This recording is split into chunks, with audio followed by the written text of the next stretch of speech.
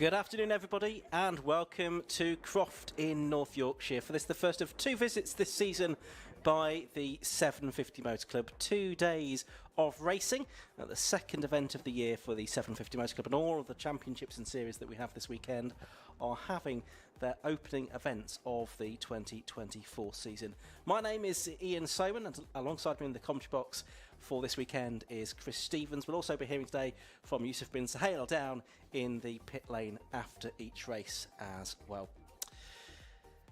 So we're here at Croft on the 3.4 kilometre, about 2.1 mile circuit, a circuit that is loved by quite a lot of drivers actually. They really do enjoy the challenges of the sweeping Barcroft, Jim Clark S's, Sunny, and of course the technical complex at the end of the lap as well. Sun's out at the moment here at Croft, due to get a bit cloudier later on, and it is cool and it is breezy as well, but should be set fair for some very good racing indeed.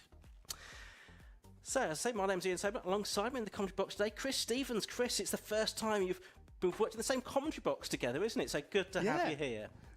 It's crazy. Great to be here. Great to finally share the commentary box with you, Ian. It's been a long time coming, isn't it? Since the first time I came to a 750 Motor Club meeting some 7 years ago now. I think it was when I was an Autosport club correspondent back then. But great to be up here, and not too jealous of Yusuf, who will be down in the pit lane, because I was prepared to do a lot more steps this weekend, and I get a nice comfy chair in the commentary box instead. I think he was debating how many jackets he needed to be wearing today to keep warm. Big weekend of racing. We've got a number of different categories, 8 in all during the course of this weekend, 7 of them up today, including Formula V in a moment. We've got the Massimo Tyres 5 Club Racing MX5 Cup, the Finish Line UK Limited Classic Stock Hats Championship, the Yokohama Low Costs, Tagua Road Sports Series, the Nankang Tyre Sports 1000 Championship featuring Cup 200. We've got the Alfa Romeos with the all-comers as well. And then tomorrow we've got the 150-minute race for the Tagua Club Enduro Championship. So a great variety of cars, Chris, that we're going to see during the course of this weekend. Absolutely, and largely very packed and very competitive grids as well. So it's definitely a very high-quality meeting for the second live-streamed event of 2024 for the 750 Motor Club. So 2 meetings so far and 2 live streams, and of course there'll be 12 live streamed meetings throughout the year with Alpha Live.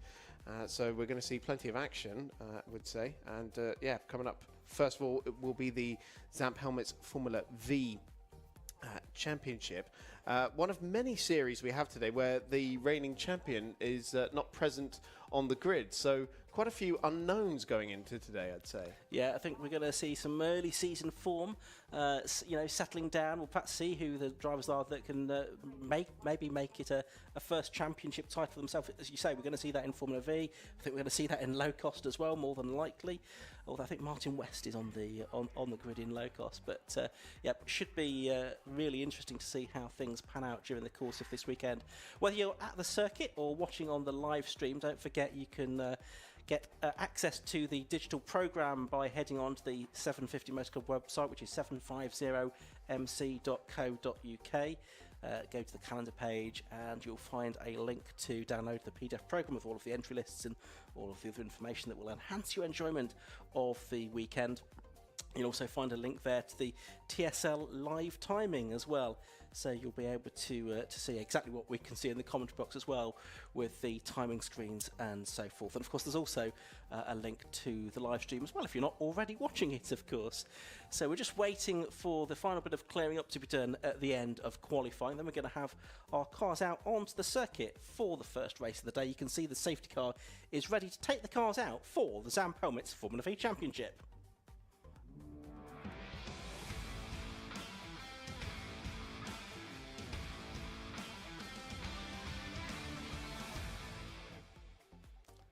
And there you can see cars ready and waiting to go for this first race of the season for the Formula V Championship, including the pole position car closest to camera. That's the number 33 AHS Dominator of Matt Harbert, and next to him another Dominator is going to be number 99 Craig Bell. We'll go through the grid in a moment, but Matt Harbert, I think, still yet to win a Formula V race. Craig Bell has won races, and he was runner-up to last year's champion Matt Hyde, who's moved into tin top racing for 2024. So, as Chris says, a likely new name on the championship trophy for this is a certain new name on the trophy. I was just, unless someone makes a return at the next meeting. I know Martin Farmer's planning to do some races during the course of this year, but I don't think he's going to do a full season. He won a couple last year, the 4-time Formula V champion. Yeah, it's not just the no reigning champion on the grid, it's no former champions at all on this grid. And we also have 5 car racing debutantes on this grid as well, 2 of which that we know have a karting background and have graduated from the karting scene. That includes the number 93 of Leon Kingsley Frost, or Frosty, 18 years old and a champion in the Lid Cadet, and Buckmore, British junior kart champion as well, and is actually a former rival of our reigning champ Matt Hyde on the karting scene as well, and in fact convinced him to join the series. Yeah, he's going to be starting 15th on the grid for this one, so right in the middle of the pack. Not sure that's where you want to be making your Formula V debut, right in the middle of the field. He's going to learn a lot in a very short space of time, isn't he? For sure. Actually, I was talking to one of the debutants in the Classic Stock Catch race as well. He's 17 years old, only just driven a car on his own for the first time yesterday. Wow. And he's also starting slap bang in the middle of the pack, so maybe they can compare notes. That would be useful. Who else should we look out for making their first appearance? So another one in the Class B is the number 95, Oliver Mitchell. And he is also a karting graduate, but he's only done a couple of days of practice, so he's also just getting up to speed, really. I saw him in race admin earlier speaking to Nicky Emerson, our secretary of the meeting, handing in his licence upgrade card to get the signatures that he will need to take the novice cross off the back of the car, as it were, because that's something that will only happen after you've got a few race finishes and under your belt, successful race finishes with no issues with the clerk of the course either. So he'll be looking to have a solid race. He's a bit further back on the grid in 28th place, but let's take a look at the grid for this first race of the day as the cars are now being released out onto the circuit. So pole position has gone to number 33, Matt Harbour. He did a 1:33.987 in qualifying, which was just under 0.2 faster than Craig Bell, number 99, alongside him. On the second row on the inside is number 11, Ben Cressy, a high-placed returning driver from last season, and number 16 is James Madden. Row 3 on the inside, you've got number 3, Vaughan Jones.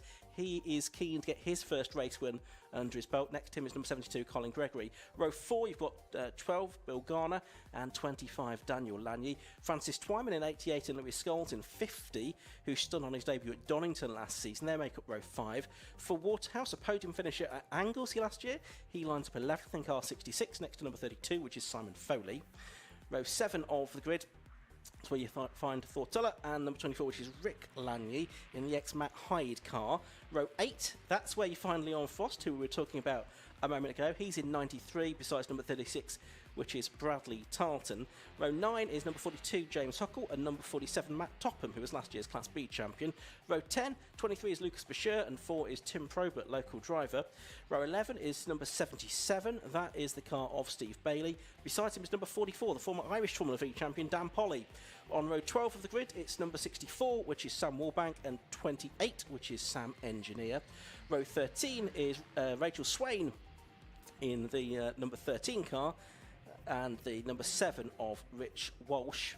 59, Chris Wilshire, and 95, Oliver Mitchell make up row 14. Row 15 is David Huckle, father of James, and Nicholas Tiller, father of Thor, and Andy Gomersall at the back of the grid if he managed to resolve the issues that blighted his qualifying session. I think he stopped at Tower on the first lap of the session. A big old grid we have, Chris. We certainly do. Another car that was having issues in qualifying was the Irish Formula V champion Dan Polly, run by 2017 champion Ben Meludi. They picked up that car and found that there was quite a bit wrong with it, having been sat on the sidelines for a number of years. He's going from 22nd on the grid, so let's see if those issues have been resolved and if he can make forward progress. Cars lining up on the grid, they do get a green flag lap in Formula V. Not all of the races that we have here this weekend will do, but being single-seaters, these cars do. and just waiting for the final few cars to form up on the grid. So Matt Harbert, not too big a surprise that he's on pole position, I don't think. Had some pole positions during the course of last year. Did the driver of number 33. He's from Markfield in Leicestershire, and in last year's championship he finished 5th overall and had some podium finishes during the course of the year. Next to him is last year's runner-up, Craig Bell, number 99. Couldn't stop Matt Hyde, though, who had that long run of 10 wins from, I think it was Croft last year, actually, through to the end of the season. And so Craig Bell, but did have a win or two in the early part of the year. Ben Cressy, number 11, he was 4th in last year's championship. He lines up on the inside of the second row. He's one of the drivers that ranks Croft as his favourite circuit as well. He's 38 years of age, from Ashbourne, a production manager in the aerospace industry. And then next to him, we've got the number 16 car, another Croft aficionado that comes to the fore, haven't they? That's James Madden, the 40-year-old commercial director from Dublin in the GSR Motorsport run car.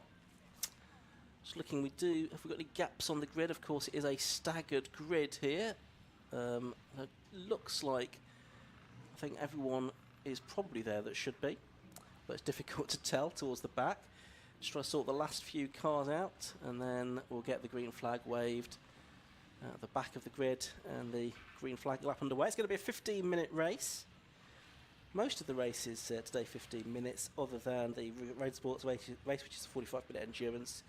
The Sports 1000s and the Alphas, both 20-minute races, but 15-minute races for most of the categories that we have here this weekend. There is the green flag waved at the back now, and so we should be good to go very shortly indeed. Just looking to see if there's anyone that's obviously a bit further back down the grid than I might have expected. Rick Lanier possibly comes into that category, 14th, I'll say, in the car that was driven by Matt Hyde last season. There it is, just looking out of our commentary box window, just away to our right. The green flag lap gets underway, so we'll see if Rick Lanier can come through the field. And also Lewis Scholes, we mentioned him. He had a podium in the wet on his debut at Donington last season, but that was his best result to date. And he is going to start 10th, Chris. And that race as well was the last win for Craig Bell, starting on the front row of the grid. So it's basically been a year since he stood on the top step of the podium. In a way, a surprise, considering he finished second in the championship, but not so much a surprise given the absolute domination of Matthew Hyde in the second half of the championship. And in fact, his title-winning car now in the hands of Rick Lanier. Who is in it was outside the top 10, wasn't it? 14th. 14th, that was it. I was looking at 15th on the grid, but right next to it. And, of course, his brother Daniel also in the field as well. But, Rick flying in from Nyon, Switzerland. Yes. To be at these races. Originally from London, I think. But, yes. But now based in Switzerland. So, from the banks of Lake Geneva, I think, isn't it, Nyon, from memory? So they head off on their green flag lap. Pace being controlled by Matt Harbert. We get a chance to see the cars here going through the Jim Clark S's. Good view from the static camera there. Cars really push the limits at this part of the circuit. And then from there they head through the right-hand kink at Barcroft, which is where we can see now on our live stream up to Sunny In and Sunny Out, which is the only part of the circuit we can't really see from our commentary box, if we were to be commentating out the window rather than from the screens as we are today. In these modern times. Absolutely, is technology wonderful? And so they will make their way through Sunny In and Sunny Out. That's a great highlight of the lap for many people. Lots of incidents usually up there as well, which it's good that we've got the live stream to be able to bring us. There you can see the 28 car going through. That's Sam Engineering is Storm SE2, the driver from Bedford, and he is on row 12 of the grid today. Very good, healthy entry of Formula V cars for this opening meeting of the season, powered by the 1300cc VW Beetle air-cooled engine, of course. Formula V initiated in the late 1960s. It's raced with 750 Motor Club since 1980 now, and has a long and illustrious history of providing some very close and competitive single-seater racing. There's Matt Harbert, the green nose of his Dominator. You've got the sort of shark fin on the back of number 99, Craig Bell's version, but it's a similar chassis, similar design underneath. Then you've got Ben Cressy. He is there in the number 11 Storm, an ex-championship winning car when it was in the hands of Ben Maludi. And then James Madden is there as well, hoping for a better season this year than he had last, which didn't necessarily go to plan. So last few cars now in position. We should very soon see that Marshall wave his green flag. There we go.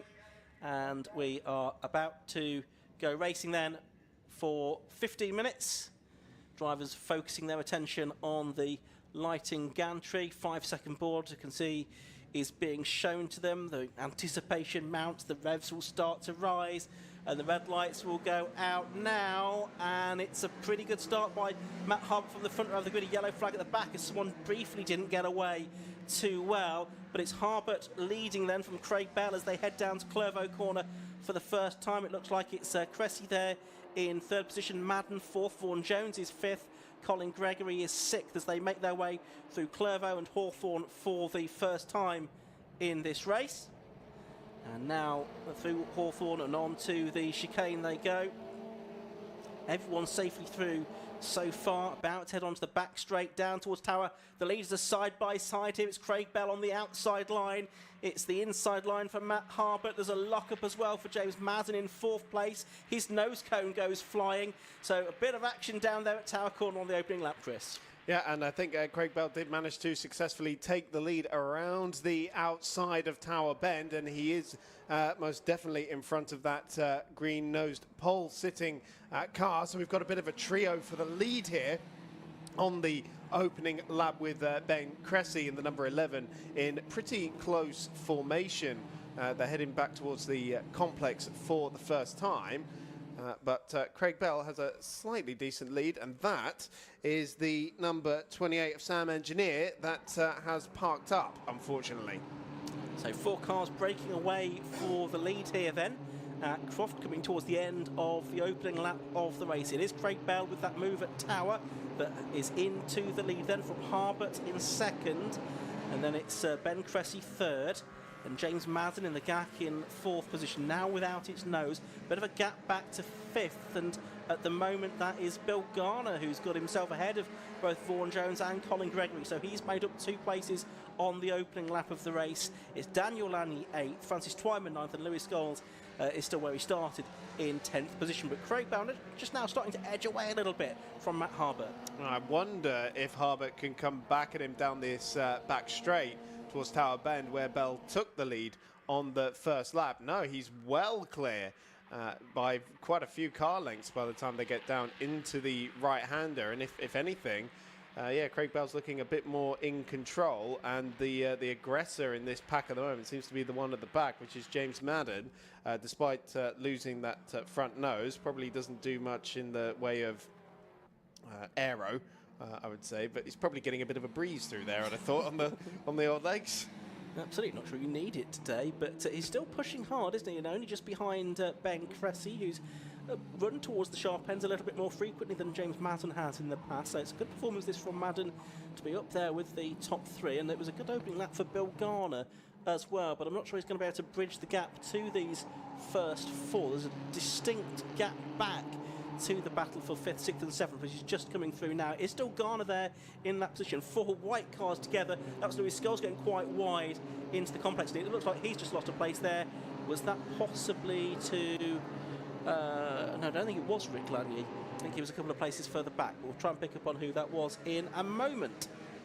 Yeah, it might have been Simon Foley. It was the car that was directly behind him at the timing line last time of asking. But yeah, Garner there holding the Class B lead in 5th position overall. Big lock up there for the number 25. The 25. It's a very small 2 on that.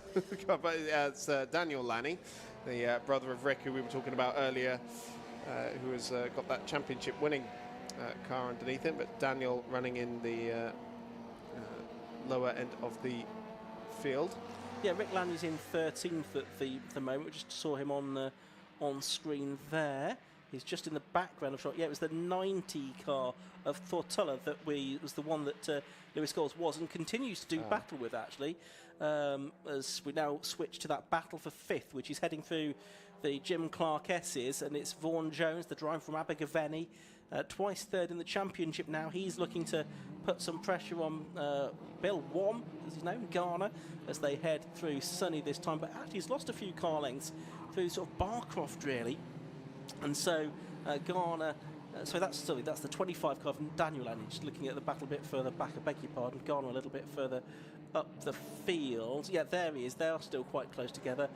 That's Daniel Lanyard. He's now got Simon Foley closing in on him. And coming through the complex once again, already at 1/3 race distance, as Craig Bell does the fastest lap of the race, a 1:33.255. And that is some way off of Craig Pollard's lap record time from 2022. But of course, never good to compare like for like year on year, is it? It's more just a point of reference. But his advantage over the pole sitter Matt Harbert now has increased to 0.8 of a second, and they are really starting to gap Ben Cressy and James Madden as well. They're in a bit of a race of their own at the moment, but last time round Harbert was still 0.3 slower than Craig Bell.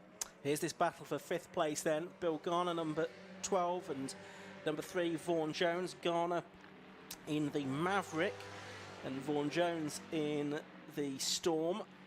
They're just a little bit clear now of Colin Gregory and Daniel Lanyard in 7th and 8th place, and Simon Foley in 9th position with them as well. Vaughan Jones keen to get his first win this season. He's become close in the past. Going to make a place here. Is he at Sunny? Can he get this done on the inside? Yes, he can. And Wom Garner there just running a bit wide and almost being in danger of losing a position to Colin Gregory as well. But a change for 5th then. It's Vaughan Jones now to P5. Vaughan Jones took part in the inaugural 750 Motor Club Sim Series during the off-season, and he was certainly capable of pulling moves like that in the virtual world. Yeah, looking for his first win, as you mentioned, but probably the man to contact if anybody's interested in Formula V racing, as he is the chairman of V Centre UK. And a good showing here, 5th place now for Vaughan Jones in that self-prepared Storm. Although Bill Garner, well, it looked like he was going to have a little look at the outside of Clervaux there, but not quite enough momentum down the front straight to mount a challenge there on Vaughan Jones. Just looking at Leon Frost, who was the debutant we were mentioning. He's just made up 3 places on that lap. He's gone to 16, so he had dropped back down the order. But Dan Polly, he's also made up a few places on that lap. He's now up into 14th place, the Irish V champion, who you were saying had issues in qualifying this morning. Meanwhile, this battle for 5th continues. Garner chasing after Vaughan Jones. Looks like Simon Foley has now caught Daniel Lanyard as well for 8th place. A gap back to Francis Twyman in 10th. He's in the yellow Storm that you could just see going through shot there and heading through Jim Clark S's. Then in 11th place now it is Tortola, with behind him still Louis Scholes there battling over 11th and 12th. And who's that? That's James Madden, isn't it, that's gone off, who was in 4th place, and he has already got his steering wheel off. He's getting out of the car, and it looks like it's getting a little bit warm in there. Yeah, that was very decisive, wasn't it? Knew it was up the second it was off the track by the looks of it, but mechanical woes there by the looks of it for James Madden, unfortunately, as Craig Bell does another fastest lap of the race up at the front of the field. Reduced that to a 33 flat now, and his gap is now 1.4 seconds. Yeah, he's gone about 0.8 or 0.9 faster than Matt Hart when he qualifying, more than a second faster than he did himself in qualifying. So possibly the circuit's in a bit better condition now, a little bit warmer than it was first thing at 9:30 when these cars went out to qualify. So Daniel Lanyard now up into 7th place with the sad demise of James Madden. Everyone's moved forward one, so Vaughan Jones is up to 4th, Bill Garner 5th, Colin Gregory in 6th place, and so forth. Here is this fight for 4th position, heading down to Tower Bend again with 6.25 minutes of the race left to go.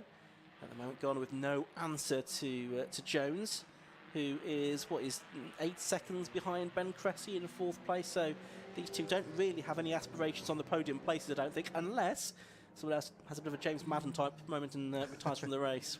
Yeah, Ben Cressy on course to match his best finish in the V Championship in 3rd. No one really ahead of him, no one really behind him. So it is all about this battle for 4th place at the moment between Vaughan Jones and Bill Garner, who does still hold the B class lead. Second in that class is the number 32 of Simon Foley, which is in 8th position overall. But this battle heading through the complex once again. We're about to come into the final 3rd of this race with just under 5.5 minutes remaining. Very nose to tail through. Oh, and a bit of a swapper there for Vaughan Jones on the exit of the hairpin, and Bill Garner gets a very clean run down the straight and is clear of him immediately. But Jones coming back at him down the straight, looking to the inside of Clairvaux, and gets back up the inside and retakes that place. So bit of a tit for tat there. Good little battle, this one, with Jones briefly usurped from 4th position. You talk about Class B, which is basically a slightly more basic specification of car. It could be to look at what's happening to Phil Waterhouse, because he started well up the order in 11th place, yeah, but down in 20th now. So he clearly had some issues in the first part of this race and is coming back from those. So Bill Garner continues to lead that particular subclass within Formula V, and he's keen to make up as many places overall as he can as well. He's really taking the fight here to Vaughan Jones. He certainly is. He's looking for every which way, isn't he? But Vaughan Jones had quite a bit of confidence through the Jim Clark S's there, because he's pulled a car length or so on Bill Garner in just a couple of corners. Meanwhile, we can't see this on screen at the moment, but I can see it out of the window. The leader's now getting into traffic as well, so this could prove decisive. Although, having said that, there are about 2 seconds between Craig Bell and Matt Harperton. It has not gone to plan for Tim Probert. The local man from Middleton Tyres is out of the race. He hadn't qualified particularly well. He's won races in the past, but he was well down the order, 20th on the grid, and he is in the gravel trap down there at Clairvaux Corner. So there'll be yellow flags protecting that part of the circuit. Yes, and it's worth pointing out as well that James Madden's car is still parked up at Sunny In and Sunny Out as well, isn't it? So I'm sure there's yellow flags there. It's going to reduce the number of overtaking opportunities that they have, and basically limit it to Tower Bend, effectively, wouldn't it? Well, I suspect the yellows have probably gone in by now at Sunny. They'll be protecting that with a caution board, I would think. He was well off the circuit, so I should think they'll be able to overtake there. But not at Clairvaux for the moment, and there's only 3 minutes of the race, so probably 3 laps left to go. Yeah, Craig Bell finding his way through the traffic, and we don't need to remember, last time we came here, this time last year, in both the Sports 1000 and the MX5 race, the leader on the last lap going through the complex had a bit of a drama with back markers, and ended up losing the race.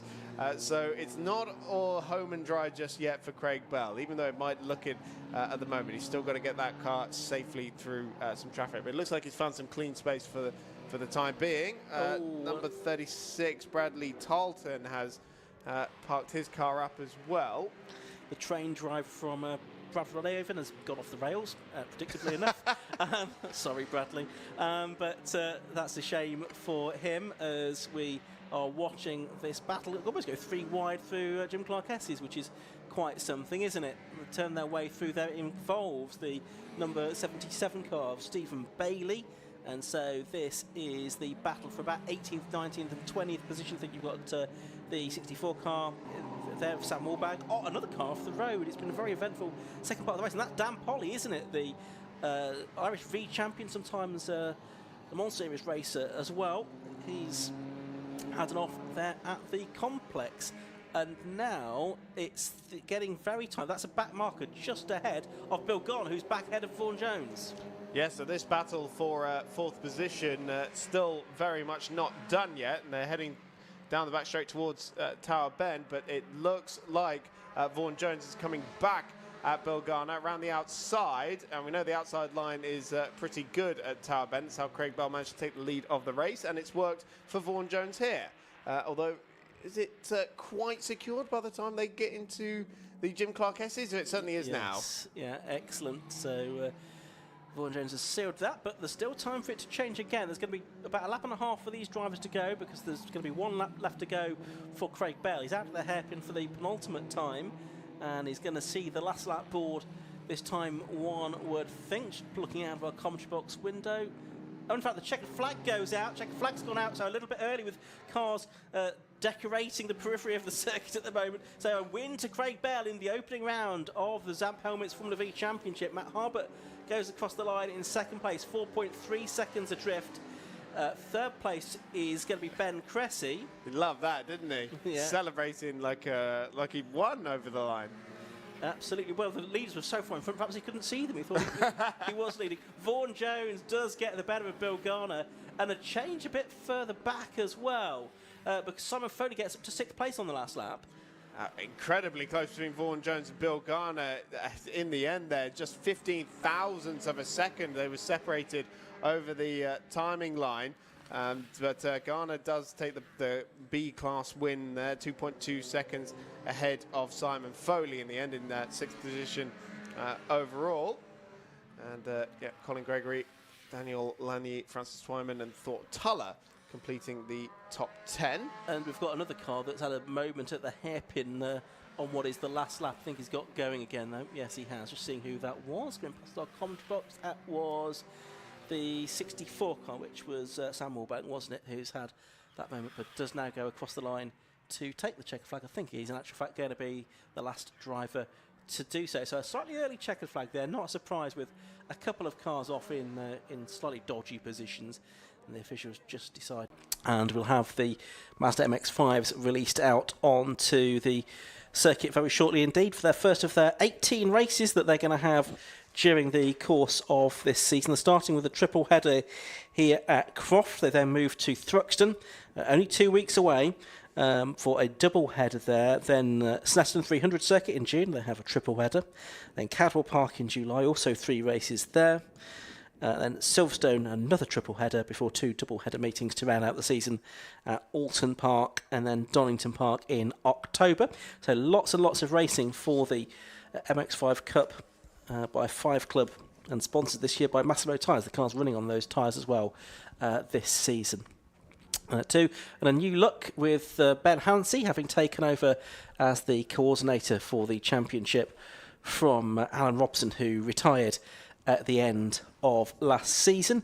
Some new names into the championship this year, but also some familiar faces as well. Last year's champion, Jordan Johnson, is here to defend his title. He's going to be starting on the front row of the grid. You can see him there in the grey number 1 car that's lined up in the assembly area, and next to him is the man that's on pole position, which is number 71, Ben Short, a multiple 5 Club Racing champion. So 71 Ben Short and 1 Jordan Johnson on the front row of the grid.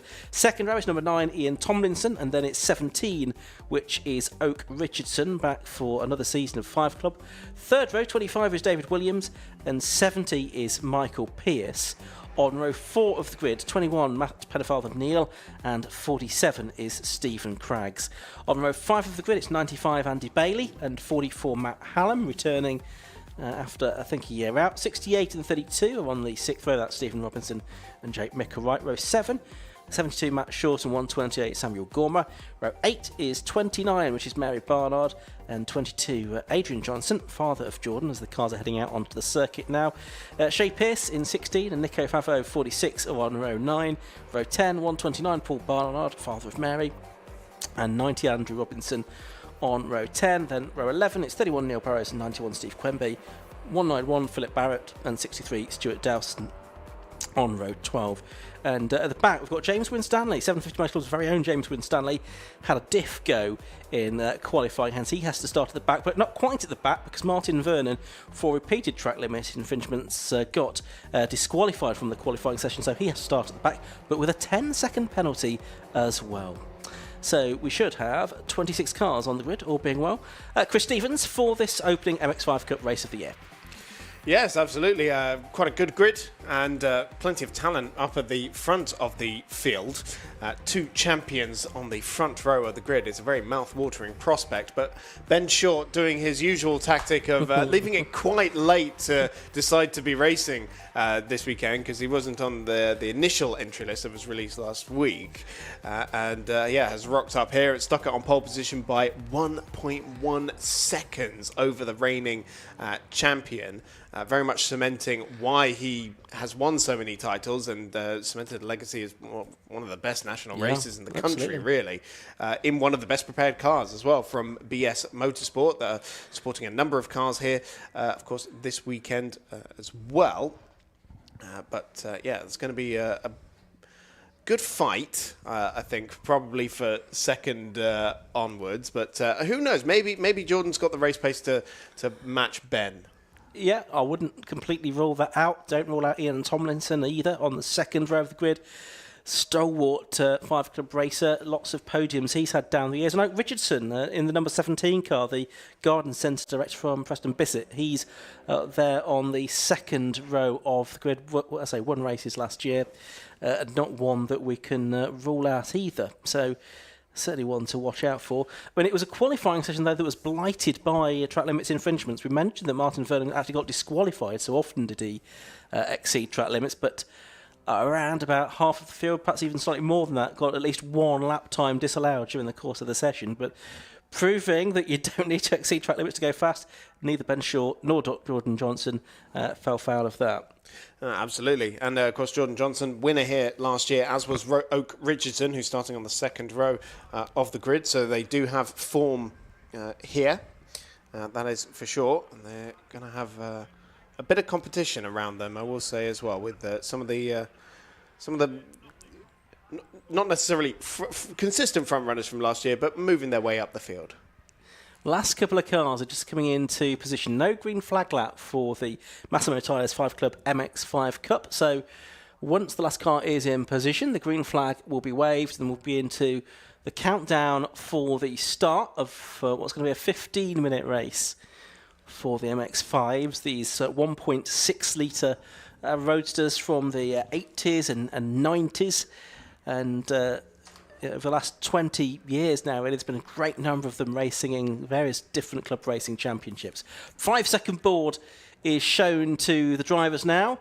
And so we are going to go racing here at Croft in the Massimo Tyres 5 Club MX5 Cup. The lights go out and away they go. And it looked like a pretty good start from Ben Shaw on pole position. A better start, certainly, than Jordan Johnson, who moves across to the right-hand side of the track, tries to cover the line from Ian Tomlinson there, but I'm not sure he's necessarily succeeded. I think Tomlinson might have gone through, yes, he has, to second place there. And it looks like it's Oak Richardson there in fourth. There's somebody off. That's Stephen Craggs, number 47, who started in 8th place. He won't be 8th anymore because he's going to be several places down the order as he tries to recover onto the circuit. And that's Jordan Johnson. Well, that's certainly exceeding track limits on the opening lap at the chicane. He's cut the chicane completely, and that's helped give Ben Short a big lead. And Oak Richardson really fancied his run into the chicane, fancies a run here into Tower Bend as well, but has to settle for 4th place still on the inside.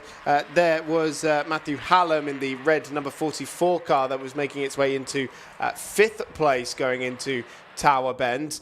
Yes, Ben Short establishing an early lead. Ian Tomlinson up into 2nd position. We've got a spinner. It's the number 68 car, Stephen Robinson, down at the Jim Clark S's. So that's Robinson from right in the middle of the field. As we're watching the 32 car go through, that's Jake Micklewright. I think he was one of the drivers to have issues in qualifying. He drops a wheel over the dirt there on the exit of Sunny. The leaders are arriving back into the complex already to complete their first lap of this 2.1 mile Croft circuit. It is Ben Short leading from Ian Tomlinson second and Jordan Johnson in third as they come up to the line, but it looks like everyone pretty much, despite one or two squirrely moments, safely through to complete lap number 1. Yeah, it was definitely a bit of hip and shoulder at Clairvaux on the opening lap, wasn't there? But Ben Short leads over the line by 1 second to Ian Tomlinson in the red number 9 machine. Jordan Johnson has recovered some form a little bit there and still holding 3rd place ahead of Oak Richardson. And then there is a bit of a gap back to Matthew Hallam in 5th position, who's establishing a bit of a gap over Pennyfather Neil in 6th. So short it is at the end of lap 1, that led by just over 1 second from Tomlinson. There's about another 8/10 back to Jordan Johnson in 3rd place. He got Richardson for very close company as well, but there was a gap back then to Hallam in 5th place, the former Castle Coombe Formula Ford 1600 racer. As we're watching the 128 car, that's Sam Gormer. He's in 11th place, just behind Matthew Short, Ben's father, at the moment, from down there in Wiltshire. They're heading through the Jim Clark S's spectacular part of the circuit. It's left and right, flat out flick, and then they'll head off up to the right-hand kink at Barcroft, and then into the double right-hander at Sunny. And they accelerate their way out of that corner down towards the complex. Might explain why I never had much success on the sim in this circuit, because I was never flat out through the Jim Clark S's, I'll tell you that much. Big battle going on here with Michael Pearce in 7th position, fending off quite a number of cars through the complex, doing a good job of holding that position for now. But it is the 21 machine there of Matthew Pennyfather Neil, who has actually just dropped to 7th place. Sorry, so it was Michael Pearce moving up to 6th place ahead of Pennyfather Neil. End of lap 2 then. Ben Short leading by 1.5 seconds now, as we've got this battle going on between David Williams, who was on the 2nd row of the grid, 3rd row of the grid, I beg your pardon, and the number 32 car of Jake Micklewright. So started on the 3rd and the 6th row, but they've got themselves together somehow. There's Matthew Short, and just behind him is Stephen Craggs. They're in 11th and 12th positions. They make their way out of the chicane. On towards Tower they go. Here's the number 70 car, that's Michael Pearce, in 6th position at the moment, the green car. And a change there, Stephen Craggs has got himself up ahead of Matthew Short at Tower and up into 11th. Great little string of cars here, these Mark 1 MX-5s. Very rarely disappoint in terms of their wheel-to-wheel action, especially on a circuit such as this. And now, looking here, I think this might have been one of the areas where there was a lot of track limits, because there is an awful lot of runoff from the exit of the Jim Clark S's there. But yeah, Michael Pearce, having just taken that 6th place away from Pennyfather Neil, trying to stretch his legs in a little bit of clear air, which he has 2.7 seconds or so of. Intermittent transponder for Shea Pearce, unfortunately. So she's flickering up and down the timing order. That might be why, but showing her in 14th position at the moment, or at least last time they crossed the timing line anyway. Unsurprisingly, Ben Short doing the fastest lap of the race, 1:40.815. A couple of laps ago, his advantage 2.2 seconds. About 1.4 seconds off his lap record, and a bit slower than he went in qualifying this morning as well. We'll continue to watch the battles a bit further back, because frankly Ben Short driving around on his head isn't very interesting. So we're looking at this battle a bit further back. So this is for 8th and 9th, David Williams and Jake Micklewright, Sam Gormer in there as well. A bit further up there you've got Ian Tomlinson in 2nd, so he's still ahead of Jordan Johnson, which is interesting. Last year's champion still not been able to find a way through. He, on the last lap, did narrow the gap by a couple of tenths. And I think he kind of took Richardson with him as well. So Tomlinson will have to soak up the pressure here. But we've seen over past seasons that he's quite good at defending when he has to be. And this is going to allow Ben Short, I think, to continue to build the lead. But Jordan Johnson is now closer. Bit of opposite lock in the middle of sunny in and sunny out, and that's just bringing Jordan Johnson closer to the back bumper of Ian Tomlinson. Hasn't won a race since 2019 by my estimation in this championship, and the frustrating thing is if we in the non-Ben Short category he's sort of leading if you think of it in that sense. But yeah, Jordan Johnson trying a different line. Now we've got a big bit of detritus in the middle of the pit straight there. It's like a whole front or rear end of a car that seems to have come off. It is off the racing line, but rightly so, the yellow flag's being waved down the straight. And Jordan Johnson unable to do anything about Ian Tomlinson in that battle for second place as a result. Absolutely right. So about halfway through this race now in terms of time, about 7.5 minutes are left to go. And this nice little battle for second place opening up, but they've really allowed Ben Short to pull out another second or so on that lap. It's now 3.3 seconds clear. Good illustration of it there for those of you watching on the live stream as Johnson tries to get to the outside of Ian Tomlinson at Tower Corner. Couldn't make it work. And Johnson is going to be right glued to the back end of Tomlinson's car. Is he going to be able to do that all the way through the Jim Clark S's? Left and right. Yeah, he is more or less able to do that. And Richardson just about 0.8 of a second behind them. Probably just sitting there waiting for something to happen, really. Because there's a chance here that they could fall over one another, these two battling for second and third. Absolutely. And we think back to what happened in last year's race. It was all drama in the complex on the final lap of the race. And I'm sure Oak Richardson and Jordan Johnson remember it very well indeed. I'm sure Ben Hansey doesn't quite remember it to the same affection. Of course, Ben Hansey, as you mentioned, taking on a Rollers Championship coordinator from Alan Robson, and that's new for this year, the Alan Robson Trophy, which is going to go to the driver at the end of the year, the highest scoring driver who hadn't scored a podium at the start of the year. And now we've got side-by-side for second place. Jordan Johnson, that grey number 1 car on the outside line at Clairvaux. Now it's very difficult to try and make an outside line work there, and indeed it doesn't for Jordan Johnson. He has to settle back in behind the red number 9 of Ian Tomlinson. Now he had a very good toe down the back straight last time, so exiting the chicane, let's see what kind of a run Jordan Johnson can get this time around. They are losing more and more time to race leader Ben Short, who's now 2.9 seconds to the good out in front. Johnson again to the outside line. Tomlinson placing his car in all the right spots. Johnson not fancying a run all the way around the outside, gets a beautiful undercut, and it, I think, has drawn level, but again will be on the outside line by the time they get to the Jim Clark S's, but he's trying to make that work anyway, and the inside line does come to him eventually. Beautiful bit of racecraft there from Jordan Johnson. And Oak Richardson fancies a bit of it as well, using his British Drift Championship experience there was Oak Richardson in 4th place.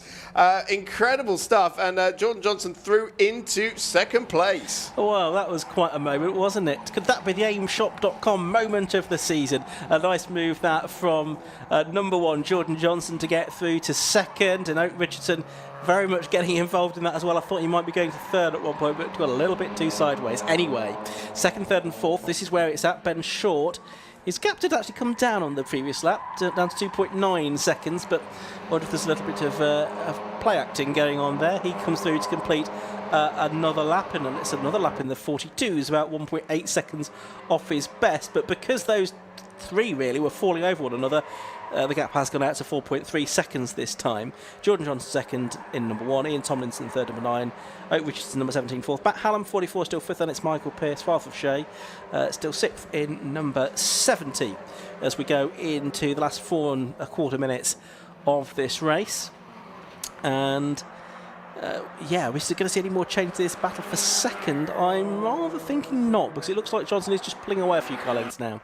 Yeah, I wonder if Oak Richardson can get onto the back of it again. I mean, he was right with them when the change of position happened, but he's fallen back about 0.6 of a second in the one lap since the move happened. So it does seem like Ian Tomlinson might just have Oak Richardson covered in terms of raw pace.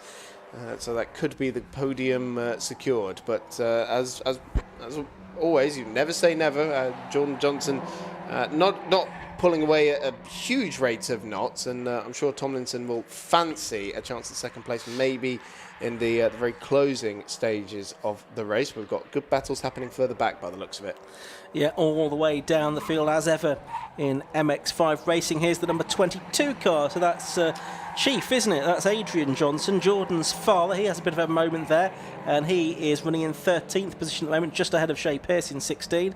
And then it's the 95 car of Andy Bailey of Mint Alloys, whose branding you can see on screen as well, supporting the stream, supporting the championship.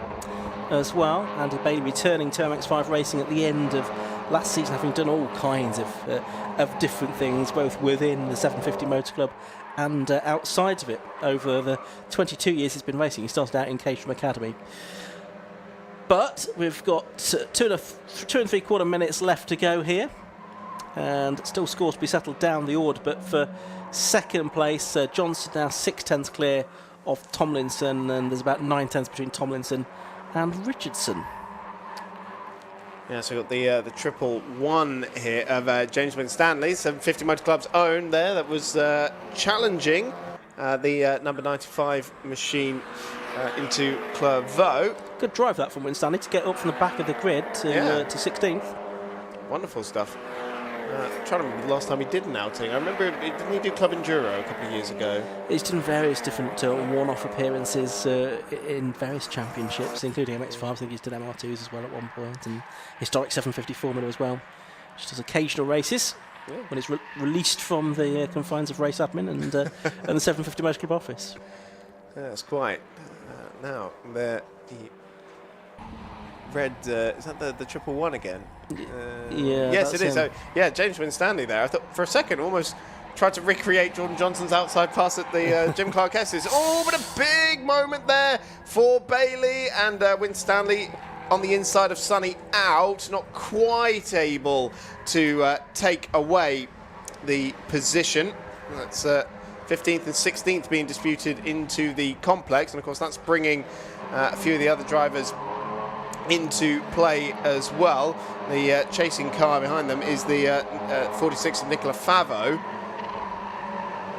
and is also bringing the number 99 of Martin Vernon as well, which is the other car that started on the back row of the grid, wasn't it? So they've both made great progress.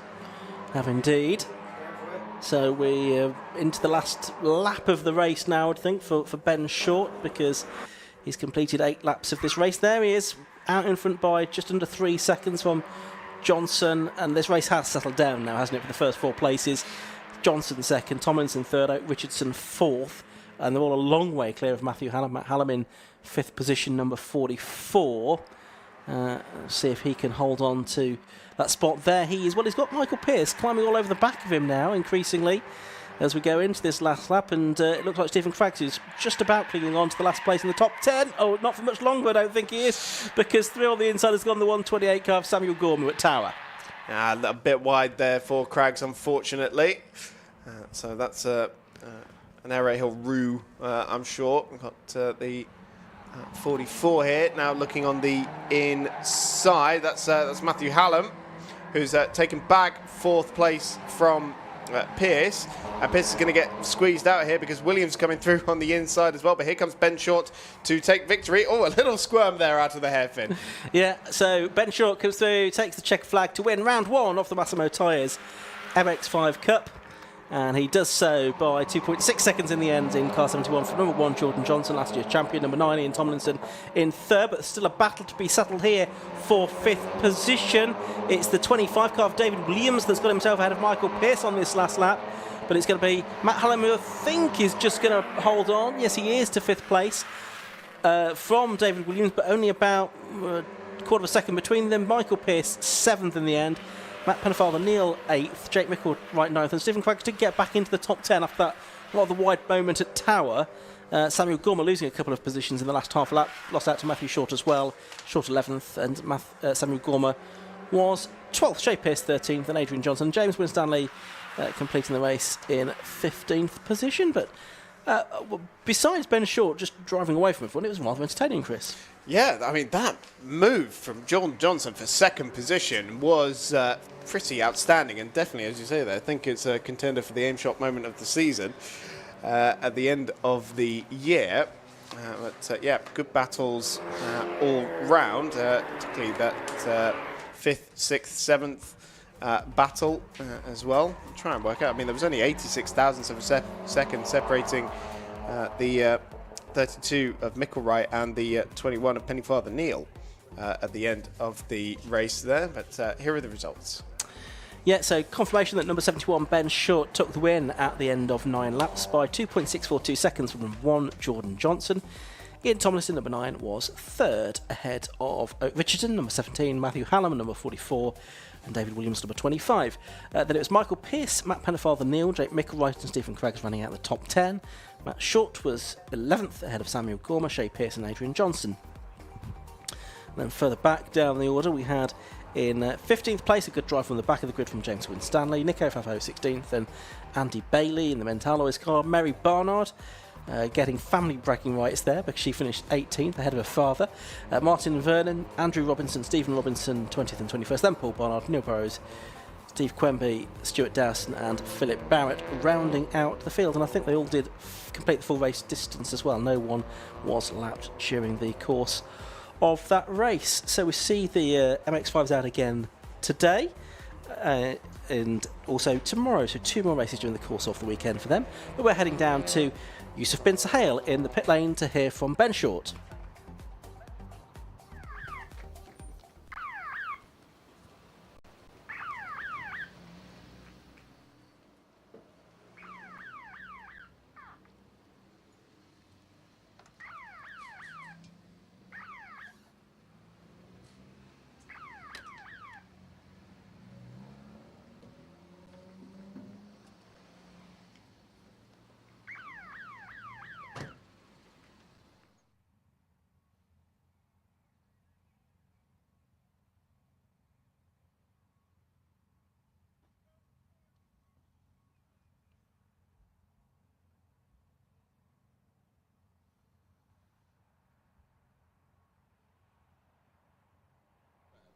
No, somebody was. Only on the last third of the lap there.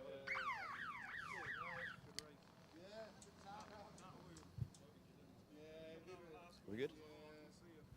All right, so I am here with our race winner, Ben Short. Ben, bit of a glorified practice session for you in the end, wasn't it? Well, yes, no.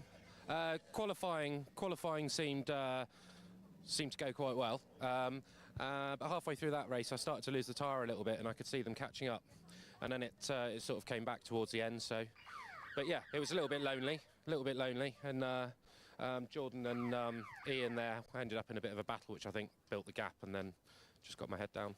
I did notice there was one lap where you dropped a couple of seconds. Was it a back mark or a little mistake somewhere out on circuit? So the last third of the circuit, coming into the complex, there's a fluid down on the racing line, and I didn't see it as I turned in, so I had a little bit of a moment there. But, you know, nothing major, and it seemed to dry up towards the end of the race, so it's probably just a bit of coolant or something. Well, a good start to the championship, race win. Best of luck for the next one. Yeah, thanks very much. Yeah, looking forward to it. Be a bit cooler this evening, so the engines hopefully will be going a bit better, and look forward to Jordan and Ian coming to have a fight. Thank you very much. Cheers, thanks. Right, we'll move on to our second place finisher, a reigning champion as well. Notes go flying. Jordan, you had a really good battle there, didn't you? Heading, I think it was in the Jim Clark Esses, you got the move done? Yeah, it's pretty ballsy to go side by side around there, and I've been racing with him for a while now, so I knew that he wouldn't do anything silly, and I think he knew I wasn't going to do anything silly. But yeah, not the ideal place to get it done around here, but yeah, it worked for me, so we'll take it. One to add to the collection, you've got to go around and say, yeah, I've overtaken them here, here, and here. Yeah, I've done it once before with Ben Hansey, and yeah, it wasn't my best idea then, and we've done it again now, so guess I'll never learn. What's the plan for the next race? Try and keep up with Mr. Short at the front. If me, Oak and Ian can get our heads together and do a bit of teamwork, then hopefully we can get on his back bumper and make it a 4-horse race instead of a 3. Well, fantastic second place, and we'll see you in the next one. Thank you very much. Right, we'll move on to our third place finisher, Ian Tomlinson. Ian, you put on some really good defensive moves out there, but in the end, he just about got through. Yeah, he did, yeah. I knew when he'd sort of got alongside me at, I don't know what they call all the fast bits round the back, and yeah, I thought it was a done deal, like he was coming through, but yeah, did what I could, but yeah, not enough. So. What's the plan for race 2? Is it, you know, try to get back in front, or is it work together and try to catch up to Ben? Well, we'll just see what happens at the start, but I think really we probably have to work together, either Jordan or Oak, and see if we can sort of team up on Ben and yeah, do it that way probably, because he's bad to catch. I don't know if you saw in your mirrors, but Oak behind you was very sideways trying to get through, so I don't know if that just put a bit of extra pressure on. Yeah, well, he had a bit of a sideways moment on the last bend, and he gave me a bit of room, really. I had a couple of car lengths, and I thought, time to get your head down. And yeah, I think I don't know, maybe he's having trouble with the tyres or something, but it's good for me. Well, good job on third, and we'll see you in the next race. Thanks very much. Thank you. We're going to head into a quick ad break because we've got our third race of the day coming up soon.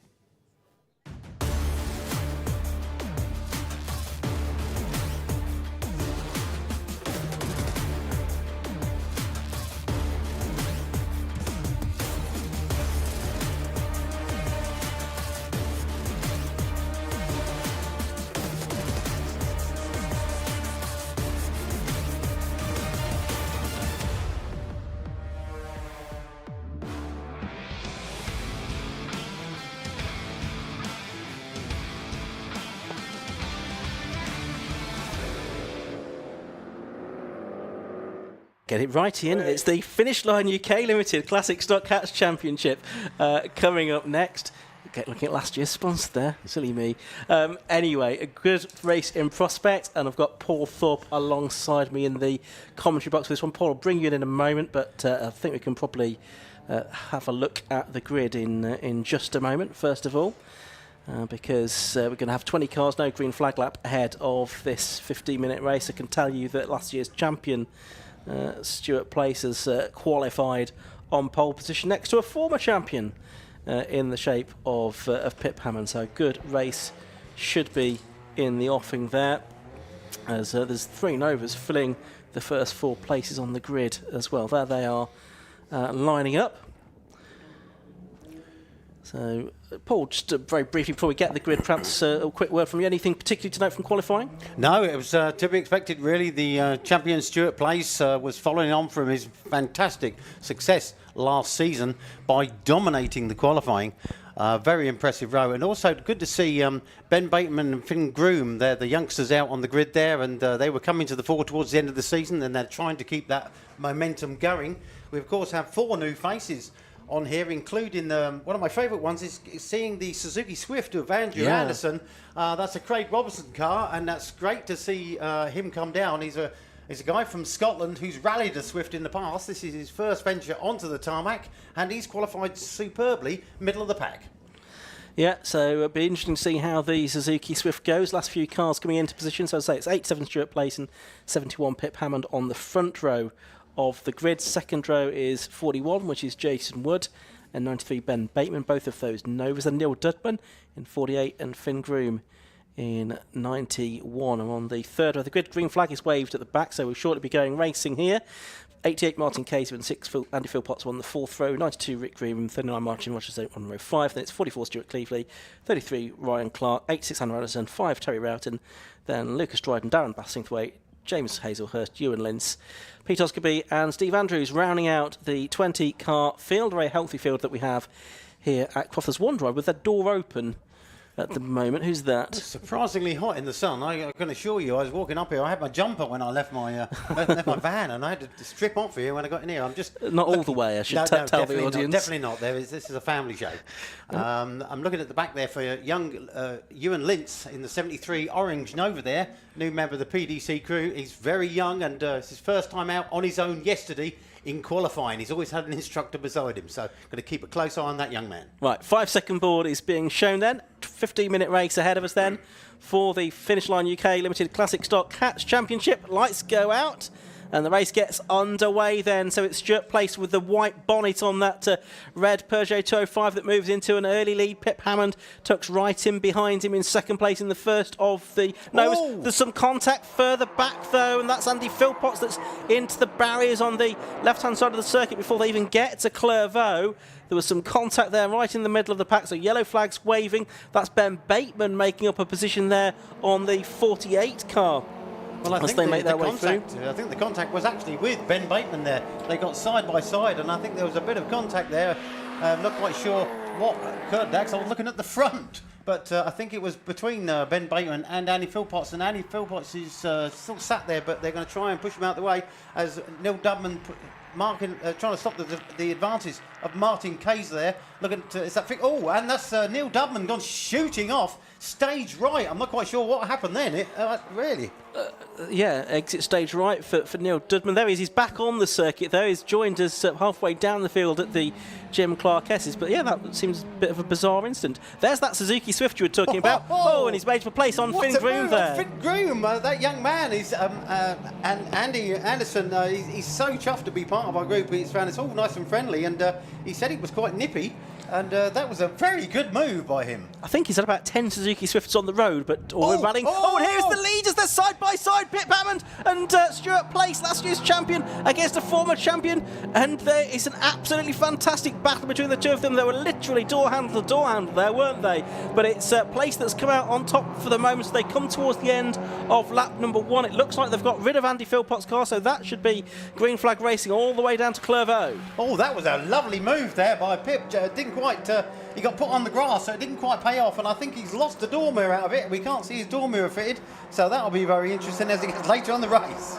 Yeah, I think it might have just folded in, has it? We'll have to see if that stays the way. And Finn Groom was a bit out of shape there going into Clairvaux corner. He's just out of Martin Rogers. We've got one into the pits, which I think is the 65 car of Steve Andrews, who was at the back of the field in his XR2i. And Ewan Lintz has pulled in there. I'm not quite sure what's happened to these two. Yeah, that's Ewan, the teenager from Nettleton, in his first ever car race. Sadly, it's not ended how he would have liked it to have done. As watching Rick Groom here and Martin Kayser. Martin, originally from the northeast, from Newcastle, just up the road. Now based in Coventry, but he's got a bit of a connection to this circuit from coming to watch the rallycross here in the 80s. I thought they were going to be side by side there. Rick has done very well. I think he qualified 9th for this race. That's, I think, possibly one of his best qualifying periods. And there was a car going slowly through the Jim Clark S as well. I think it was one of the Groom cars. I think that must be Finn Groom. He had problems in qualifying, and it looks like they've come to bite him again, I'm afraid. That's a shame. Well, there's another race tomorrow. Hopefully those that have had problems already in this race can get those fixed for tomorrow. But here are the leaders again, not quite as quick as they were a lap ago. There you can see in the background, I think, Finn Groom's car just pulled up by the marshal's post towards Barcroft. But the two leaders, Stuart Place and Pip Hammond. Pip, who's done all kinds of different racing. He's a Porsche 924 champion as well in the past. He's raced in historics, he's raced on ovals, he's done a bit of everything as Pip Hammond. And good to see him out here for the opening round of the season. Is he planning to do all the races this year, Paul, or just an odd one? I did ask him that yesterday, and he's planning to do more races. Now, I don't know what that means, but looking at the front there, you've got 3 cars, all from the PDC group there. Bearing in mind that Jason Wood is their boss, I think Pip should let him by. That's not going to happen, That's not going to happen, is it? No. But as they go, looking back, Rick Groom trying to get up onto Stuart Cleveley there, another new guy. He's got an XXR Challenge shell, and he's enjoying himself. It's great to see 4 new faces out here in classic stock hatch. Yeah, absolutely. It's always good to get some new blood into the championship. So here's Stuart Cleveley in number 44, the 41-year-old from Great Yarmouth. Done some 750 Formula racing in the past and some autographs before that as well. And he's got Rick Groom between himself and Andrew Anderson in that ex-Craig Robertson Swift now. Yes, and it was, I was looking at them. They had a problem with brakes earlier on, but it looks like they've definitely got the brakes sorted in that Swift because it is slowly inching up there. But it's great to see these XR2s. As you know, I've got an XR2 myself, which I haven't been able to get out this year. But it's great to see the XR2s out there. They're the only carbureted cars out there. And I love them. Leaders side by side. Pip Hammond up the inside this time of Stuart Place. That's going to put him on the outside line, though, for the left-hand hairpin that ends the lap. But twice in the first 3 laps, they've been, trading pain, haven't they, into the complex. And again, it's Stuart Place that's come out on top. Pip's going to have to think of something different. I thought he was going to lose the other mirror then. That's definitely the case. But it's good to see Pip was really gave everything for qualifying, but Stuart Place did half a second a lap quicker than him. He wasn't quite sure how he was going to do it. Obviously, I think he's had a little tweak of the car there and found a little bit of extra pace in that PDC Nova. Well, that's right. It's certainly given us a few heart-stopping moments, hasn't it? You've got the 2 Novas together there, Jason Wood and Ben Bateman. They are 3rd and 4th. Martin Kayser's 5th. Stuart Cleveley is 6th. Rick Groom 7th. Andrew Anderson 8th. Martin Rogers in 9th. Might have expected him to be a bit further up the order. Well, yes, quite. I'm a bit surprised about that. I don't know if he had a problem earlier in the race, but it's great to see Stuart Cleveley, one of the new guys out there, so far up in the race. It's fantastic to see. Absolutely right. Best lap of the race has actually gone to Stuart Place, a 1:42.570. That's not yet been bettered. Lap record for these cars is a 1:41.71 set by Pete Morgan a couple of years ago. Now Stuart Place this time has a bit more of an advantage over Pip Hammond through sunny, so let's see if Pip can challenge into the complex as he has done on previous laps. Yeah, there's a little bit of space there, about 2 or 3 car lengths, but look, Pip took really big. It's down to 1 car length as they come down to the left-hander before the complex, and he's right up. He's so much quicker. He must get a much better exit out of Sunny out. Yeah, it does. He does. I mean, that was several car lengths behind, wasn't he? Going into Sunny, coming out of it, and down towards the complex, he was down to practically nothing. So we are about to complete lap 4 of this race, 15-minute race, 8 minutes left to go. So they'll probably get 5 more laps out of this, I would think. In the background, the two Novas almost, it looks like they're almost alongside, but I don't think they are in actual fact. It's still Jason Wood ahead of Ben Bateman. I say, but they're all in the PDC Racing team, aren't they? They are, yes. Quite good. Jason, towards the end of the last season, I think this is Jason's 7th season. Last season, he was getting fantastically on the pace last year, and he's following on from that by this wonderful 3rd position. And he's managed to just shake off the advantage of a young colleague, Ben Bateman, in the 93 car. That's a young lad, very good. He's come from stock car racing. Yeah, and what's his 3rd season now, isn't it, I think? I think it is, yes. I think you're correct, yes. Made his debut at Donington, didn't he, where he went from 0 to hero in the space of 1 meeting, if I remember rightly. Oh, I see that Stuart Cleveley has managed to shake Rick Groom off a little bit there. As the Suzuki Smiths have a little sneaky look up the inside of the tower there on Rick Groom. Nearly paid off for him, but he's just showing that these little Swifts are only 1300cc compared to the 1600 of the XR2, but they are well on the pace. They certainly are, aren't they? That Stuart Cleveley car, by the way, it's an XXR2 Challenge car that's been recently rebuilt to classic stock hatch specification. Of course, there was a one-make championship based up in the Northwest for the XR2s. That's been replaced by more modern Fiestas these days. Well, so I was just looking a few there, of those cars. Neil Dubman went a little wide there. We had a meeting this morning warning us about the track limits there. They're getting very hot on that pit, and he actually had 2 laps deducted in qualifying for doing what he did there, and hope he doesn't do that too often.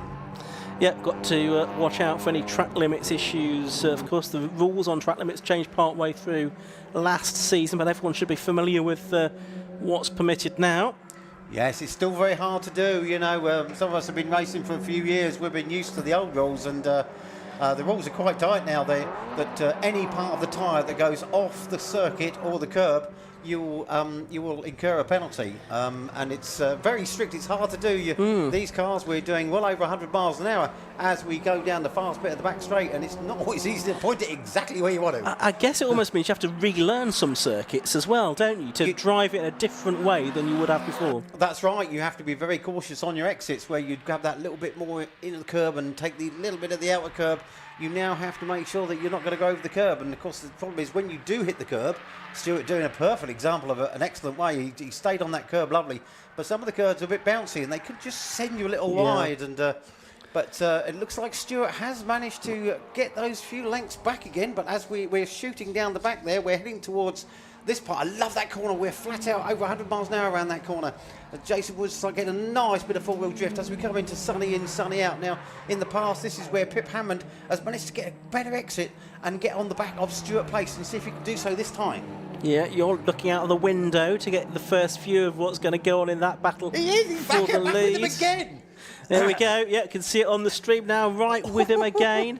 And it's still Stuart Place ahead of Pip Hammond, but Pip is just unable to find a way through. I mean, these two between them won 12 of the 14 races last year. Stuart took 9, Pip took 3. Stuart, of course, a convincing champion in the end, ahead of the previous year's champion, Chris Deere. Both of them in Peugeot 205s. Yeah, they're both demonstrating why they are champions there. Some excellent, respectful driving there.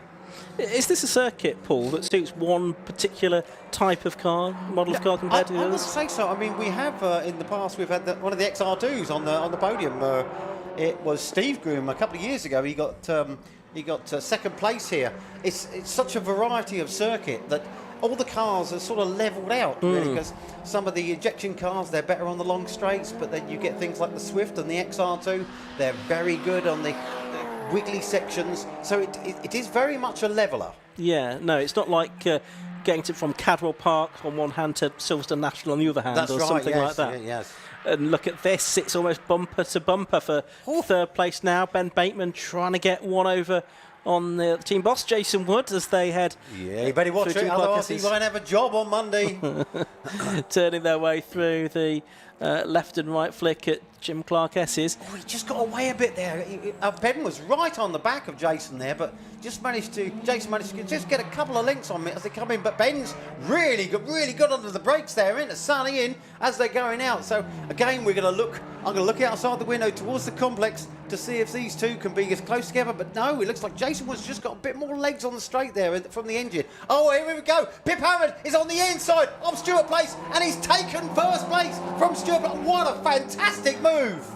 Well done, Pip. He's gone through into the lead, much to the excitement of the Pip Hammond fan club, which is just behind me, actually, as they come out of the corner, and they are door handle to door handle again. Still got two mirrors on the inside of these cars. Oh, and look at that. Place has gone back through. He's got the better exit out of the hairpin and just perhaps a bit more straight line speed, has he, perhaps? I thought it did look like it was an engine speed there. I don't know if Pip, because of the excitement of getting past, I think he just didn't get a very good exit on the hairpin.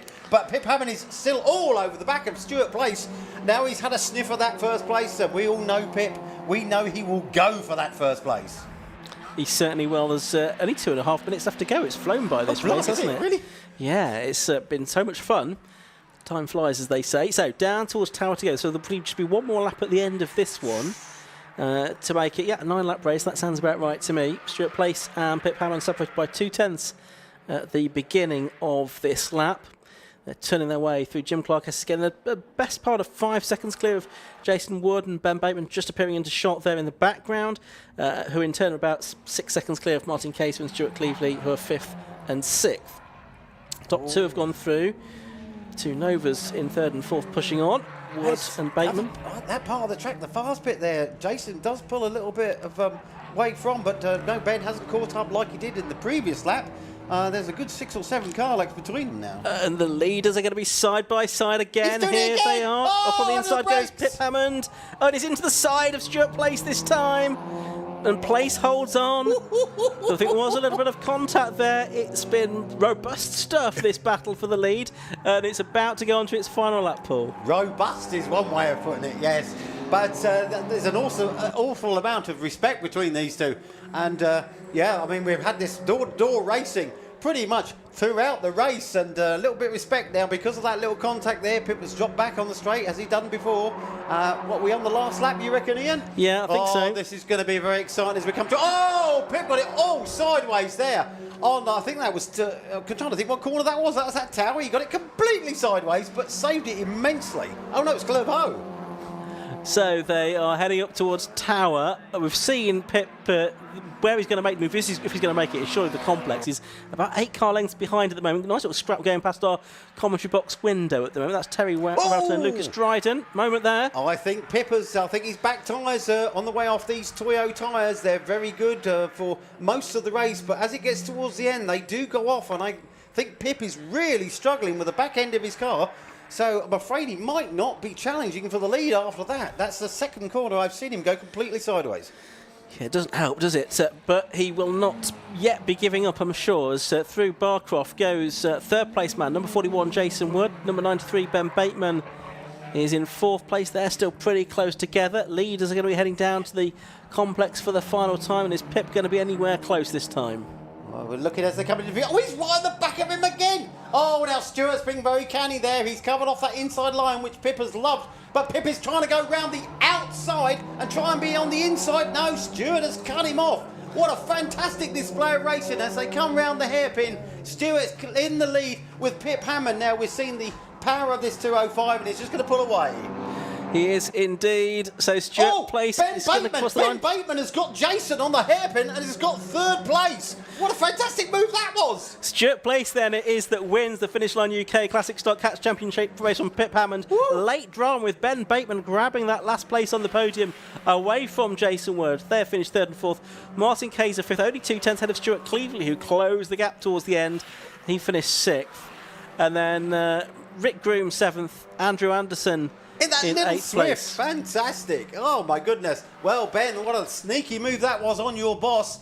I'll be expecting your P45 on Monday if I were you, mate. Good grief. What a cheeky little move that was at the hairpin. But great to see the new guys there. Stuart Cleveley in 6th place. Andrew Anderson in 8th place. Fantastic showing. It was a really good race, that, and good to see some of the newcomers going well, including, as you say, Andrew Anderson, Stuart Cleveley. Both will, I'm sure, be very pleased with the results they've had during the course of today. And, of course, they'll do it all again tomorrow, Paul. Yeah, we got. I think our race is 1 o'clock tomorrow. I think. Something I think it's about like 1 o'clock. that. But you can Yeah. see much of the same there. What a fantastic display with these very aging cars now. They're over 30 years old, these vehicles, but we are completely friendly in the paddock. Everyone helps each other out, and I think somebody, actually Pip in qualifying, had a battery issue, and he borrowed Martin Rogers' Transit battery to get out there in qualifying. That's the sort of group we are, but what fantastic respect, fantastic racing. What a display by my gentlemen. Yeah, thank you very much, Paul. Let's have a look at the results now, and we can see confirmation. Stuart Place, number 87, it was that took the victory. Stuart Place then by 0.5 seconds from number 71 Pip Hammond in 2nd. 93 Ben Bateman was in 3rd, snatching that at the very end. 4th number 41 Jason Word. 5th was 88 Martin Kayser in the XR2i, first of the Fords. Head of the XR2 of Stuart Cleveley, number 44. 7th was number 92 Rick Groom. 8th 86 Andrew Anderson in the Suzuki Swift GTI. James Hazelhurst, didn't see much of him. He was 9th in number 12 ahead of Martin Rogers, number 39. Then Neil Judman, Ryan Clark, Darren Bassingthwaite and Terry Roughton. And there was a few more starters, not everyone got to the end. Lucas Dryden, Pete Osgerby were the other finishers, but we lost Finn Groom, Steve Andrews, Ewan Lentz, and of course, on the very first lap of the race as well, Andy Philpotts. We'll see Paul Thorpe again tomorrow. Look forward to him joining us in the box and bringing us all of his expertise on the Classic Stock Catch Championship. He heads out of the commentary box to enthusiastically welcome back the drivers at the end of that race, and Stuart Place is just about to pull into Parc Ferme, or into the winner's victory lane, if you like, ahead of Pip Hammond, and Ben Bateman will be the 3rd car to slot in there. We'll hand down now to Yusuf Prince Hale, who's about to speak to them.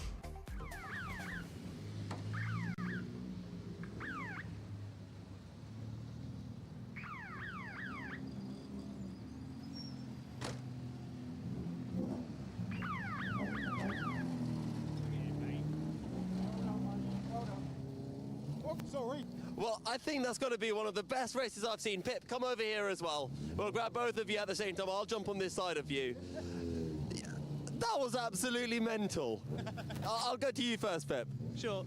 Well, Stuart got me off the line sort of nice and clean. I had to block Jason off, and then he was a bit stronger than me in the first half of the lap, and I could bring it back from about sunny towards the end, and it just meant we kept finding each other pretty much every lap. It was awesome, to be fair, you know, a great race, and we lent each other a bit, but we like that, don't we? That's all right. It was incredible.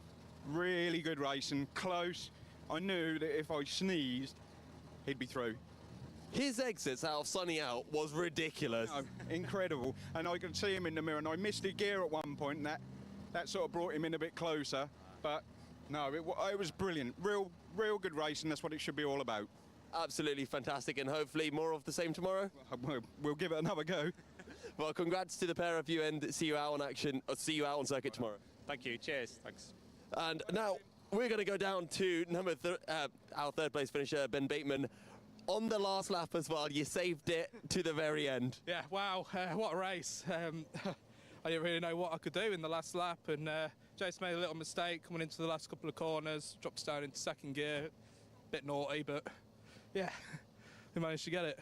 When you listen back to the footage, you'll hear the commentators, because they were just watching the top two. Then all of a sudden, they were like, is that Ben in 3rd? Well, yeah, I mean, it was just an absolutely amazing race between me and Jason. It's my boss, so I couldn't go too crazy on him, but yeah, it was really, really, really good. Well, fantastic stuff. Get yourself a good night's sleep and we'll see you tomorrow. All day. Thank you very much. And with that, we have some very quick turnovers today at Croft, so we're going to be heading into an ad break, and we'll be back very shortly with our next race of the day.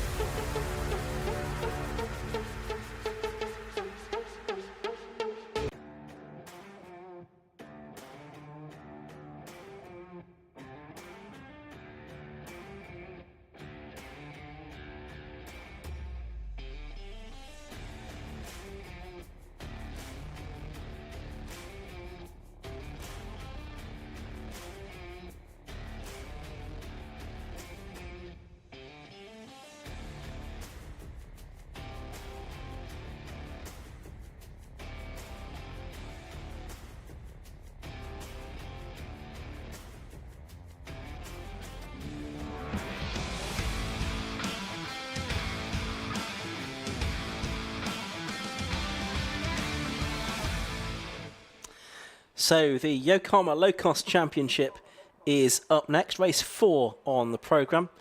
Chris is back alongside me in the box for this one as well. And a very good field of low cost that we have. These 7-esque cars with the 1300cc Ford Crossflow engines and various Ford running gear make the basis of low cost and have done for well over 20 years now, racing with the 750 Motor Club, inspired by the Ron Champion book and design of all those years ago. It spawned a bigger brother in the Mazda 7s, which use the same kind of chassis, but with Mazda running gear, which are probably around about 6 seconds a lap quicker, but still excellent fields in both Mazda 7s, and which opened at Donington a few weeks ago, and low costs here this weekend.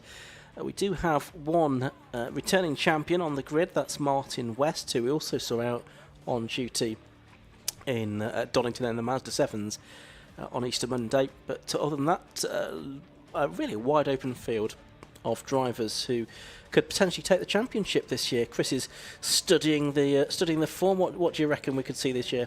Well, there's a few not surprises, but newcomers to the front of the field. I mean, our pole sitter, Paul Clark, has yet to win a race in the low-cost championship. He's had a best finish of second place, which was at Snetterton last year.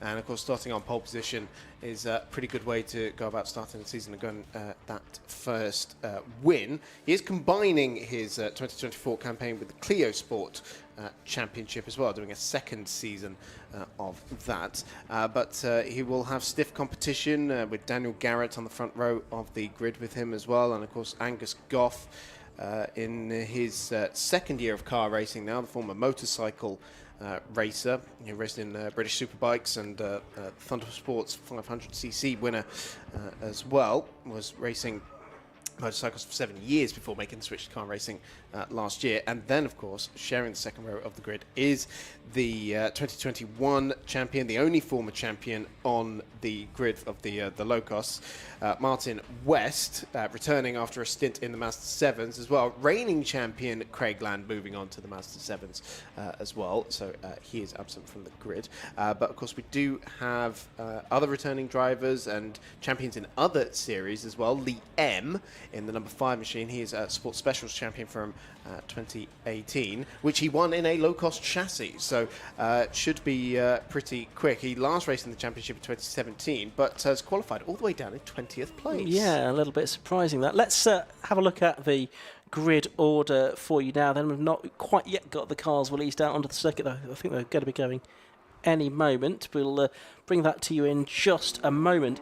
But yeah, you were saying, Chris, Craig Land has moved on into Mazda 7. So too has Tom Park, who was runner-up last year, and Todd Boucher as well in third. So the highest placed driver who's competing in the low cost this year from last season is Jack Linus in fourth. Now he's only qualified 8th on the grid today. I thought we might see him a little bit higher up the order than that. So we'll see what Jack Linus can do from row 4 of the grid. Yeah, Jack Linus was a bit of a stellar superstar last year in his debut season of car racing, having competed in the British University Karting Championship before that. But yeah, hopefully he can move forward. Yeah, as the car's then heading around on their out half a lap to the grid, which I say will be headed by number 82, Paul Clark, with number 19, Daniel Garrett. Next to him, he has won, I think, races in the past, and does quite a lot of engine building work as well for drivers up and down the grid as well. Let's have a look at the grid then, as the cars are heading out onto the start line. So Paul Clark 82 and Daniel Garrett 19 on the front row. Angus Goff number 17 and Martin West number 94 on row 2. Jeff Peake, he's been a race winner in the past as well. Number 29 on the inside of row 3, ahead of number 7, which is Isaac Spears. On row 4, it's the 57 car of Daniel Russell and the 13 car of Jack Linus. Rob Apsey in 73 and Ian Hardy number 50 on row 5. Row 6 is Rob Sisson and Sean Brame in 6 and 8. Row 7 is 52 Alan Harmon and 21 Kev Straw. Then on row 8, it's stalwart of the category number 33, Glenn Boyer, and another stalwart category number 28, David Berry. Alex Artis, 72, and Glenn Griffiths, number 31, line up on the 9th row. Row 10 is 27, Mark Brew, and 5, Lee M. 81, Lewis Ward, the former MR2 Championship runner-up and Class A champion in Sports Specials. A late change of car for him after issues in testing, I think, yesterday. He lines up on row 11 of the grid next to number 77, Andy Perkins. 41, Keith Malpas, and 66, Luke Stokes on row 12. 37, Steve Brown, and 34, Trevor Forge on row 13. And Bill Ward from Sutton Coldfield is 27th on the grid in car number 20. So 27 cars we should have, with a good race in prospect in good conditions here at Croft. Bit of a breeze, and which is more or less blowing across the start and finish line. Looking at what I can see out of my window. So it shouldn't be a sort of disadvantage down either of the main straights, one would have thought. No, might be an advantage going into the Jim Clark Essex if you're in the toe there, or maybe into Sunny Inn as well. But otherwise, fairly non-committal, to be honest. Yeah, I'm glad we mentioned the number 81 of Lewis Ward, because obviously on the provisional entry list is listed as number 4, and for a moment I thought we'd lost him. No, just looking at the grid. It was a change of number and indeed a change of car as well. Yeah, planning to do Cup 200, and that didn't really work out for him. And literally the first time he drove this car that he's going to be racing now was during Friday practice. Well, in fact, this one he won't have raced at all, driven at all, because now he's waving. Oh no! Which kind of suggests that he wants to grab a marshal's attention because he's got a problem with the car. The driver next to him is Andy Perkins. He's sort of saying, "Yeah," you can see him on the stripe pointing to his car, and I think the marshal now has realised that there's an issue, and is heading towards Lewis Ward, who's got some kind of drama. So this will delay the start a little bit. One would think. There you can see the marshal just having a word with him. They're going to push him off the grid, I think, by the looks of it. A couple more marshals vaulting the barrier to lend a hand. So delayed start of this low-cost race, and it's a misfortune for Lewis Ward, I'm afraid, because he had back to the drawing board. So back in the race, it is still really a 5-car battle for the lead. We can see, but we're looking at the battle a little bit further back. Well, we were. There's the battle for the lead now. Garrett, Clark, Goff, Weston, Peake. Your top 5 separated by little more than a second. Then it's Isaac Spears, just a little bit on his own in 6th place in the number 7 car as they come through to complete lap 2. On that lap, Jeff Peake has done the best lap of the race so far, 1:40.560, and that is a new lap record already. Wow. Beating his own joint lap record with Mark Burton from a couple of years ago. I was just about to say, Jeff Peake, the lap record holder here, absolutely smashed it on that previous lap, and this is very much a 5-car battle for the lead. 1.8 seconds separated the top 5 when they went over the timing line to start lap 3. And once again, we have got Clark right in the toe of Garrett. But this is where the tactics get played. He probably doesn't want to lead at this stage of the race. And Martin West's gone up to 3rd place there at Tara Bend at the expense of Angus Goff. So probably one of the most experienced drivers in the field, certainly the most successful driver in the field, has got through into 3rd position and wouldn't rule out him getting involved in this lead battle before too much longer. Still 2/3 of this race left to go. Martin West did make a wild card appearance in the low-cost championship last year at Snetterton. Managed to get on the podium in the first race of the weekend, but as I say, it was mainly Master 7s for him last year. Finished 7th in the championship, but returning to the series where he was successful in 2021, winning the championship. Only former champion on the grid, as we mentioned, and you see it right back on the tail of the top 2 within a half a lap. So if there's anybody who understands how these races unfold, it's Martin West. Certainly is, and you can see he's already narrowed the gap to the leading group. He's got away a little bit from Angus Goff and Jeff Peake. Isaac Spears still there in 6th, but I think he's been reeled in by Rob Apsey, if I'm not mistaken. Yeah, that time through, Apsey was half a second faster than Isaac Spears, so Spears is going to have company before too much longer. Well, Spears is already bettering his best result of 7th. Last year. I think Jeff Peake has pulled off at Clervaux, possibly. Yeah, there's Angus Goff on his own. I could just see the white flag wave and a car exited stage left into Parc Ferme, I think. So I think we've lost Jeff Peake. Oh, what a shame for him. He had just been passed for 3rd place, but he was still running in a good position and part of that lead battle, as we see Paul Clark wrestling the rear end of his car through Tower Bend. So this pack of 5 cars has become a quartet, and even with that said, they are starting to drop the number 17 of Angus Goff. Yeah, West with the best lap of the race now, 1:40.386. So he's now got the lap record in these cars. He's really closed the gap to the first 2, which are making their way out of Sunny Down towards the complex for the 4th time. Turning in together, Goff will now be on his own in 4th place, and that's promoted Isaac Spears to 5th, Rob Apsey up into 6th position. They turn their way through the left-hander at the hairpin. This is to complete the lap. No particular dramas there. And as they exit the corner, just pulling away a little bit in the lead was Daniel Garrett, with Paul Clark being under a bit more pressure as they headed down to Clervaux from Martin West. You see how much they've dropped. The rest of the field still waiting for Isaac Spears to come across the line in 5th place. And they are 11 seconds ahead of the rest of the field now, this leading 4 cars. So fantastic stuff. And Martin West doing the fastest lap of the race, 1:40.386. So that's just beaten Jeff Peake's new lap record. We're certainly going gung-ho in this race. Martin West, I can see out of the window, is challenging for 2nd place there into Talbot. He's decided that discretion is the better part of valour, so we're going to just continue looking at some battles further down the order, including there you can see the number 50 car of Ian Hardy, the driver all the way up from Cornwall. He's in 10th place as things stand.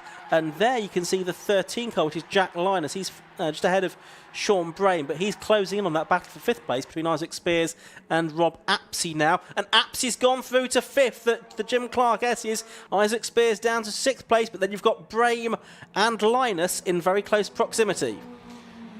Well, Rob Apsey, another driver who's fighting for a best finish, which was a 5th place in 2022, and has been on the podium before. Only scored one of them last year, but putting himself in a good position, ever present in the low cost since 2008. So he's certainly got a lot of experience under his belt, but just locking up the outside front there in the middle of the complex section. Isaac Spears is still on his tail, looking up the inside into the hairpin, but no way through there. Oh, might get him on the exit though. Yeah, Spears does get a better exit, but he really couldn't find a way through. There's a flag being shown to somebody. That's a mechanical warning flag, and can just about make out the orange spot on it. So someone's got an issue that they need to pit for. Yes, I saw a car earlier. There was a bit of bodywork sort of sticking out of the right-hand side. It was one of the white cars, and I didn't quite get the number of it. But if it comes by again, I'll be sure to try and see it. Like a chariot with the knives sticking out of the side, something like that. Is that right? You could see why the scrutineers would want that off the circuit. Yes, absolutely. Anyway, top three, well clear of the rest. 3 seconds clear of Angus Goff in fourth. He's 14 seconds clear of Rob Apsey in fifth place. But West is still playing this waiting game, really, in third place. He can't wait for too much longer to get, though, because there's only 5 minutes left to go. Yeah, absolutely. I mean, this is it, and they all play their cards right at the end of the race. And, yeah, we started out with 5 cars in this lead battle. They are dropping Angus Goff quite considerably now. We are down to a leading trio.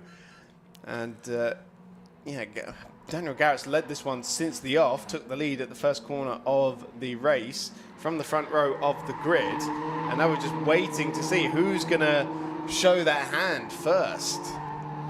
Yeah, it's intriguing, isn't it? Because you just sense there's a bit of a waiting game going on here, and at some point, as we go towards the last lap, all chaos might break loose. Someone's going to pull the trigger. Yeah. And we're into the last 5 minutes now, so it's going to be soon. Probably 3 laps to go, including the one that they've just started, I would suggest. They're lapping in the 140. His best lap is still with Martin West, a 140.386. And here's this next group of cars, which look to be headed by Spears again. He's got back ahead of Rob Apsey, so he's up into 5th. Apsey is 6th.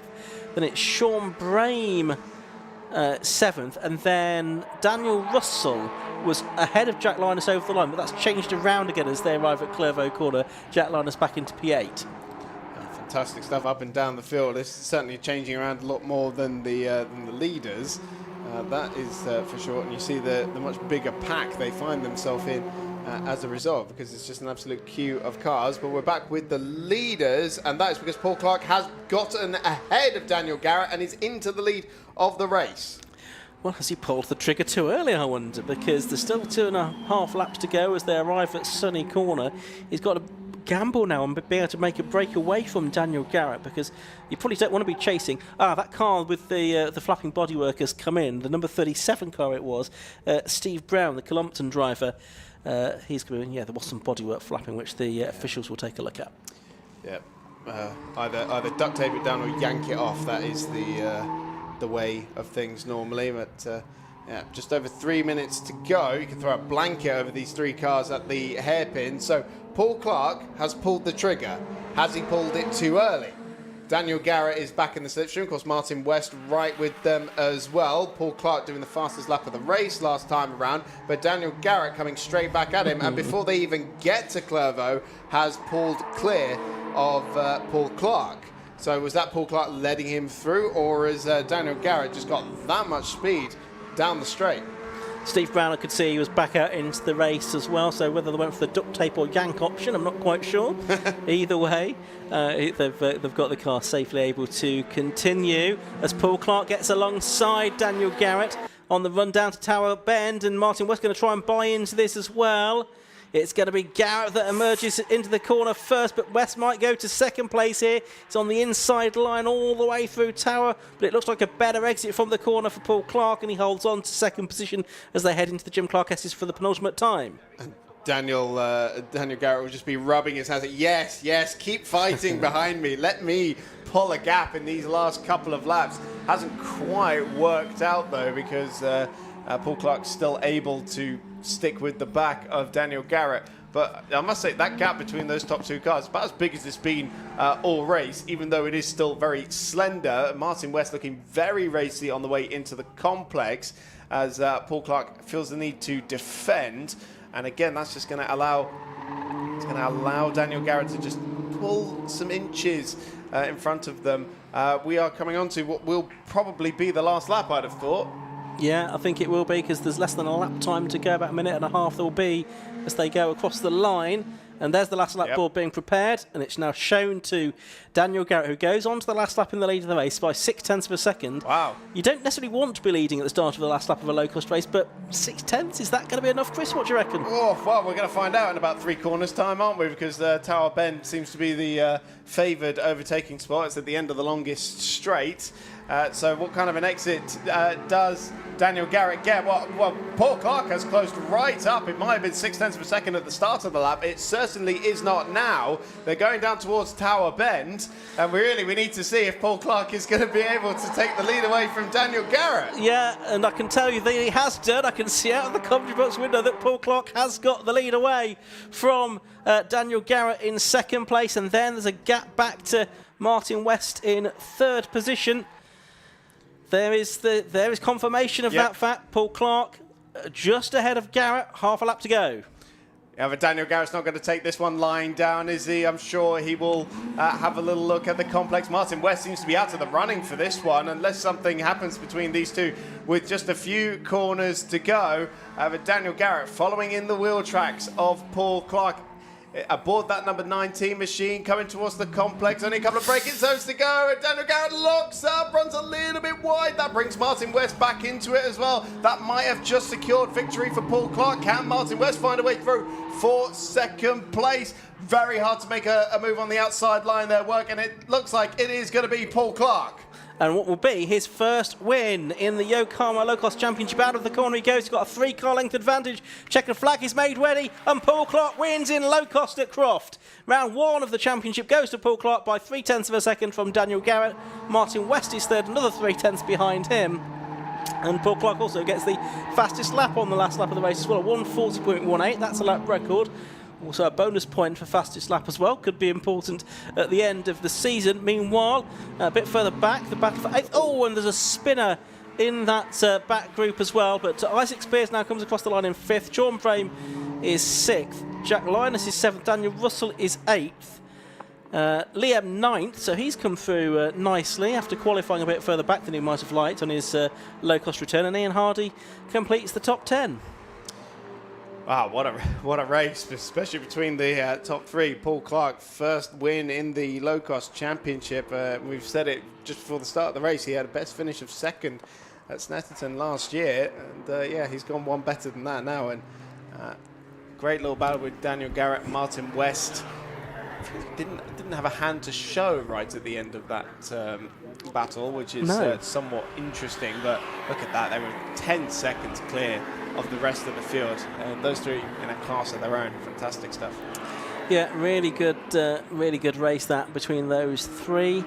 Obviously we lost Jeff Peake, who could have been involved as well, about halfway through that race, and that sort of opened up the gap between the top 3 and Angus Goff, who was 4th in the end. But we could easily have had 5 cars battling for victory. In the end we had 3. And I think Isaac Spears, they did better his best result. So he's 5th place, and he had a best result of 7th before today. So he's managed to go one better than that, and I think it might be the same for Jack Linus. No, definitely not the same for Jack Linus. Yeah, I was looking at the wrong page. He's had better results than that. So, although we can't bring you on screen, I can tell you that it was number 82, Paul Clark, that took the win. 9 laps completed by him, and he finished 0.366 seconds ahead of number 19, Daniel Garrett, in 2nd place. Number 94, Martin West, was 3rd.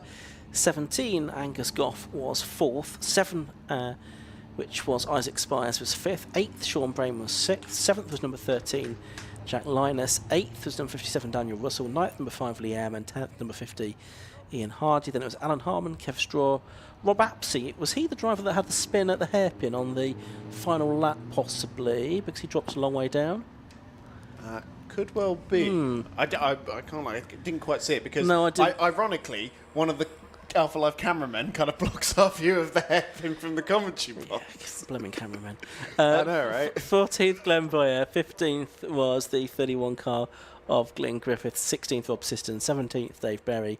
18th, Mark Rowe. 19th, Andy Perkins. And 20th was was Keith Malpas. That's quite enough of that result. So low costs have 2 more races tomorrow in quite quick succession as well tomorrow. So we look forward to races 2 and 3 for the Yokohama Low Cost Championship here at Croft Circuit. But we've still got 5 more races to come this afternoon. First though, let's head to the pit lane and Yusuf bin Sahel. The top 3 were not separated much for, well, the entirety of that race, and a final lap battle as well came into play. Paul, you must be absolutely chuffed to bits with that. I'm over the moon, mate. Absolutely over the moon. Been a long time coming. What, 7 years, I think, to get that. Oh, over the moon. Over the moon. But like I say, if it wasn't for these two, who's pushed me all the way, I wouldn't be here. Dan and fucking Westy on there. Unbelievable. Unbelievable. To get your first win, there's a few ways you can do it. That definitely has to be the best one. You had to fight to the very end, last lap as well, still having a lot of pressure on you, and then you finally made it work. Well, to be fair, I think the first 3 laps, me and Dan just worked together, to get away. Had a little gap, and then we thought it was playtime. So, yeah, and then Westy's going to be there or thereabouts, and you know what Westy's like, he's always there, but like I say, to be on the podium with them two, I wouldn't be nowhere near if it wasn't for them two, so yeah, but I'm absolutely chuffed. Fantastic stuff. Have a good night rest, and make it 2 out of 2 tomorrow, right? Oh, we'll see about that.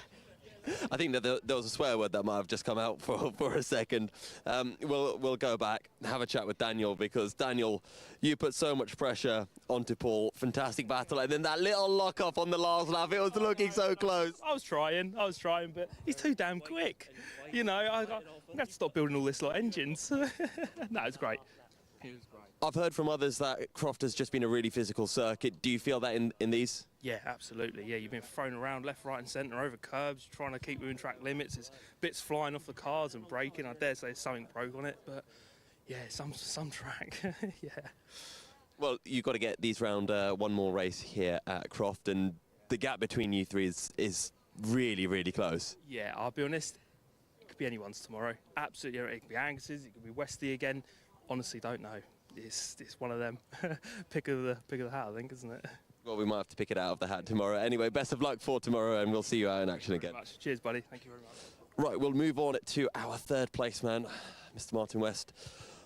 Martin, there was a point in that race where you were really catching them in the first few laps, and I thought, you know what?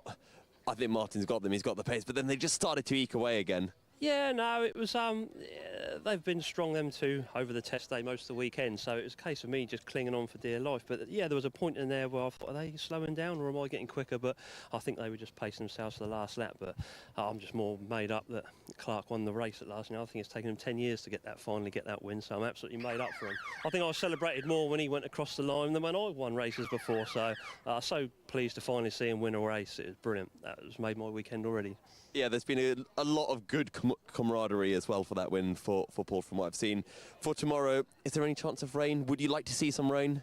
Not particularly. Does anybody like rain, really? I want to get wet for. But no, it is what it is, isn't it? You know, we just have a bit of fun, whatever it lands with us, but I don't think it's going to rain, not what I've heard, unless you know different. I'm going to be honest, I don't think anyone knows with British weather, but congratulations on 3rd and best of luck for tomorrow. Yeah, thank you very much.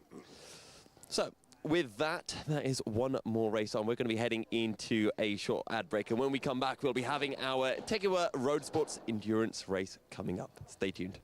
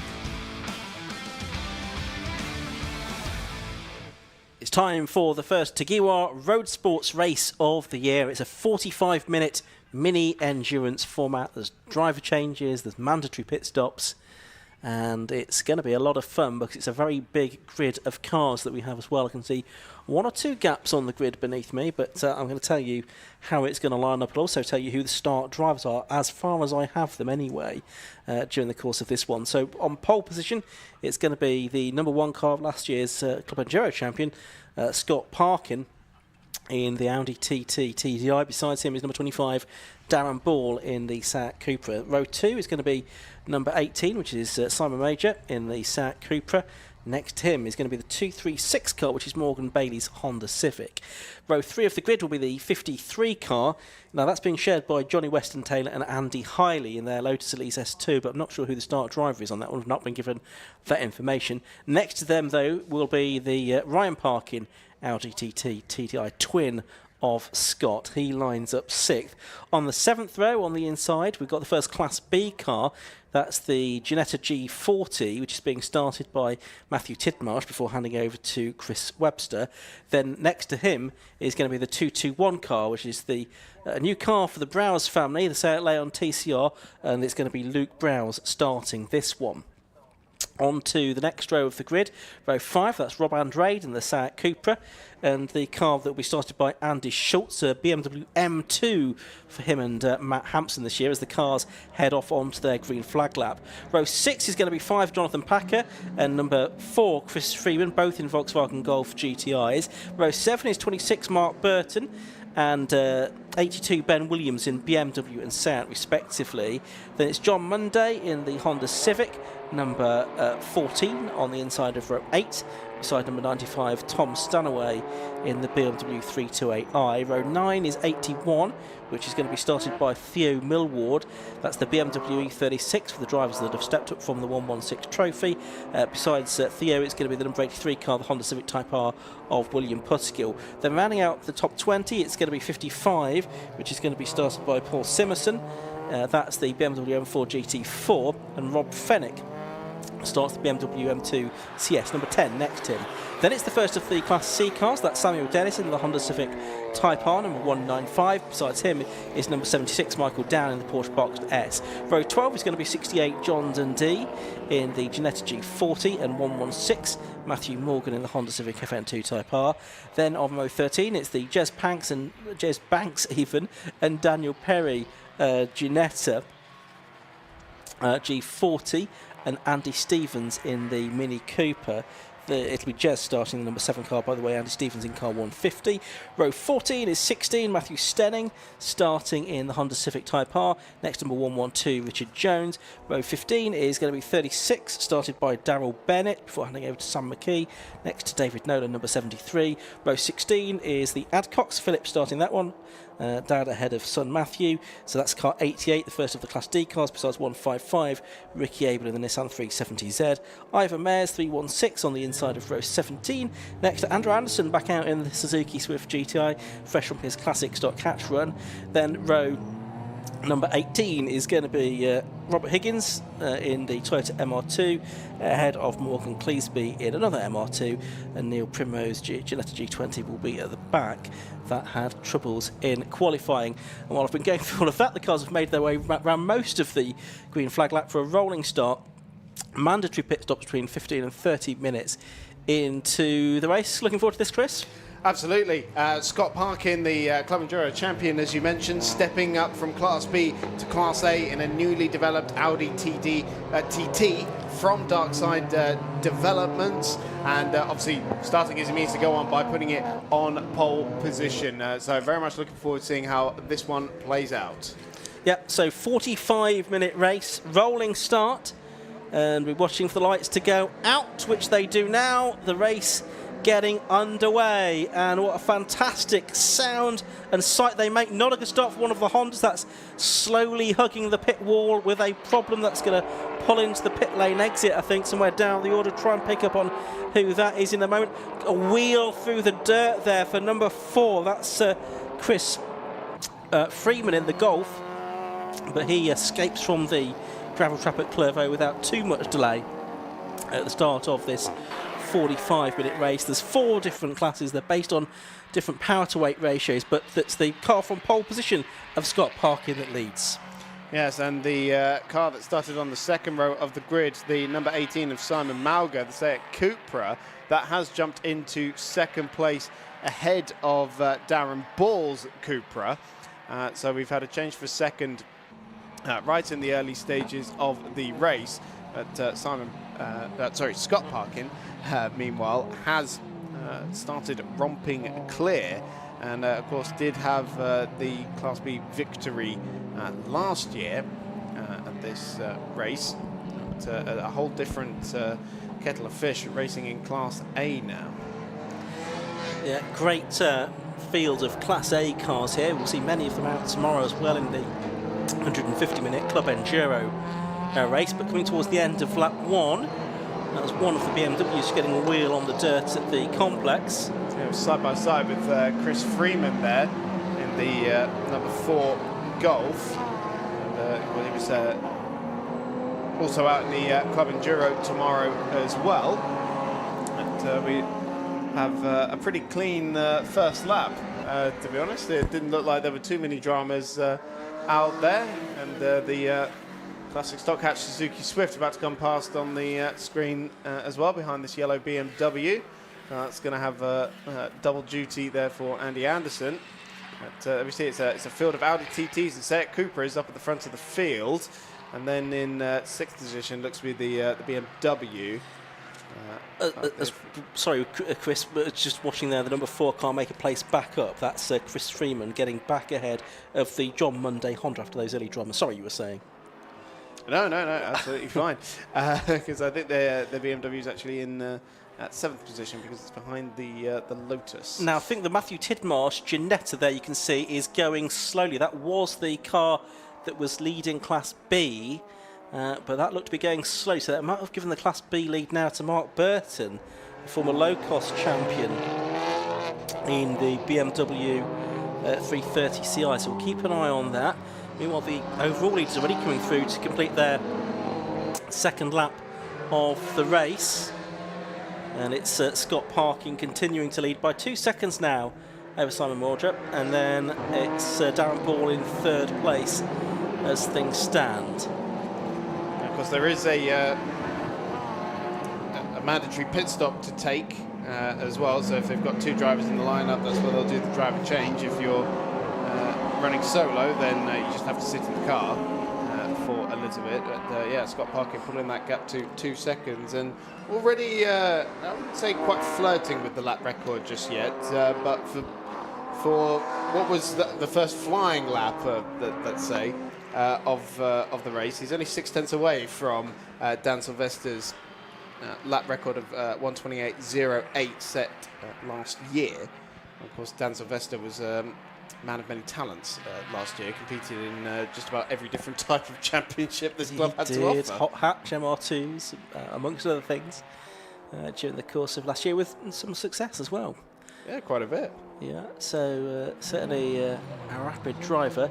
Now here is the number 14 car, which is Monday, and just behind is the Tom Stanway car, self-built 1997 328i. This, and he is I think 4th season of racing for the multi-skilled tradesman from Derby, and is taking a very good fight here to that 14 car of John Monday. Now that's battle for 4th in Class B. As I said it. There we go. New lap record set on the 3rd lap of the race. 27.90 for Scott Parkin. So that's second one of the day, and we can ride on board with our race leader. And this should give us a good bit of insight there. You see a shifter on the left-hand side rather than the paddles, but still a sequential box. By the looks of it, that Darkside Developments Audi TT, and Darkside have really been bringing the big guns into both the road sports and the club enduro, not only with great cars in the overall classification, but in across the different classes as well. Of course, we were saying Scott Parkin won the Club Enduro Championship last year with a Class B car, change of 4th position in Class B, as Tom Stanway does manage to take that position into Tower Bend away from the number 14, John Monday. Yeah, it's worth saying that this is Jonathan Packer leading Class B. As you can see on the screens there, the yellow background to the number 5. He's the Class B leader from Mark Burton. The Tidmarsh and Webster car is still circulating, but it dropped back to 15th position overall, and what's that, about 6th or 7th within Class B as well. But so there were some probably intermittent dramas for that Gulf liveried Ginetta on lap 2 of the race. We're now already at the end of lap 4 for the leaders. There's the car that Sam McKee will be driving a little bit later on, but for the moment it's Daryl Bennett on board. Yes, and that car almost didn't compete today. I was talking to Sam earlier, and it was one of the sensors that was causing a bit of havoc on that car. And even when they replaced it, it was still playing up a little bit. Luckily, their garage mates for this weekend has the same engine as them, just lying around in their workshop. Went down there, picked up a couple of sensors, popped it on the car, and the day has been saved. That's excellent news. So Sam McKee, he's been racing with 750 for a while. Daryl Bennett in that other wheel moment. Looked like the MR2 just ahead of them was locking up, wasn't it? That's the... Yes. The 111. That's the Robert Higgins Toyota MR2, isn't it? That's right, yeah, and Richard Higgins taking it over for the second part of the race. And they, at the moment, are in 30th position. He's just lost 30th position to Philip Adcock and to Daryl Bennett. Now, I wonder if there's a problem there for... Looks like it. For the 111 car, because it's going very slowly on the straight. It does seem to be running okay. Hopping around a little bit though, isn't it? Yeah, and all is not well with the handling on that car, I suggest. Well, we'll see what happens there with the 111 MR2. Certainly going gun-ho through the chicane. It's worth pointing out the different classes, because they are based on power to weight. Yeah. So it's not necessarily that a Class B car is always going to be slower than all of the Class A cars. And I think a class example of this was the battles we used to have between the Lotus Elise and some of the other cars, because we had a good mix of Golfs and Seats and all sorts of different cars in Class A last year. And the Lotus was, even though it was still a Class A car, was absolutely nowhere on the straight, but would eat up the rest of the field in the corners. Yeah, and that's the beauty of the power to weight class structure, isn't it? Because you could have a slightly less powerful but lighter car that will have different strengths compared to a heavier, more powerful car in a straight line. Absolutely. So we're working lap number 6 of the race for the leaders. Just looking at the Clio coming through here. That's Dave Nolan in the Renault Clio 200 for the 34-year-old engineer from Wigan. Had this car about 18 months. It was dismantled with the help of his nephews, but they seemed to find it a bit more difficult to put it back together again. So, so I think there was some outside assistance to help get that car back together. There's the M2 a little bit further up the field, just ahead of the Johnny Weston Taylor and Andy Hiley Lotus, the grey Lotus. Now, I'm not sure who it is that started that car. Andy Hiley, the multiple sport specials champion, of course. Johnny Weston Taylor, also a long time 750 motor racer in different categories.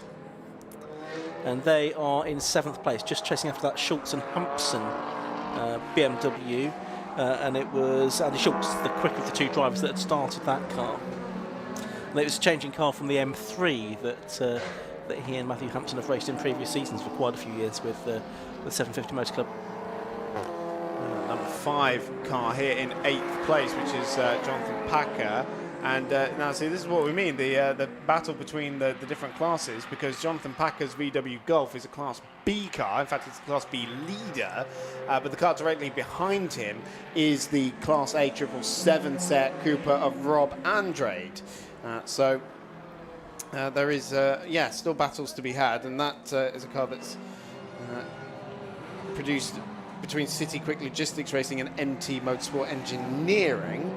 And Rob only in his 2nd year of competition, and it was also largely Time Attacks and Club Sport Trophy that he was doing last year, so this is a very different kettle of fish. And it is a freshly built car for him as well, by Area Motorsport. Couple of Civics on screen at the moment, including, I think that's the Matthew Morgan 116 car that we can see in the DH Racing. Danny Hobson prepared car. He's been racing for a couple of years in the Type R Trophy previously. Works with electric vehicles and renewable energy there. And it's the 112 car. Sorry, beg your pardon, that's the John Peerless Matthew Stenning. That's the 16, not the 116. Correct myself. No, it looked a bit odd to me as well there, because they've added like a sort of strip against the numbers. It is often the way when you come here and you find, oh, somebody's got the same number as me, and we need to add a 1 to it, and I don't know, maybe they've had to take it off at some point. Yeah. Anyway, there's the race leader. No doubting that. That's the number 1 car, which is Scott Parkin, and that's the Honda, which has just been off up at Sunny onto the runoff area. But Scott Parkin, he's already coming towards the end of his 8th lap now, and you can see he's getting into the traffic as well. You can see the blue light panels flashing to alert the slower drivers that there's a quicker car coming through. And that's a good illustration, really, of the speed difference as well, because it all happened very quickly, didn't it? The catching, the passing of that slower car. Yeah, and the panels start flashing quite early, don't they? And those panels, you can see them from a mile away, and I'm not exaggerating. Genuinely, I've seen the stats about it. Clear line of sight. It's 2 kilometres the distance that you're supposed to be able to see them, and they're pretty standard across most major racetracks these days. That's the Andrade car that has now cleared Jonathan Packer for overall track position, and that has probably reduced the deficit between his nearest class rival. We'll see when they get over the timing line. Yeah, so it's about 1.3 seconds between the top 2 in Class B. Second place in that class being the number 26 machine of Mark Burton. So we've got just about 2 minutes to go before the pit lane window opens, and it'll be open for 15 minutes for drivers to make their 60-second mandatory stops. That's whether they've got 1 or 2 drivers that have to be stopped for at least 60 seconds. If they're not, there'll be hefty penalties to be served, to be added to their time. And there's a lot of the 750 Motor Club staff will be marching up and down pit lane, monitoring those pit stops, of course, and sitting there with the stopwatches and making sure that everybody is adhering to the rules. Absolutely right. So blue flags there. We'll be waving pretty much constantly throughout the rest of this race, I would think. This and the 150-minute race tomorrow will give the marshals some very tired arms, one would think, with lots of speed differentials. Now, there's the Tidmarsh car. Now, that's back up to 12th place. It was as low as 15th, but he's making his way through back markers at the moment. But other targets within class will be Freeman and Mark Burton as well. So back up to 4th within class is the Tidmarsh car. He's in fact, he's ahead of Freeman now, isn't he? So up to 3rd within that class, with Mark Burton and Jonathan Packer to try to catch within Class B, but they're quite a bit further up the road, like the other end of the start and finish straight away from them. And there's retirement. That's Michael Downey, isn't it? Number 76 in the quarter box dress. Out of the race, I'm afraid. Oh, what a shame. Just pulled off at the exit of Hawthorne, I can see. I was looking over my shoulder because it almost looked like the part of the complex there, actually. Number 69 car here, which is the Matthew Hampson, Andy Schultz.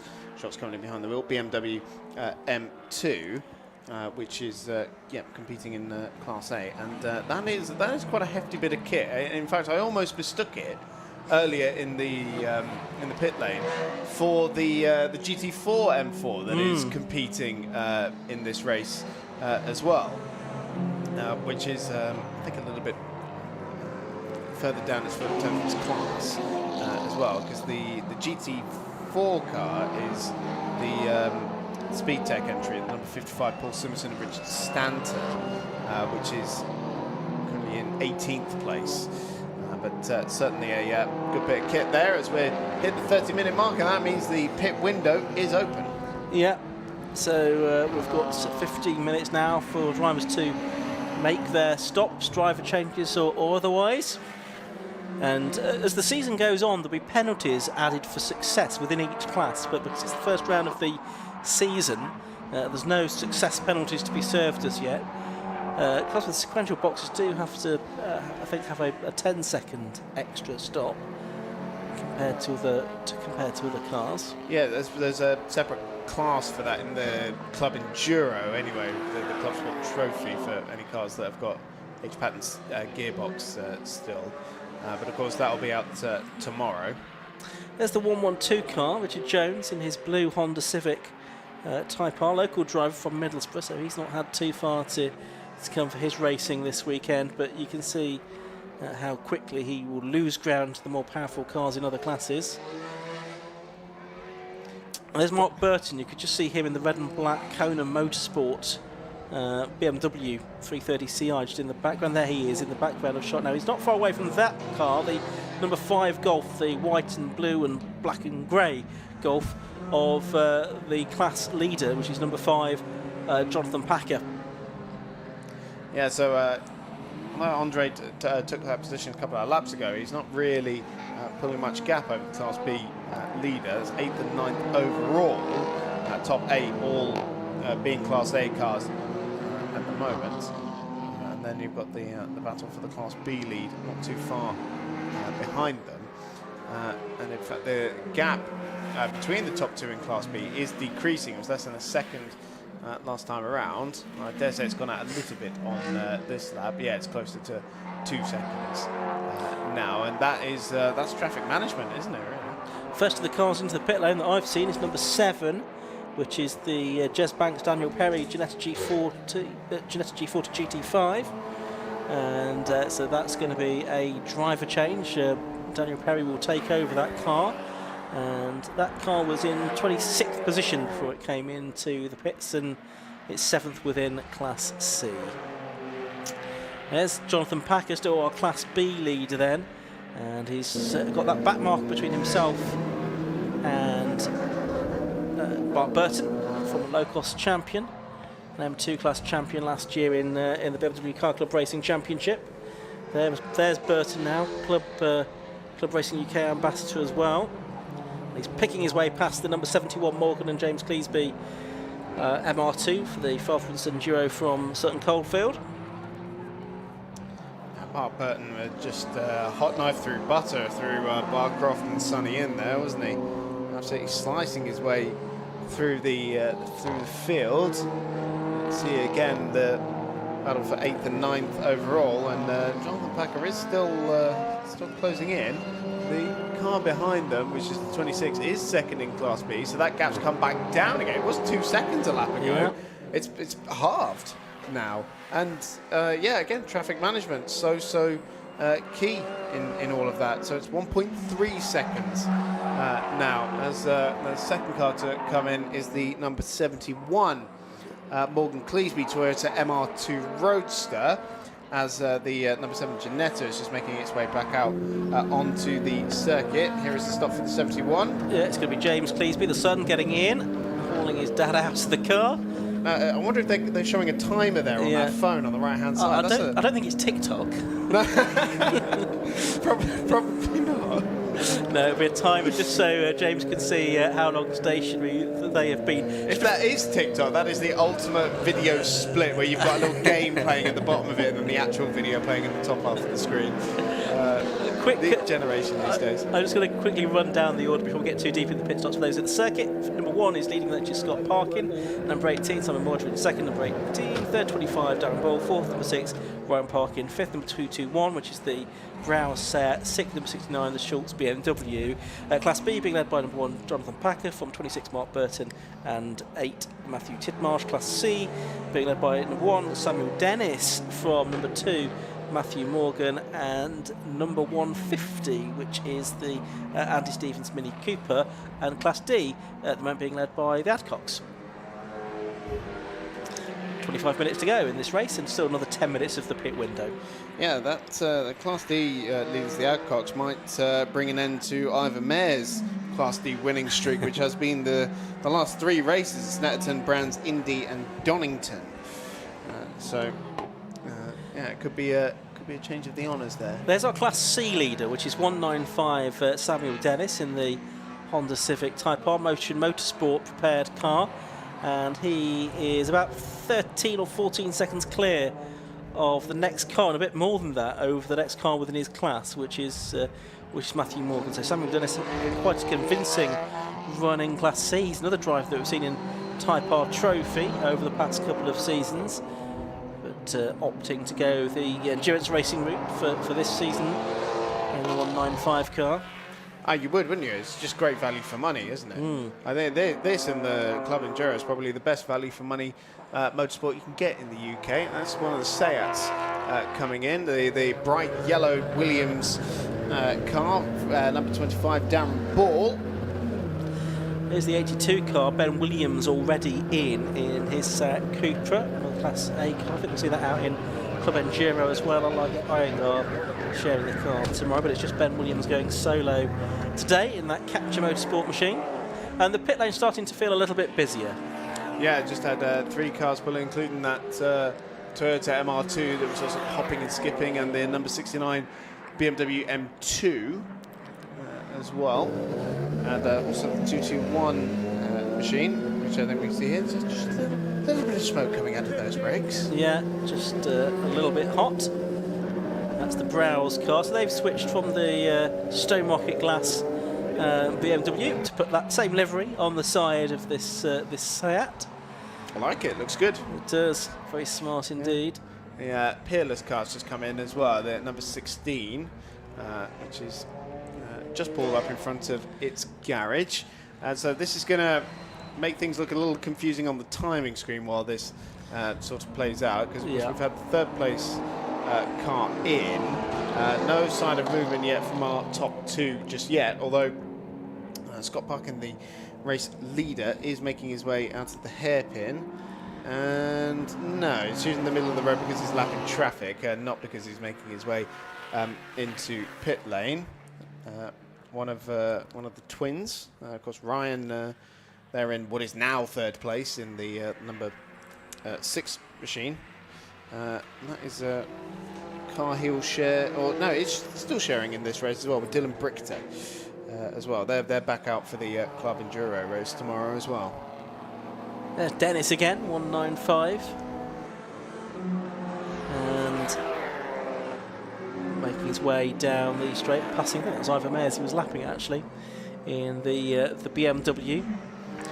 Just been drawn once again to the Class B lead as they were pulling up the timing order. It's still 1 second separating Packer and Burton in what is now 5th and 6th overall, as more cars are making their way into pit lane. And of course, those pit stops can be fairly decisive, can't they? If you spend a second longer in the pit lane than you necessarily need to. Well, there's Darren Ball, you could see on screen a moment ago. He's back out on circuit. Let's head down now to the pit lane. Yusuf bin Sahel is going to have a word with someone for us. Well, I'm here with the driver from the 221 Mobile, Luke Browse. Luke, Well, you look like you're absolutely drenched in sweat from your stint. How was our on circuit? Yeah, it was very good. Yeah, great start. Managed to keep with the leading sort of 5 or 6. I think I made up a couple of places on the first lap, which are always good. Kept out of trouble. Yeah, pulled a little gap to the cars behind me, so that was really nice. Yeah, I am soaked in sweat, and everyone said driving a TCR car is a lot easier to rear-wheel drive. I've driven rear-wheel drive since 2016, so first race in a front-wheel drive car. Big difference, and clearly it's not that easy. But yeah, just tyre management. I think I struggled with tyre management, to be honest. I think I lent on my front tyres too much because they suddenly started to drop off after about sort of 15 minutes. So hopefully I haven't done too much damage to them and Paul can make the most of them. But yeah, good fun, very good fun. If he's struggling out there, just tell him it's his issue. You kept the tyres pristine. Yeah, exactly. I mean, it's just a case of braking earlier, lighter, softer, and just bleeding the brakes into the corners, just managing it. We didn't start on new tyres. We've saved our tyres tomorrow for Club Enduro, longer race and possible chance of rain, so we thought we'll save the tyres for that. So yeah, today maybe a bit of a compromise, but perhaps I should have looked after them a little bit better than I did. But when you get out there, you just want to race hard, you know. So yeah. Well, so far looking good, running in the top 5. What was the goal coming into this weekend? I mean, the goal is to finish in the top 10, to be honest. First year with a TCR car, we're very new to that car. So yeah, the goal is to have consistency, finish in the top 10. If you finish, you're having fun, stay out of trouble, and then we'll just work our way forward. I think we've got the pace. We just need to get used to the car, and we'll get quicker and quicker throughout the year. Well, you're definitely meeting the objective, so congrats on that, and best of luck for Club Enduro tomorrow and the rest of the race today. Absolutely, thanks very much, appreciate it. And with that, we're going to throw back up to the commentary box. Interesting to hear there from Luke Browse that making the switch from rear-wheel drive to front-wheel drive, and of course he's abusing the front tyre a little bit too much, obviously because front wheels have got to do the driving as well as the turning, which obviously they don't do on a rear-wheel drive car. So interesting to hear about that switch. Something I could never get my head around when I was doing the simulator, and I would get oversteer moments and then lift off the throttle, which is obviously counterintuitive in a front-wheel drive car. It does mean you can get some rather monstrous saves. While we were having that interview, race leader Scott Parkin has been into the pit lane. We've just got the Class B leader in right now as well. Has Scott Parkin been in? I think Ryan has been. Has Scott been in as yet? Not sure he has. What I was going to say, though, we've had a change for leading Class B. I didn't see it happen because Mark Burton and Jonathan Packer have both come into the pit lane, but in that order, whereas it was Packer ahead of Burton before. So that's interesting, and we'll see if that might change around during the pit stops as well. But Scott Parkin has now arrived. Yes, he's literally just pulling into his box now. So apologies, it was Ryan Parkin. Very similar liveries on those two cars. I think quite identical twins, aren't they? So you know. Of course, yeah. Got to have identical liveries. Yeah. Right. We could have chosen 1 and 7 as well as the numbers as well, just to really mess with us. Make it even harder. Right. There's the Darryl Bennett, Sam McKee car. Darryl Bennett taking a break from his Alpha Live duties to take part in this race. Sharing the car with Sam McKee, who's now back at the wheel of that car. Sam McKee, of course, a Class C winner at Anglesey and Brands Hatch last year. 195, Sam Dennis has come into the pits as well, the Class C leader. So virtually everyone now has been into the pits at least once. The ones that haven't, oh no, Rob Andrade has just arrived in the pits. I was about to say that he hadn't. So there's only a couple and none of the top 15 now that have yet to appear in pit lane at some point during this race. So just as well, because there's only 2 minutes left before the pit lane window closes. Yes, in fact I can give you a solid rundown. Yet to see... I was literally about to read the 116, Matthew Morgan, and before the word was even out of my mouth, he was in the pit lane. So that leaves only 2 left, and that is the 73 Class C car of David Nolan and the 316 Class C car of Ivor Mears. Yeah, well, because Nolan, he's about to come into the complex, so if he doesn't come in this time, then he's going to miss the...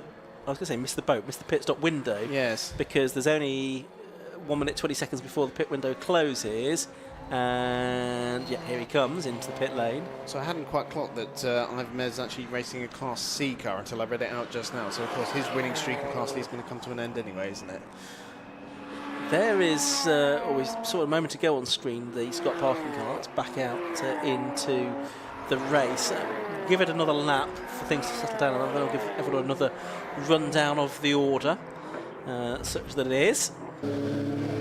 Rob Andre just going back out into the race, having made his stop in the 777 car.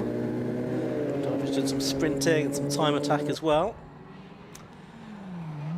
So there is the 6 car, that's Ryan parking. Yes, currently in 4th position in the second of the 2 dark side development Audi TTs. Well, it says 47 minute 47 seconds behind the race leader, but I still think that's got to shake out a little bit because we're only, well, the pit stop window hasn't technically shut yet, no, it's not. So we won't get that until probably the next lap, I would have thought. Yeah, the programme says that he was due to be showing with Dylan Prickter, but the timing screen suggests it's just Ryan Perkin going solo in this race. That's, the grid also said that as well. Yes, that's what I was thinking as well, Yeah. but yeah, no, it does look like he's going to be in that car himself. The yellow sign from the pit wall there is saying the pit window is closed now, so drivers can't make their stops anymore, or they can, but it will be illegitimate, and they'll have a large penalty added to their time. Those that are in the pits can still get out again, including Ivor Mayers. Yeah, so he left it right to the last possible moment, didn't he, to get out there. Great enthusiast is Ivor, sometime Formula Ford racer as well, and a provider of snacks to commentators occasionally. Oh. Yeah. Where's he been today? No, I was going to say maybe tomorrow. Maybe tomorrow, Chris. We can but hope. Okay. Hope the team's listening, because that's a massive hint. Yeah. You didn't pick it up. Yes, that's snacks to the commentators, please. Right. So Ryan Parkin there. Ryan Parkin up in 2nd place now, according to the timing screen, after the pit stops have shaken out. And yeah, as we said, much closer to his teammate than the timing screen instigated. The gap is 13 seconds. Yeah, so, I mean, and the change there is that Ryan Parkin did get ahead of a couple of cars, didn't he, in Simon Morger and Darren Ball. So it's Scott Parkin number 1 that leads, number 6 Ryan Parkin 2nd, 18 Simon Morger 3rd, Darren Ball number 25 is 4th. Mark Burton does now definitively lead in Class B. In number 26 in his BMW. He's got Rob Andrade, number 777 behind him. 7th and 2nd in Class B is number 5, Jonathan Packer. 8th and 3rd in Class B is number 9, which is now Chris Webster in that car. 9th is 221, which is Paul Brow's father of Luke, who we heard from a few moments ago. And rounding out the top 10 is number 82, Ben Williams, in his Seat. Class C is still being led by Samuel Dennis from Matthew Morgan, and the 112 car of Richard Jones. And Class D, I need to scroll down the timing screen a little to get there, is... It's still the Adcocks that lead in Class D, I can tell you that. Yeah, it's a bit Matthew now. Matthew will be driving that car now. Matthew at the wheel, and then the number 86 of Andy Anderson in his Suzuki Swift, 2nd in class. But it looks like there's quite a sizable gap between the Class D leaders, actually some 30 seconds, so it's looking pretty secure for the Adcocks. And then 3rd in class at the moment is the Cleesbys in their Toyota MR2, number 71 machine. Okay, there's Mark Burton, who leads Class B, and he's actually got about 16 seconds over Jonathan Packer. So he got the lead just before the pit stops, and if anything, within the pit stops, he's extended that advantage. You can see he's got the Club Racing sticker on the back. I'm sure there'll be a lot of the Club Racing UK followers and listeners and viewers who are tuning in to watch Mark do very well indeed. Let's head down to the pit lane once again, and Youssef.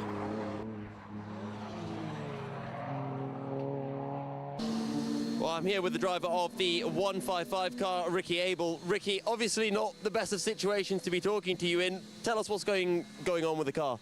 Well, so basically the Nissan 370Z has a known fault. The oil of gallery gaskets, which are in the front of the engine, they often pop.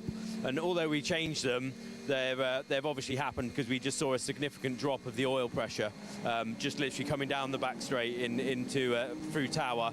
As soon as I saw the pressure drop, it dropped by about 30 degrees Celsius in like one straight at that point in time, and it started stuttering. As soon as I saw that happen, it was like, no, that's game over. And annoyingly, we'd just done the pit stop and we went back out again, so we should have been good to go all the way to the end from there. Is there anything you can do to get it back up and running for a few more laps in this race? No, it's basically we've got to strip the front of the engine off to change those gaskets now. Doesn't sound like a pleasant job. Now, you also did mention before we came live that you're raising some money for a charity fund. Yeah, so I'm a serving soldier, so there's a sponsor that we are basically running with is the Army Benevolent Fund. So we're basically, our pledge with them is we're going to provide them a bit of a marketing background, a kind of a platform for them, as well as then try and raise some money for charity.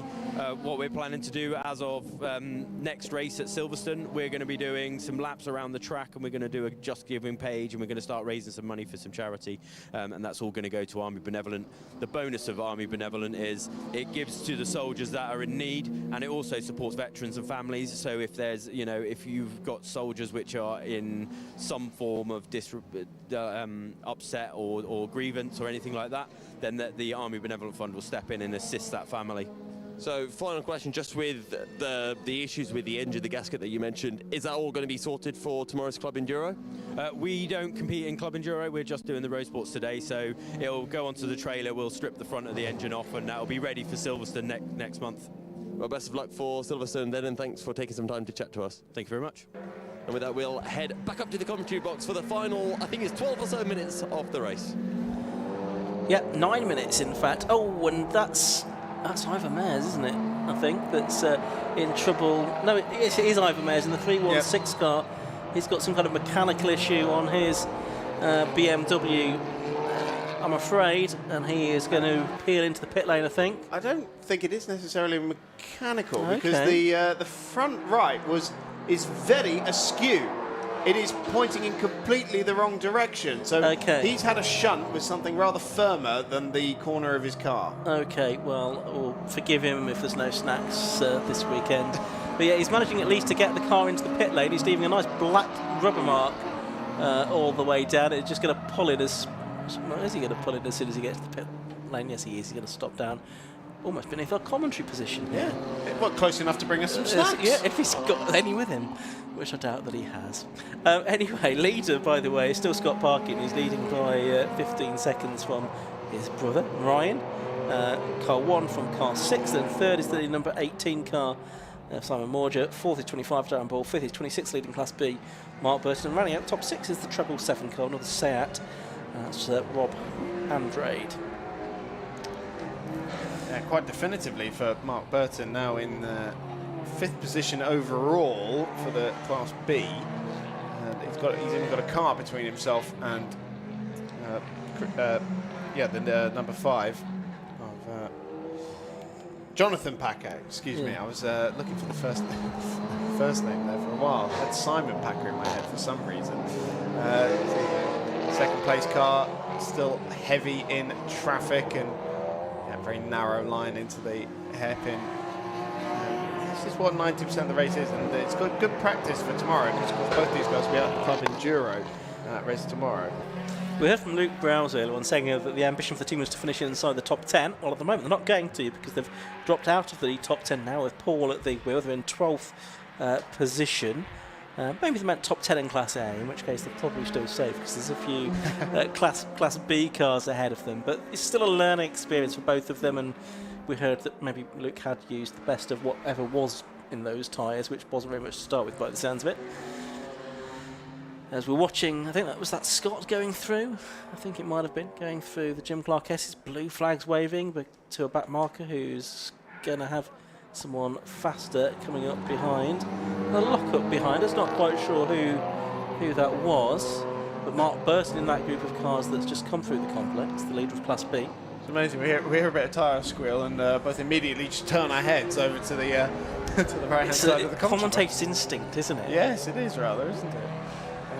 So that's Ryan Parkin, who is the number 6 car in second place, still making his way through the traffic. His deficit to his twin brother is now at 16 seconds. He's about to come up on the Suzuki Swift, Andy Anderson, and yeah, that car had a very good showing in the Classic Stock Catch race, didn't it? It was top 10 on debut. It did. I think Andy was sort of resigned to the fact that he wouldn't be setting the world alight in road sports in that very underpowered 1300cc Suzuki Swift, but he did say it'd probably be the sort of happiest last place finisher out there. Well, I'm not sure he's going to be the last place finisher. No, he definitely isn't, because he's second in Class D. Yeah, 28th overall, I think. Although, well, actually, that being said, okay. The cars behind him include Ivan Mares, the Higgins car, the Clinton's car. Well, let's draw a veil over that. Yeah.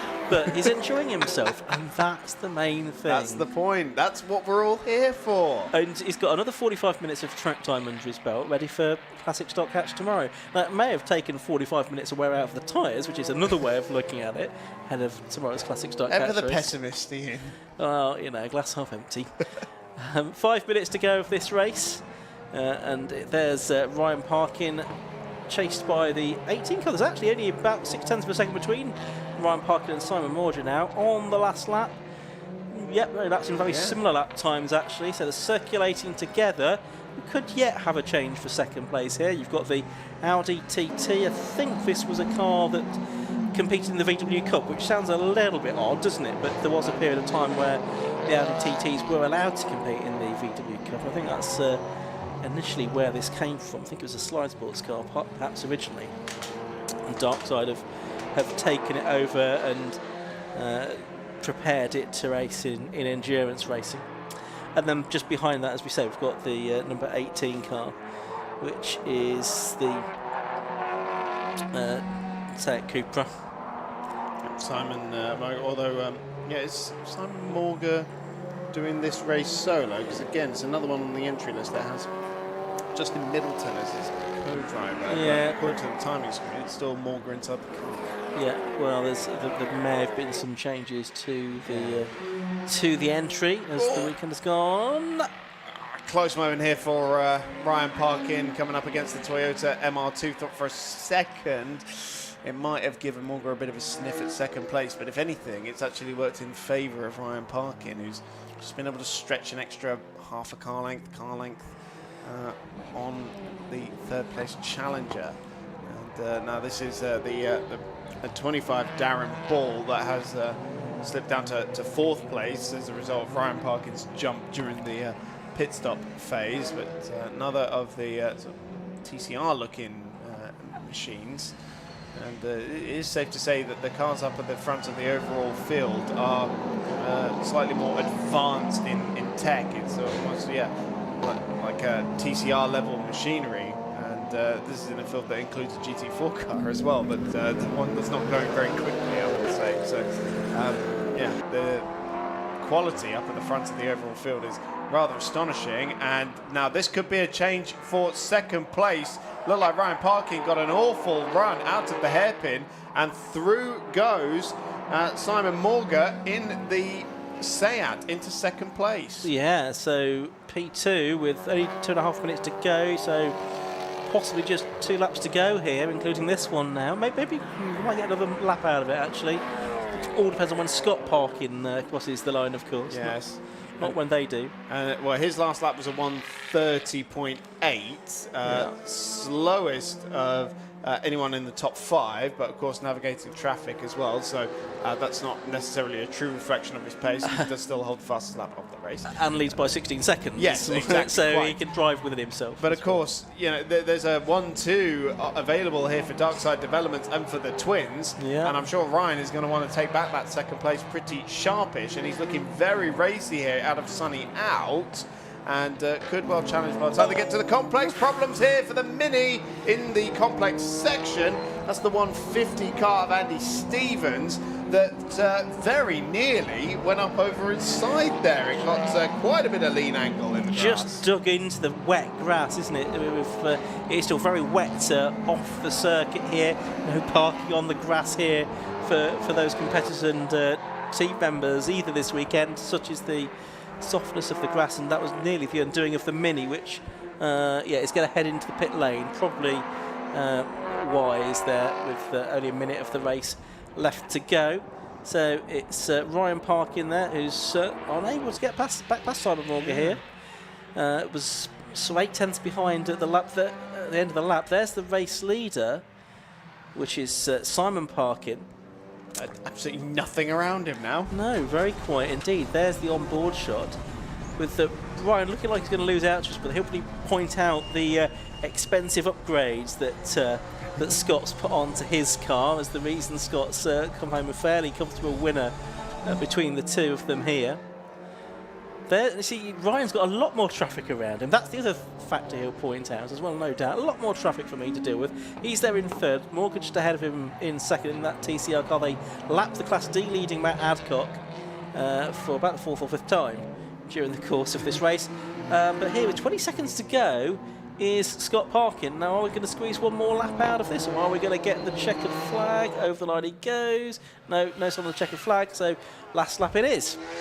Yeah, that looks like it's the last lap board going out there on the top right corner. Look at this, 3 wide, the middle of the complex. The number 16 Matthew Stenning car ending up going over the grass. Now he's tight into the hairpin, and the Class A car has to take a very awkward line around that hairpin to try and find his way through. But look at trying to work out which side am I supposed to go on, flashing the lights in the typical racing driver sense as well. 3 wide down the straight as well, and this is the beauty of multi-class racing, Ian.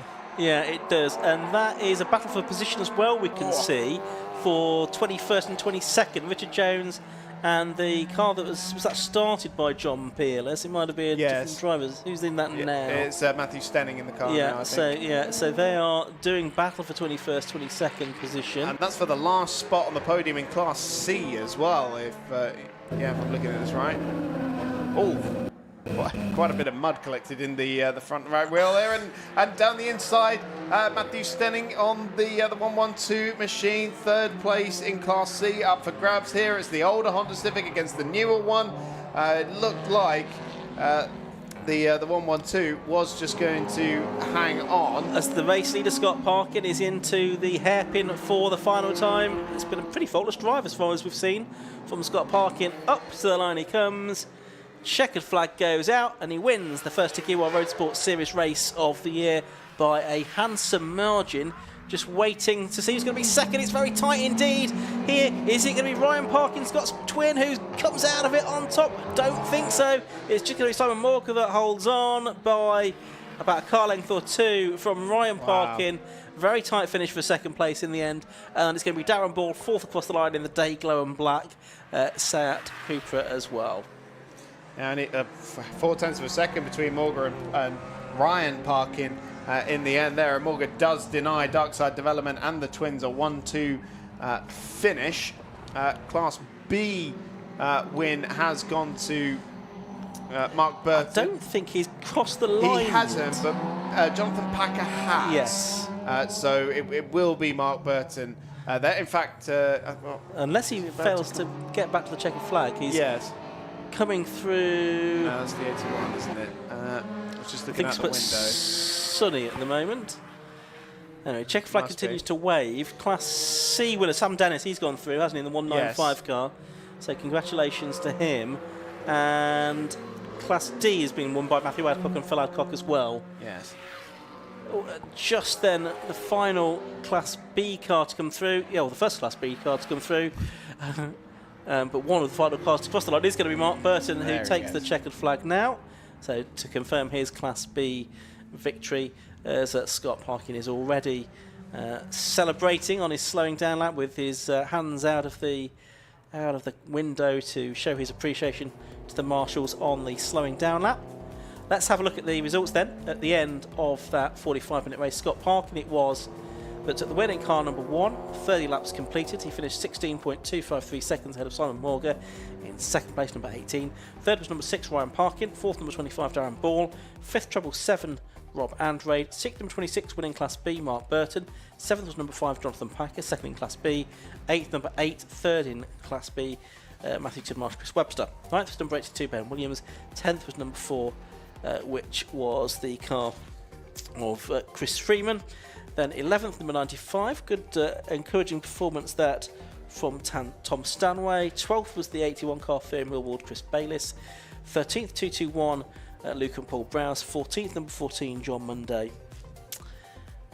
Looking a bit further back, we can see just pick up 17th place there. That was 195, Samuel Dennis.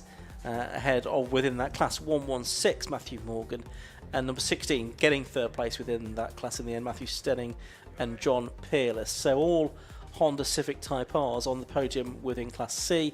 And the bottom of the page there, you can see in 26th place overall, car number 88, Phil and Matthew Adcock in their BMW Compact, which won in the baby class, Class D. So that's a rundown on all of the class winners. Few non-finishers there as well, unfortunately, as that race went on. But the cars heading down pit lane, we'll see several of them out again tomorrow in the Tagiwa Club Enduro race. But we've still got another 4 races to come this afternoon. We've got Sports 1000 Alphas, Sam Helmets Formula V, and the Massimo Tyres 5 Club Racing Championship. So all of that still to come this afternoon here at Croft. So let's head down now to Yusuf bin Suhail, who's going to speak to our class winners.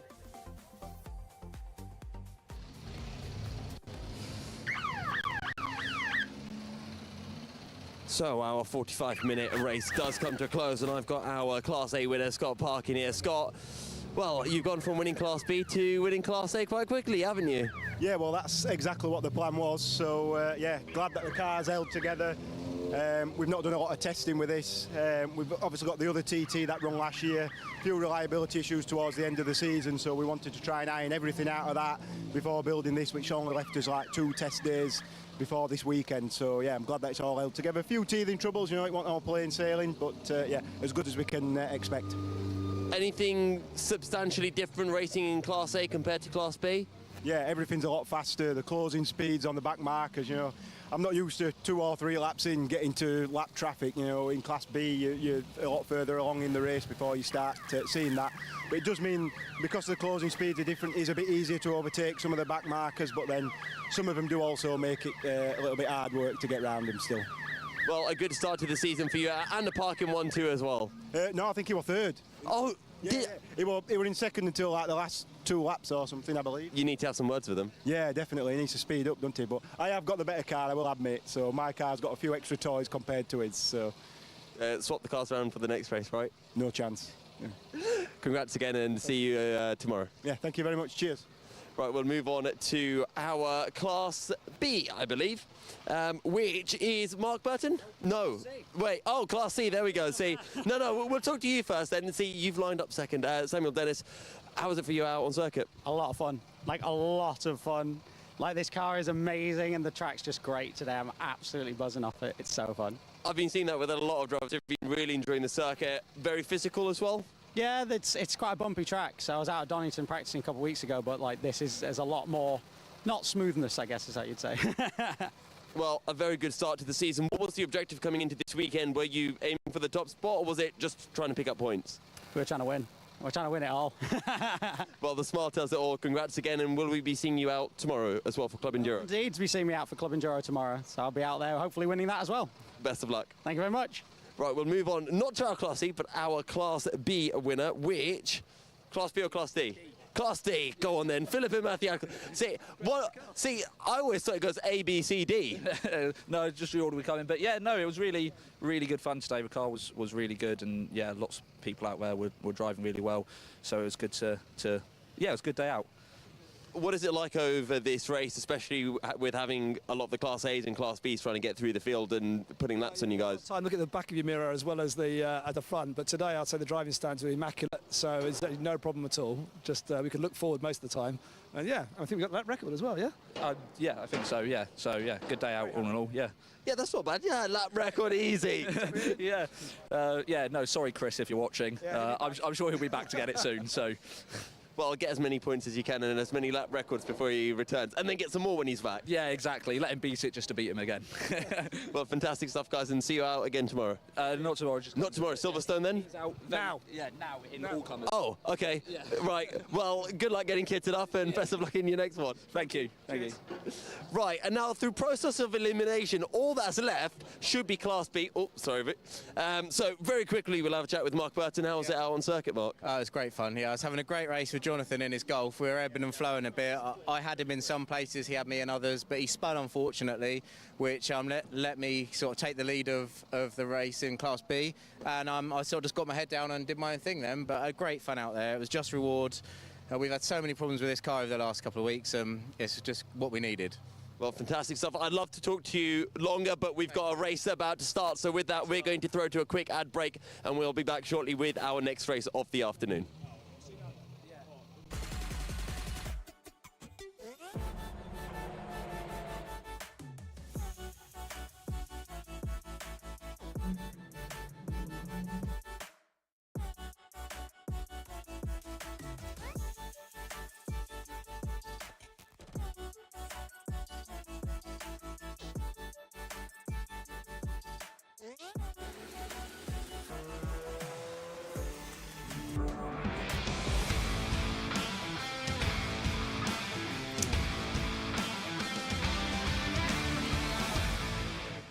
It's the Lancang Tyre Sports 1000 Championship with the Atomic Racing Cup 200. The cars coming to the grid for what is going to be a 20-minute race for these motorcycle engine cars. On pole position, it is the number 54 car of reigning champion Ryan Yarrow, and next to him will be the number 24 Rich Miles, both of them in Spires. On the second row of the grid, it's the first of the Mattels. That's the Mattel MC53 of Dan Clues, who has 43 Paul Rogers beside him in another Spire. Then on row 3, it's going to be 42 Clint Newman and 63 Colin Chapman. 72 Jonathan McGill and 44 Carl Austin are on the fourth row of the grid. Row 5 is going to be 28 Charlie Slatton and 9 Naeem Hack. Row 6, 69 in Hutchinson, 85 David Watson. Row 7, 77 Al Bolton and 7 Mark Alexander Williams. Row 8, 111 Mark Whiteman Hayward and 46 Charles Wright. Row 9, 34 Stephen Dean and 15 Chris Wilkinson. Row 10, 83 Alex Aloro and 98 John Cutmore. Already we're getting the green flag at the back, so very quick turnaround here. It's a 20-minute race, as I say, for these some of the fastest cars that we'll see this weekend, with the 1000cc superbike engines in, or the 1340cc higher booster engine in the front-engined Cup 200 cars, which make up probably around about a third of the grid. So circuit, I think, is just about clear. There's just a bit of recovery to be done, I think, on Ivor Mares, actually, to be done in the pit lane before the race can get underway. Obviously we can't start the race while the pit lane is blocked by a recovery truck, which you can just about see on the live stream. There we are, doing its work beneath the commentary position. So as soon as that is cleared, I think we'll be able to get the race underway. And Chris Stevens, looking forward to an entertaining race here in Sports 1000. Certainly will. Ryan Yarrow, the reigning three-time champion, picking up right where he left off at the end of last year and sticking it on pole position for this one. Rich Miles, an interesting one. He made a wildcard appearance last year at Anglesey and was victorious there, so he's certainly not lost any speed. Dan Clues in the number 2 machine that we can see on the second row of the grid is the white and blue Mattel that was vice champion last year, and running new bodywork on that Mattel at the rear, inspired by their bike sports car. And I'm told that there isn't much difference in terms of the lap time, but it's more stable, and that should give Dan a bit more confidence. But it's only on that factory car, the number 2. Okay, so we're still waiting for the pit lane to be cleared. So as I say, naturally aspirated 4-stroke bike engines in the main Sports 1000 class from Kawasaki, Suzuki, Honda or Yamaha. Free suspension geometry and architecture, free braking system. It's a mechanical grip formula, not a lot of aero work can be done, but there's certainly lots of scope to design your own bodywork to make it as slippery as you can. and they're all now using the Nankan Control tyre as well in Sports 1000 this year. And it is, in a way, a development class as well, Yeah. where you can't make massive changes, but they can fettle with the cars. And Ryan Yarrow was telling me that he's finally put on the Tim Gray Motorsport exhaust on his car that, frankly, all the other Spires have been running for a while now, but he never needed to change it, so he didn't want to stick it on his car. But he has now added that onto his car, and was, I will say, pole position was not, dominated. It was just over a tenth of a second between him and Rich Miles. Yeah, not helped by the fact that Rich Miles had 4 lap times disallowed Yeah. for exceeding track limits, and one of 3 drivers to have 4 lap times disallowed, and I think 7 or 8 drivers had lap times disallowed in all in that session. Best of the Cup 200 cars, that looks to be Dave Watson, who lines up 12th on the grid in car 85. And a major development in Cup 200 this year is that not all of the cars are white, which they were last year, which it was just hellish for commentators. So we have a variety of different colour schemes in that class, which will make the life of Chris and I much, much easier to identify the cars as the race goes on. Yeah, certainly well. And David Watson, top returning driver from Cup 200 last year. And what's interesting is that we've got drivers who have made the step from Sports 1000 into Cup 200. Yeah, John as Cutmore well. John amongst Cutmore, them. 3rd in Sports 1000 last year, 2-time class champion, and he debuted in the Cup 200 in the Burkett Relay for Atomic Racing, and now doing a full season of that as well. And also Alistair Boulton, a RGB champion of the past overall in 2010, including 2 class titles to add to that as well. Having been racing prototypes in the Netherlands for a couple of years, he's come back and he's also making his Cup 200 debut and renewing the old rivalry that he had with David Watson and John Cotmore back in the RGB days. Absolutely. So good to have Al back on a Sports 1000 grid, successful in RGB back in the day. Racing with 750 Motor Club since 2002. Started out in stock hatch originally, but as you say, it's gone on to race Prague and Radical. He's also raced a Mark 1 Jag as well on occasion. For the moment, I think this is not necessarily a regular gig for him, but certainly a one-off outing for Al Boulton this weekend. It looks like Ivan Mayr's car has now been cleared from that Road Sports race a few minutes ago. That was the reason we have a delayed start. So hopefully that means we'll be getting going very shortly, and I'm sure the drivers will be appreciative of it because they've kind of been sitting in some saunas for a few minutes. Well, we're sitting in a sauna in the commentary box. It's probably a good deal colder out there, although they do have the warmth of their engines to and the overalls as well. They're wearing the helmets. It gets quite stuffy in there. It does. Anyway, we should be able to get going quite soon now. It's going to be a 20-minute race, as I say. Just mindful of the curfew, I think, at 6 o'clock today. Yeah, obviously there's no engine running before 9 a.m. and the poor classic stock hatch lot had to do their scrutineering at 7:30, which meant they had to push their cars from the paddock into the scrutineering area. But I can hear some engines making some noises, and I think that means we're going to get going soon. Yeah, 5-second board has just been shown, so the drivers are going to watch the lights, which go red. And they will go out now, and it's a good start by Rich Miles from the outside of the front row by the looks of it. He has got the better of Ryan Yarrow down into Clervaux for the first time. He's on the outside line, and you've got Dan Clues up to second place as Yarrow all over the curb on the turn into Clervaux there. And he bounced around quite wildly there, but he's managed to hold on to 3rd position. It's Paul Rogers in 4th. Then it's Clint Newman in 5th place, who was a podium finish on his debut at Alton Park last year. But it's Rich Miles who's made the best start to this race. Certainly has, into the lead of the race. Very difficult start for Ryan Yarrow as he loses 2 places, and the title rivals from last year going wheel to wheel into Clervaux. We've got a bit of side-by-side, the 44 getting on the inside of Tower Bend. That was Carl Austin. going through there. And then we've got the Cup 200 leaders very nose to tail as they exited the Jim Clark S's, and still going hammer and tongs. Unfortunately, it is still two of the white cars that are up at the front of the field, but the one in front is David Watson in the 85. And Al Bolton is behind him in the 77 car, just ahead of the 44 car of Carl Austin. Oh, Ryan Yarrow's taken back second place from Dan Clues somewhere, so it hasn't taken long for Ryan Yarrow to reassert himself and try and get after our race leader. Indeed so, as we're watching the 7 car go through, which is Mark Alexander Williams driving the Mattel, and another driver returning to 750 Motor Club action, a long-time kit car racer.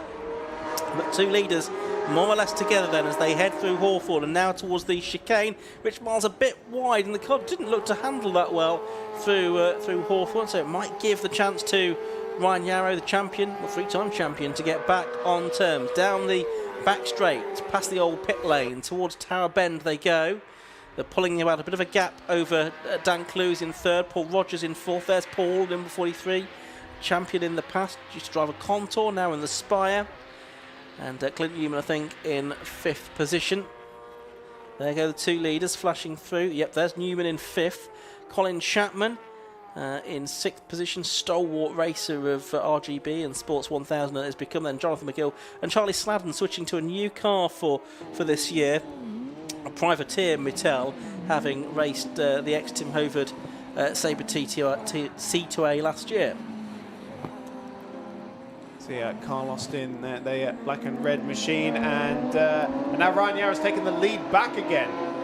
So that didn't take very long at all. He lost 2 positions off the start, and at the end of lap 2, he's back into the lead of the race, ahead of the white and red machine of Rich Miles. So Ryan Yarrow very much picking up where he left off at the end of last year. He leads by 0.6 of a second.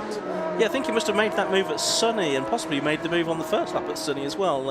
So we were watching other things, and that's been a very good comeback from Royal, and probably could see that rather rough ride over the curb at Clervaux on the opening lap. There was no real damage done as well, because that might have been a bit of a concern for a moment. So they're pulling away from the rest. Dan Clues there in 3rd in that Mattel with its sort of sleek lines. Then it's the 43 car of Paul Rogers. 2011 RGB champion, which was the same category, it was just different name back then, but he's chasing after Dan Clues for 3rd position. And now this is one of the Cup 200 cars. It's one of the Atomic Cup 200 cars. It's the white one, and it's the 85. It's David Watson that's gone off at Tower Bend. He was leading the Cup 200 category last time we were looking at it. And in fact, he was across the timing line, but either a mistake or some contact down at Tower Bend has fallen right down the order. He's still got quite a few cars behind him, though. There he is, now up at Sunny, and that's John Cutmore that he's got behind him. So I think he's 3rd in that class now, behind Bolton and the 111 car of Mike Whiteman Hayward. Ryan Yarrow with best lap of the race at 125.192. Lap record for these cars are 123.64 by Richard Webb just a little over 2 years ago. There is Carl Austin in 8th place, Charlie Slatton in 9th, who's having what I think is his best run so far in Sports 1000. And then it's going to be Al Bolton, I think, rounds out the top 10, but also continues to lead in Class B, sorry, not Class B, in Cup 200 as well. You can tell when a flurry of these cars gone past us, they make the most fantastic noise, these superbike engines. I was going to say there's a bit of a gap forming between the top 5 and the rest of the field, some 6 seconds between Clint Newman and Colin Chapman. There's that battle for 3rd place between Dan Clues, last year's vice champion, and the 2011 overall champion Paul Rogers. In that silver number 43 car. There's a little bit further down in the pack. This is the number 34, which is 15th position, and that's Stephen Dean in that black and brown car that is just leading on a couple of the Cup 200 cars, but ahead of the number 12 of Hutchinson as well, which I don't have on my entry list. Ah, because it's the 69. Excuse me, Ian Hutchinson. Where did I get 12 from? I don't know. I'll tell you why, because it says position in class, number 12, and I mistook that for the car number, silly me. Okay, understood. Right, here's... who's that? I think that's that same battle. Yeah, it is. Watching. I thought for a moment somehow Ryan Yao had already caught up with the pack. But yes. It's actually about half a lap away from doing that. But it just looked for the moment as if he was going to lunge around the outside of that pack of cars. But right now I can tell you is still in the lead, pulling away from Rich Miles, who in turn is pulling away from Dan Clues. As we're watching this battle for, well, this is 15th and 16th, Stephen Dean and Ian Hutchinson turning their way through the right-hander at Clairvaux and then Hawthorne. Well, Stephen Dean in one of the Tim Gray Motorsport run cars, running a little wide through Hawthorne though, and letting the 69 of Ian Hutchinson slip through. That's this is Ian Hutchinson's 4th season in Sports 1000, whereas Stephen Dean not quite used to finding up at the front of the field. He's had a best finish of 6th in one of these races. Who's this almost banging wheels towards the Jim Clark S's, and that looks like Stephen Dean losing more places, in fact potentially to the number 9 of Naeem Huck. One of the Cup 200 cars coming through there. Then it's the 7 car through next, which is Mark Alexander Williams, and then it's this is the car battle for second within the class. Mike Williams, Hayward and Dave Watson, who's trying to recover after that off at Tower a few laps ago. So he turns his way out of the hairpin onto the pit straight. There's still 12 minutes to go in this race. Remember, it's 20 minutes in this one, not 15, as it is in some of the other sprint races. And here comes Dave Watson looking up the inside of Whiteman Hayward there. Takes a lot of curb at Clairvaux, but nevertheless he's able to get the move done, sealing it at Hawthorne. Mike Wyman Hayward was very generous into Clairvaux there, wasn't he? And he is in his second season now of the Cup 200. He debuted at Cadwell last year, whereas David is well, he's basically one of the brainchilds behind this this whole category of car, isn't he? So he's very well versed with the machine at this point in time. No, he is absolutely right.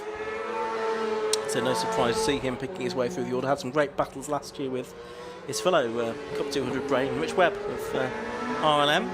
Is that the Batman logo on the front of the number 15 of Chris Wilkinson? I hope we get to see it again, because I could have sworn it was a Batman symbol on there. Okay, as Yarrow's done another best lap race, 124.44 now. 8 tenths away from Richard Webb's 2022 lap record time now is Ryan Yarrow. He's not exactly pulling away. Oh, big moment for David Watson again. Gathers it up this time, but he took second place a lap ago and very nearly lost it again. Now this is closed up for 4th and 5th between Paul Rogers and Clint Newman, who are fighting for 4th and 5th. And heading through the Jim Clark S's, Clint Newman was right on the heels of Paul Rogers going into Tower Bend. Yep, only his second season of racing, Clint Newman, in this Tim Gray Motorsport Spire. He's from Bath, 42 years of age. And he's a postman, so how's he going to get through? Well, he's going to have to send it somewhere. Have to lick the stamp for it as well, isn't he? Yeah. Danny Ricciardo style. Well, heading through the complex. And, well, it's no mean feat to be challenging a former champion, but there the inexperience was shown, I think, as he locked up and spun the car on the way into the hairpin, and eventually gets it going again, but that has rather nullified the battle for 4th position. It's a shame. Clint Newman making a bit of a mistake there. While that was happening, Rich Miles has set a new lap, not lap record, but a new fastest lap of the race, 124.388. He took 6 tenths out of Ryan Yarrow that time. Yeah. So the gap's down to half a second. Here they are on screen now at Tower, and yep, it's back to being really rather close again, isn't it, between these two? Ryan Yarrow, number 54, the driver from Bury, an electrical engineer, been racing since 2018, already a 3-time champion in Sports 1000. Doesn't really see himself going anywhere else because, as he says, you can't get this kind of performance for this low level of spend. Value for money, Sports 1000 is pretty much unrivaled. Pound for pound, fastest formula in the UK. Yeah. Lap times are all rival British touring cars at a fraction of the cost, and of course, famously faster than the McLaren P1 around. Wasn't here, was it? Anglesey. Oh, it was Anglesey, of course it was. But yes, this battle for the lead, not letting up. We're kind of only at half race distance, and yes, Ryan Yarrow made very quick work of passing both Dan Clues and Rich Miles to get the lead back again in just a couple of laps. Oh, problems for Dan Clues. He's pulling into the pits in that Works Mattel, and that is to go from 3rd place into the pit lane. That sort of came from nowhere, really, didn't it? Because he's looked to be running strongly, but obviously something has just happened, and he's decided to make a late dive into the pit lane. So that's a disappointing start to the season for the Mattel squad. There's Scott Mattel now, just having a word with Dan just to find out what the issue with the car is. Meanwhile, the battle for the lead continues. It's at Tower Bend with nearly 8 minutes left to go of the race. Gap still only about 0.4 of a second between Ryan Yarrow and Rich Miles, and Rich previously raced in the Compact Cup, and has only raced on and off in Sports 1000 for the last several years, really. Like Chris said earlier on, just making a one-off appearance at Anglesey last year, where he had some success, a victory there. When he does come out, it's usually quite quick, but I think budget precludes a full season effort. But he'd certainly be a potential champion if he was able to do all of the rounds. Certainly. Traffic starting to come into play here, Chris. Yeah, this is going to be really interesting, isn't it? But Ryan Yarrow lost the win here last year on the last lap as a result of traffic. That Cup 200 car keeping well out of the way at the hairpin. But yeah, flashbacks to last year for Ryan Yarrow, I'm sure, will be playing into his head. Still 7 minutes to go, and less than half a second separating the top two of Yarrow and Rich Miles. Of course, with Dan Clues falling down the order after pulling into pit lane, that has promoted Paul Rogers to the last step on the rostrum and makes it an all-Spire top 3, or in fact top 7 it will be by the time we get down to Carl Austin, actually. But yeah, still no move here from Rich Miles. Still not quite able to just bridge that gap and mount an attack. Charlie Sladden it will be that will be the leading non-Spire runner now in his Mattel. Is that the ex-Danny Andrew car that he's got? Possibly. I think you're right. It's the same colour scheme, certainly. Yeah, and I think it's the same number as well. Yeah. So that would make sense. Yeah, there's Colin Chapman. He's got his long-time racing buddy Johnny McGill right behind him. They're having a good race.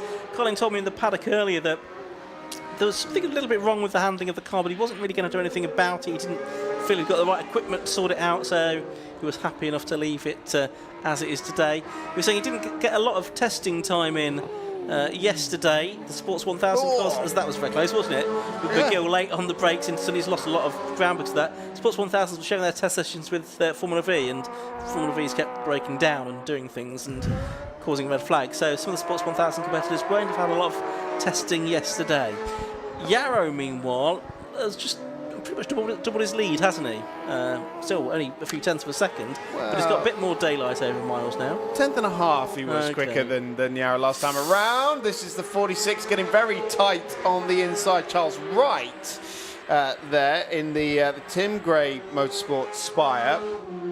And that was up on the inside of... Number 9. Number 9, wasn't it? Oh, yes, Haim Huck. Yeah. And that is for 14th position. Charlie right now in his second year of racing, and indeed Sports 1000 as well.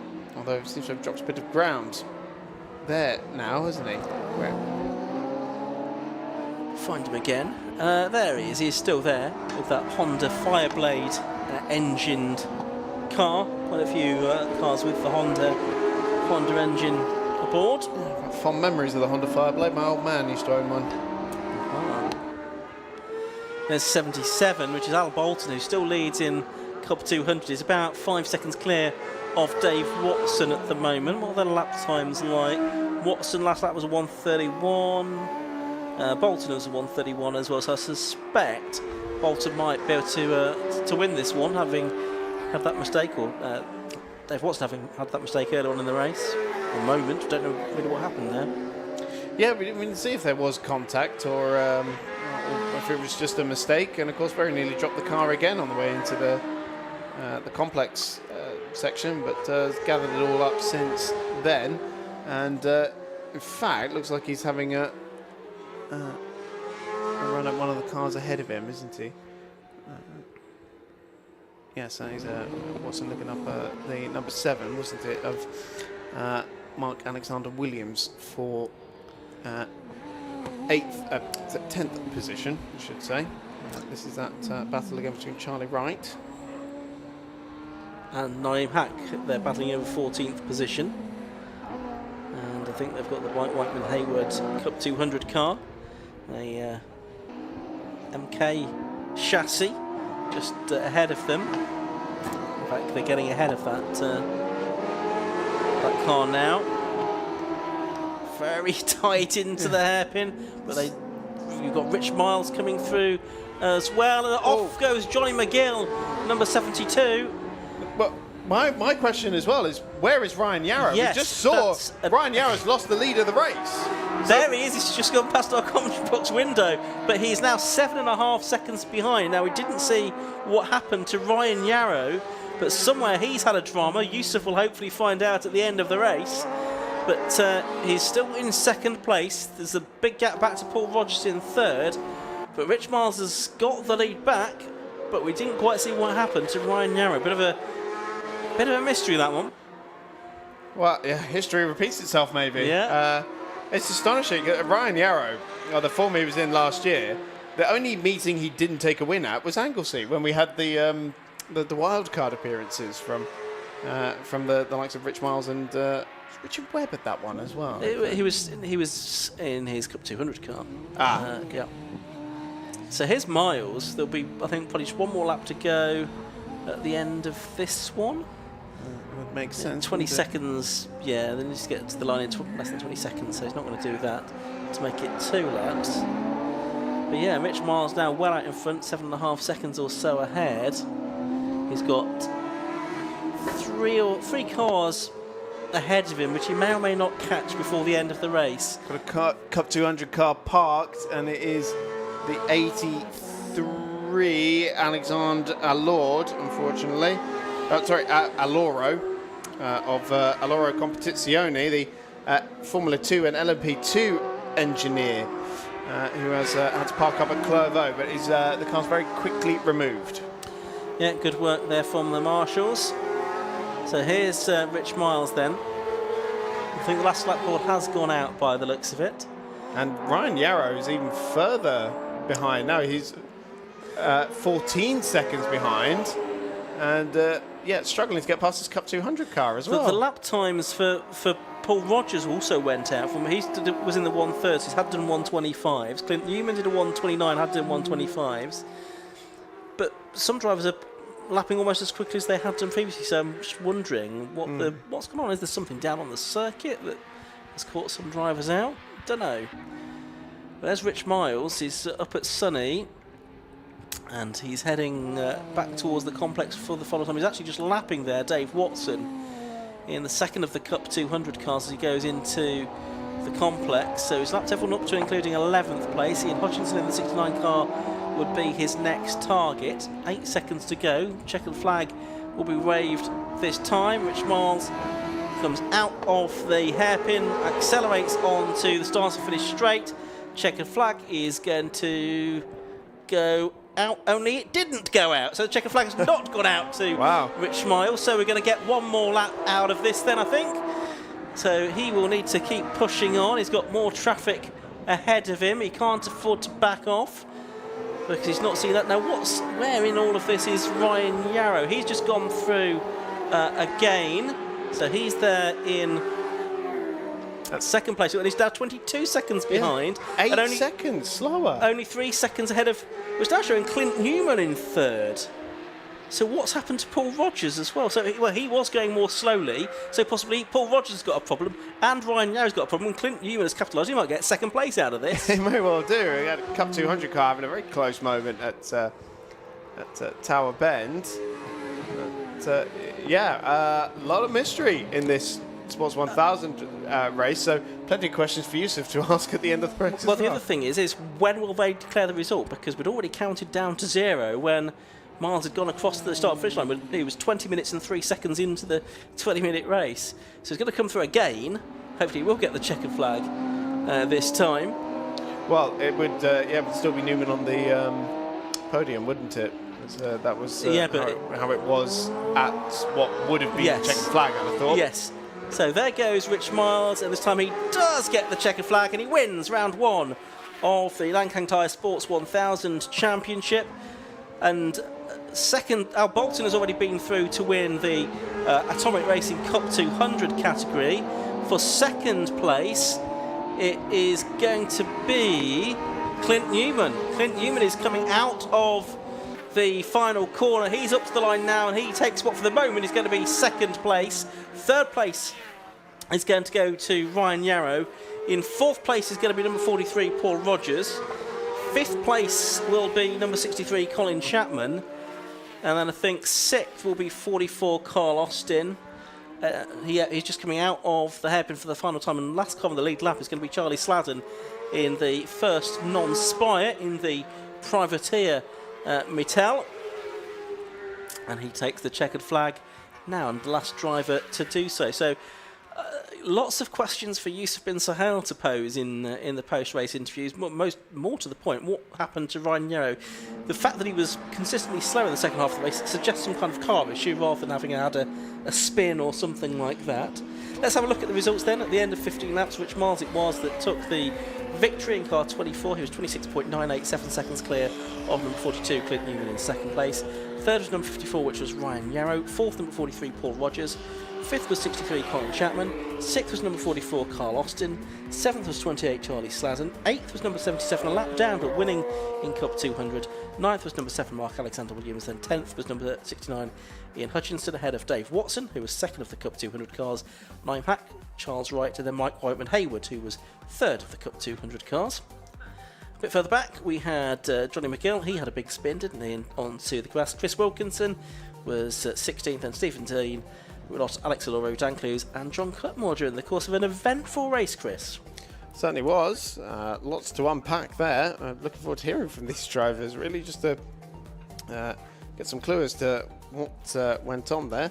But great drama all the way up and down the field. Rich Miles taking another victory in the Sports 1000 Championship. I'm sure Ryan Yarrow will be hugely frustrated with how this race has turned out. Like I say, implication is that it's mechanical problems on his Spire, which is very much self-prepared, and it's the ex-factory Billy Allbone car from a few years ago as well. But we'll see how he gets on tomorrow, if he can hopefully get those issues fixed. And we are about to hear from Yusuf downstairs in the pit lane. You can see the drivers have made their way up towards him, and we can now hear from Yusuf, who's with our race winners.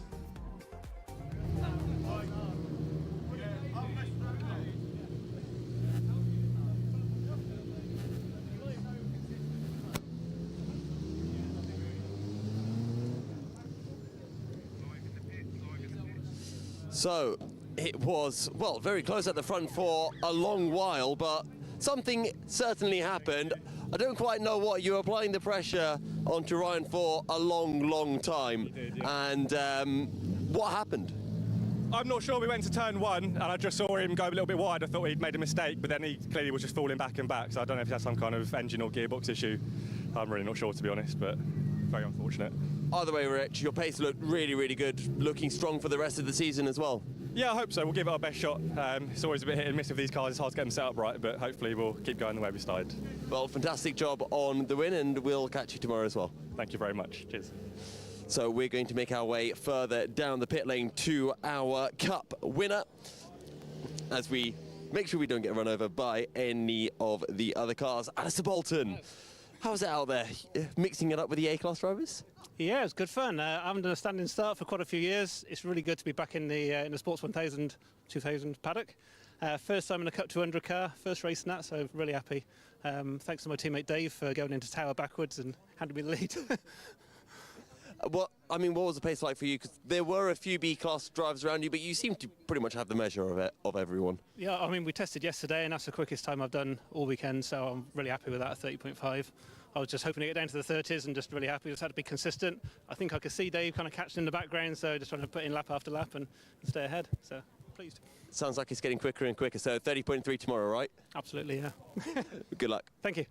Right, with that, we do have another race that is going to be starting very soon, so we're going to throw it to a quick ad break, and we'll be back momentarily.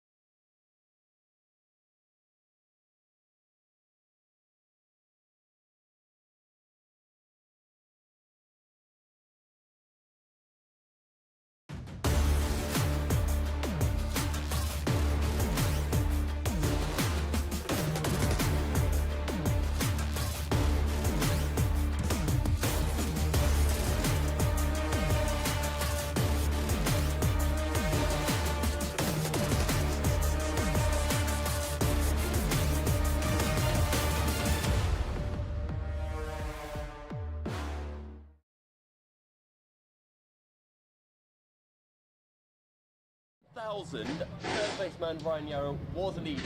I never like talking to drivers like this, but I always thought wheels were meant to, I don't know, not be like that. So, talk us through what on earth did you do to it? So I got a really bad start and I got slows into the first corner and really hit the curb hard, and since that it didn't feel right, and it must have just been weakening over the race, and then about 3 laps till the end it just let go, and I probably should have come in, to be honest, but to get third must have been a big gap to the back, so yeah, it was a good race with Rich. I was trying to control it. I mean, the worst I would have got was second, so third's not that bad with that. Yeah. Well, third on 3 wheels, a massive accomplishment. Is that going to be a big repair before tomorrow? I hope we'll have a look at it. Yeah. There's nothing that a northern boy with a hammer can't do, so Well, with that, we're going to throw it back to our commentators because our next race is literally seconds away from starting.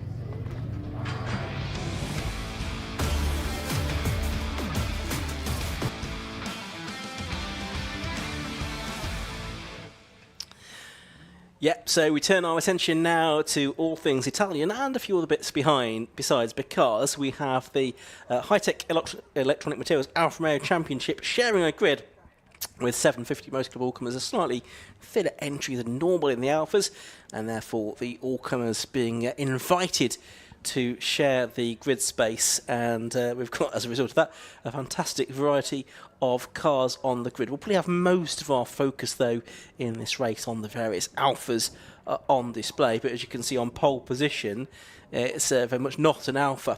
It's the Spire RB7 for John Cutmore, who was a retirement from the race that we've just seen and is out in a different car for this one, the hugely quick RB7 that has been developed for racing in other categories.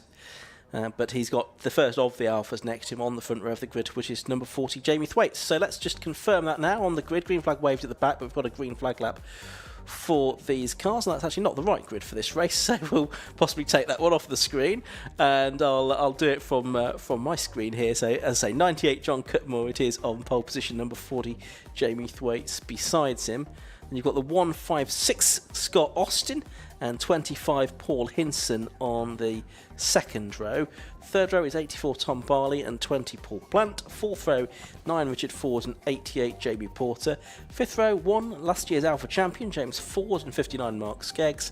Sixth row, 33 Toby Broom and 30 Stacey Dennis. She was the Power Trophy class champion in Alphas last year. Seventh row is 14 Andy Page and 188 Phil Adcock. Row 8 is 78 Edward Robinson and 111 Robert Higgins. Row 9, 3 Neil Dudman in the Peugeot and 5 Daniel Gibson. Row 10 is 39 Stephen Anderson and 81 Chris Bayliss and 53 Johnny Weston Taylor. Would have been at the back had he been there, but it doesn't look like he is. As I say, a mixture of Alphas and other cars in the all-comers class, and we look forward to what's going to be a 20-minute race for these cars. Of course, the Alphas race in 4 different classes. There's the modified class, which is for limited capacity production-based Alphas, Fiats and Lancias. They race on slick tyres. It can include supercharged and turbocharged cars with sequential gearboxes as well. There's the V6 class, which was established to encourage more V6 powered Alphas into the championship. The Power Trophy is a less modified class, but open to any Alphas, Fiats and Lancias as well, with the power to weight formula. And the Twin Spark Club is for standard production class Alphas that use 16-valve 2-litre Twin Spark engines, and they run on Yokohama treaded tyres. So they're off on the green flag lap. I think probably, Chris, we can expect John Cutmore to zoom off into the distance of this one because he was 2 seconds faster than anybody else in qualifying. Yeah, but the battle behind them should be relatively interesting. We've got lots of different class winners, prior class winners up at the front of the field, and our 2023 overall champion James Ford starting down on the 5th row of the grid. Would expect for a little bit of shuffling, but of course we talk about overall champion. It works in the same way as the club enduro, where you can win the overall championship in a lower class car. That's right. Yeah, it's not points based not on your overall finishing position, but your finishing position within your class. So you can, as James Ford did last year, take the overall championship, although you are not in one of the very quickest cars on absolute pace. So the car's going back onto the grid ahead of this 20-minute race. Some beautiful cars out there. Just looking down at the number 88 beneath me, which is the Jamie Porter Alfa Romeo 4C. I've seen one of those out in the past as well. In other hands, a couple of the road sport cars out there as well. I see the 111 Toyota MR2 that has opted for this one as well. Notice Ivan Mays was in the entry list as well, but hasn't actually made it into any of the sessions. No, he's wouldn't have made it anyway with those issues that he had earlier on. Now, the lights have gone out, although they weren't actually the red lights, interestingly, but the race has nevertheless got underway. The yellow flag briefly shown towards the back as one car didn't get away very quickly, but they have all now got away. John Cutmore it is that's leading. In second place, it is the first of the Alphas in the form of Jamie Thwaites and the Alfa Romeo Giulietta. And there's going to be a few early skirmishes between the invited all-comers cars and the Alphas. But I imagine things will settle down a little bit as the race goes on. I could see Paul Hinson well up as well in his BMW at the moment. There he is. He's up on the inside of 156, which is Scott Austin in the Alfa 156. So he's running second in the Alphas at the moment. Yeah, he took a double overall win last time the series came to Croft, which was 2022. They didn't come here last year. First time visiting for a while. And Scott Austin losing a place in one of the all-comers cars. And 25 of Paul Hinson actually got away very, very nicely, but it was comprehensively spanked on the straight by Jamie Thwaites' car by the time they got up to any real speed. Yeah, that Thwaites car is usually the one to beat in Alpha racing. And Hinson's also lost out there to another BMW, the Alpha of Tom Barley, the 328i. Very loud, that John Cutmore car, as it Yes, comes it past is. the start and finish line. I think it made Chris jump, if I'm honest with you. But he's got a big lead of, what are we looking at, 2.6 seconds at the end of the first lap, which was kind of representative of the pace that he showed this morning. But that RB7, which races in Magnificent Sevens elsewhere, on occasion, going very well in the hands of Cutmore, but we'll keep an eye to what's going on in the Alphas. And there's a beautiful Alpha, isn't it? The 4C. And there's last year's champion, number 1, which is James Ford. Now he is leading in the Twin Spark Cup class at the moment from Toby Broom. He's in the second of those cars. It's worth mentioning as well that Richard Ford has moved up this season, hasn't he, from the Twin Spark Cup to the Power Trophy. I think he's in the ex-Tom. Is this the ex-Tom Hill car that he's in, possibly? Pick that up in a moment. No, I don't think it is actually. Certainly a different livery. Blue car for the financial director of High Tech Electronic Materials, the championship sponsors. Yeah, that Spire coming past again just makes an absolutely insatiable noise, doesn't it? Quite a gap forming between the top two Alphas, which is Jamie Thwaites and Scott Austin, both running in the modified class. But it is the Giulietta TCR against the 156. And this is the number 20 machine that we are looking at, which is the leader in the Power Trophy in 6th position overall, which is Paul Plant, who was 4th in the category last year. And this is that 156 we were talking about. That is second of the Alfa Romeo runners at the moment. Yeah, Paul Plant went well at Silverstone, I think it was, at the end of the season last year in the Alphas. It was Mike Kelton, wasn't it, that drove the 4C last season. Chris Bayliss is someone who's come up very nicely, up to 7th place. That car started on row 10 of the grid, the BMW, and he's the car behind Paul Plant on the circuit. You get the sort of whip cracking of John Cutmore's car as it comes across the line. It's done a lap of 126.776.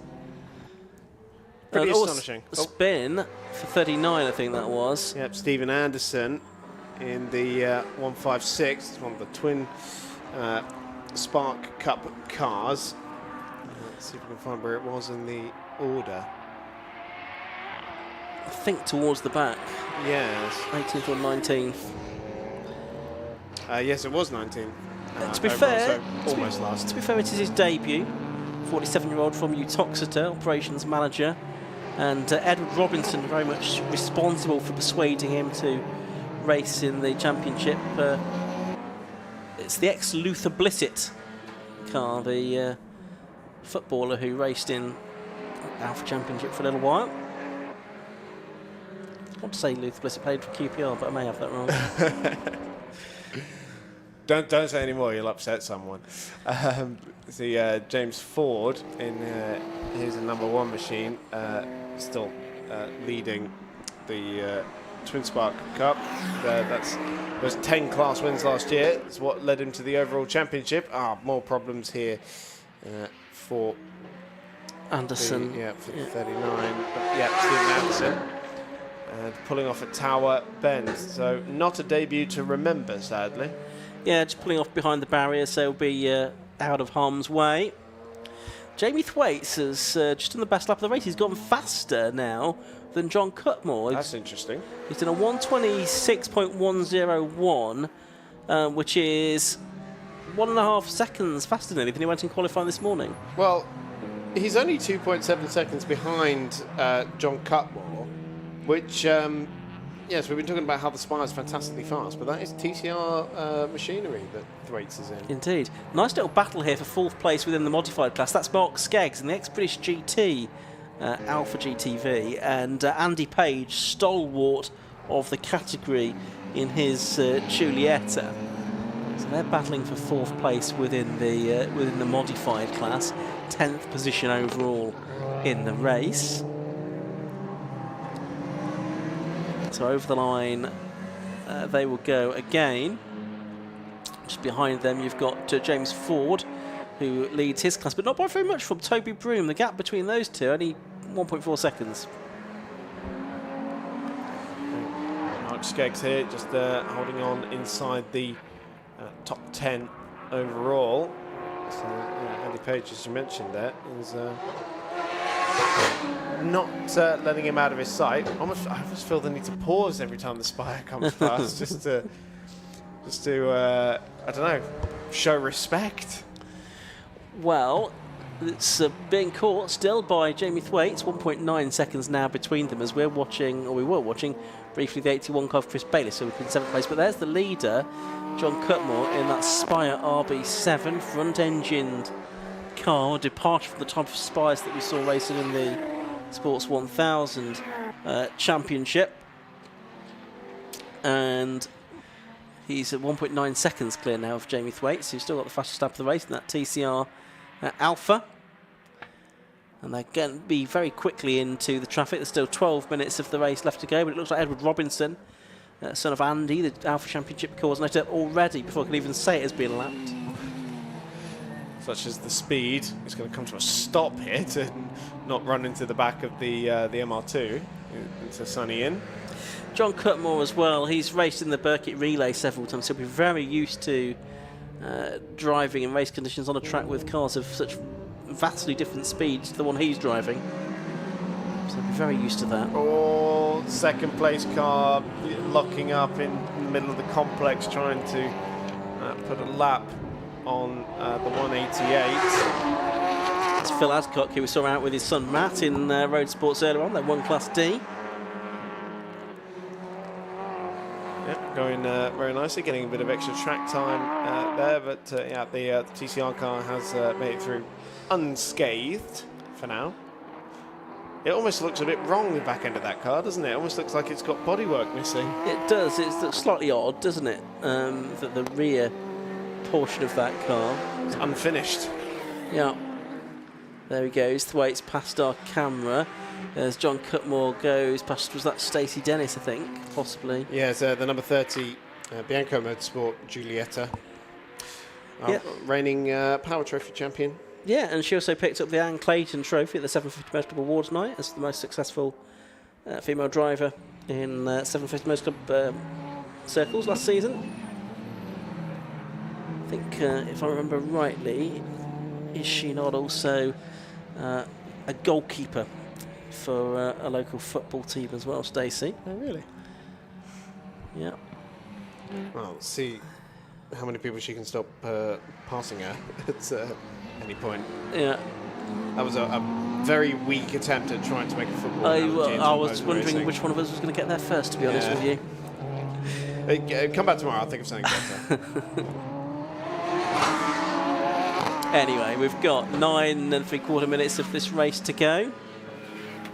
I'm enjoying that pit board with a panda attached to it. I'm not sure who it's for. Oh, is that Cutmore locking up down there at Clever? I think it must have been because he was the only car in front of Thwaites. Yeah. Gap's down to 1.8 seconds. Let's just edge down a little bit further. That pit board might be inspired by Alex Albon this weekend. Running a panda helmet in China. So there's Andy Page going through. So he's ahead of Mark Skeggs now in that battle for 10th place. Andy in that number 14 Giulietta. One of the older cars in this race, I would think, that from the 1980s, I would think. And that's the battle for the lead in the Twin Spark Cup, which is very nose to tail. It is. Between James Ford and Toby Broom. Number 1 versus the 33 yellow machine. These are the standard edition cars, although the 33 has a massive swapper into Sunny in, and all of a sudden Toby Broom has lost sight of James Ford for the lead in his class. I was just going to say, well, Toby Broom only beat James Ford on one occasion last season. Maybe there's a chance for him to do it again in the first race of this season, but I don't think it's going to happen now. You pre-commentator curse. Yeah, exactly. I'm so efficient. I don't even need to open my mouth anymore. Well, Stacey Dennis getting very close to the back of Broom's car. That's not for position in class. Practically came to a stop at the apex of the hairpin there, but yes, that's not a class battle, but it is an overall battle for 13th between those two cars. So Toby Broom just in front of Stacey Dennis, and I think you often do see the sweeper just in front of the goalkeeper. That was inventive. It was. Yeah. Of course, Toby Broom moving over from the V6 category as reigning champion of that class, but we don't actually have any V6s on the, well, V6 class cars on the grid, so he has moved over into the Twin Spark Cup. 7 minutes to go in this Alfa Romeo Championship race with the closed wheel all-comers as well. If you spot any non-Alphas out there, that's why they're on the grid. Alfa Championship itself does allow Fiats and Lancias in as well. I don't recall seeing a Lancia. Oh no, maybe I have. Maybe Richard Thurbin's done a race in his Lancia in the past. I've certainly seen the Fiats, the McPhee brothers often join the Alfa Romeo Championship grid. But not this weekend. It's all Alphas and then the closed wheel all-comers as well.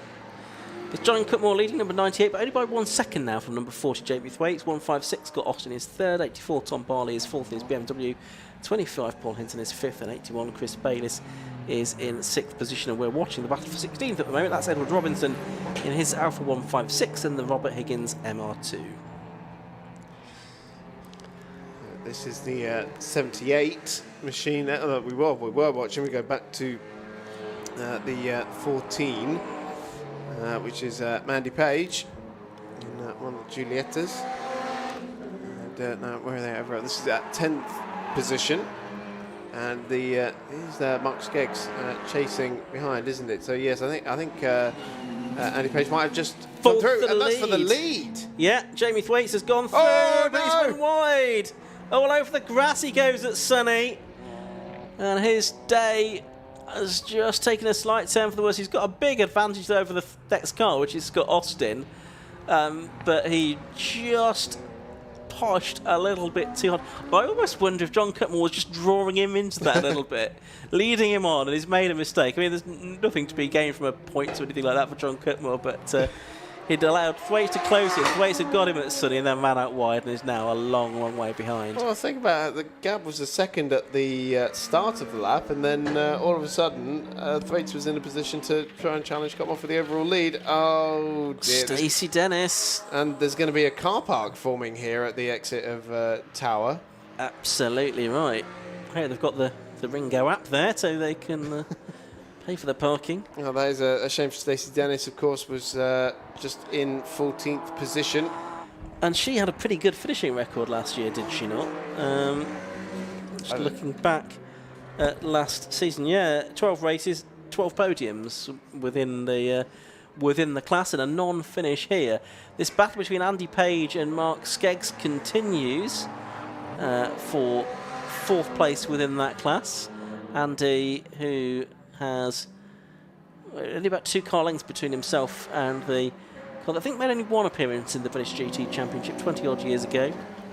Mark Skeggs is driving. So they're heading along the straight towards Tower, where we've just seen Stacey Dennis go into retirement. There's a look up the inside there from the 59 of Mark Skeggs, and bits of smoke just sort of puffing out the back of Page's car. And I'm wondering if that's exhaust related, because it seems to be happening sort of intermittently. Let me see again. Yeah, I think it is just side exhaust on that car, isn't it? Oh dear. That's the Clairvaux Corner gravel trap. Is the 111 car of Robert Higgins, isn't it? And it's well, that's beached. That's not going to get out very easily. Very beached. And there's only 3 minutes to go here in this race, so we'll see what the officials decide to do about this situation. Meanwhile, John Cutmore he's just been up to lap Edward Robinson again. I think Edward in the number 78, 156, 45-year-old European Customs manager from Nottingham. Only his 2nd season of racing, and now red flags come out, which is not too surprising, I don't think, with that car off in the gravel trap. We'd also lost a couple at Tower as well, and so the officials deciding no point throwing a safety car because we won't get anything recovered before racing gets underway again. So red and checkered flag it is, and we will hopefully be able to bring you a result in just a minute. But the marshal staff signalling all of the cars down the pit lane, but the officials deciding, with an eye on the clock as well, with 2 races still to come this evening, that the thing to do there is to show the red flag. Of course, it says 6 o'clock. I think it's 6 o'clock curfew, but don't we? Because the last race of the day was scheduled for something like 5:25. Yes. Yes, and well, we should already be halfway through the Formula V race, which is the penultimate race of the day. So there is a bit of a time consideration to be had, but I think there is just enough time to squeeze in 2 15-minute races. Hope so. Yep, let's hope so. Let's hope this is cleared fairly quickly.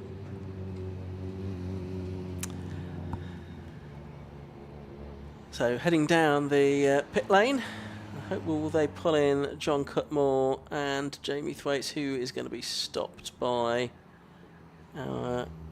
John Cutmore certainly being pulled in, and is Jamie Thwaites going to be pulled in as well? Yes, he is. Maybe we'll get someone else as well, but either way, Yusuf will be down there in a moment. So we are ready to go down there, in fact, almost. So top 3 was Cutmore, Thwaites and Austin. Let's hear from Yusuf bin Sahel.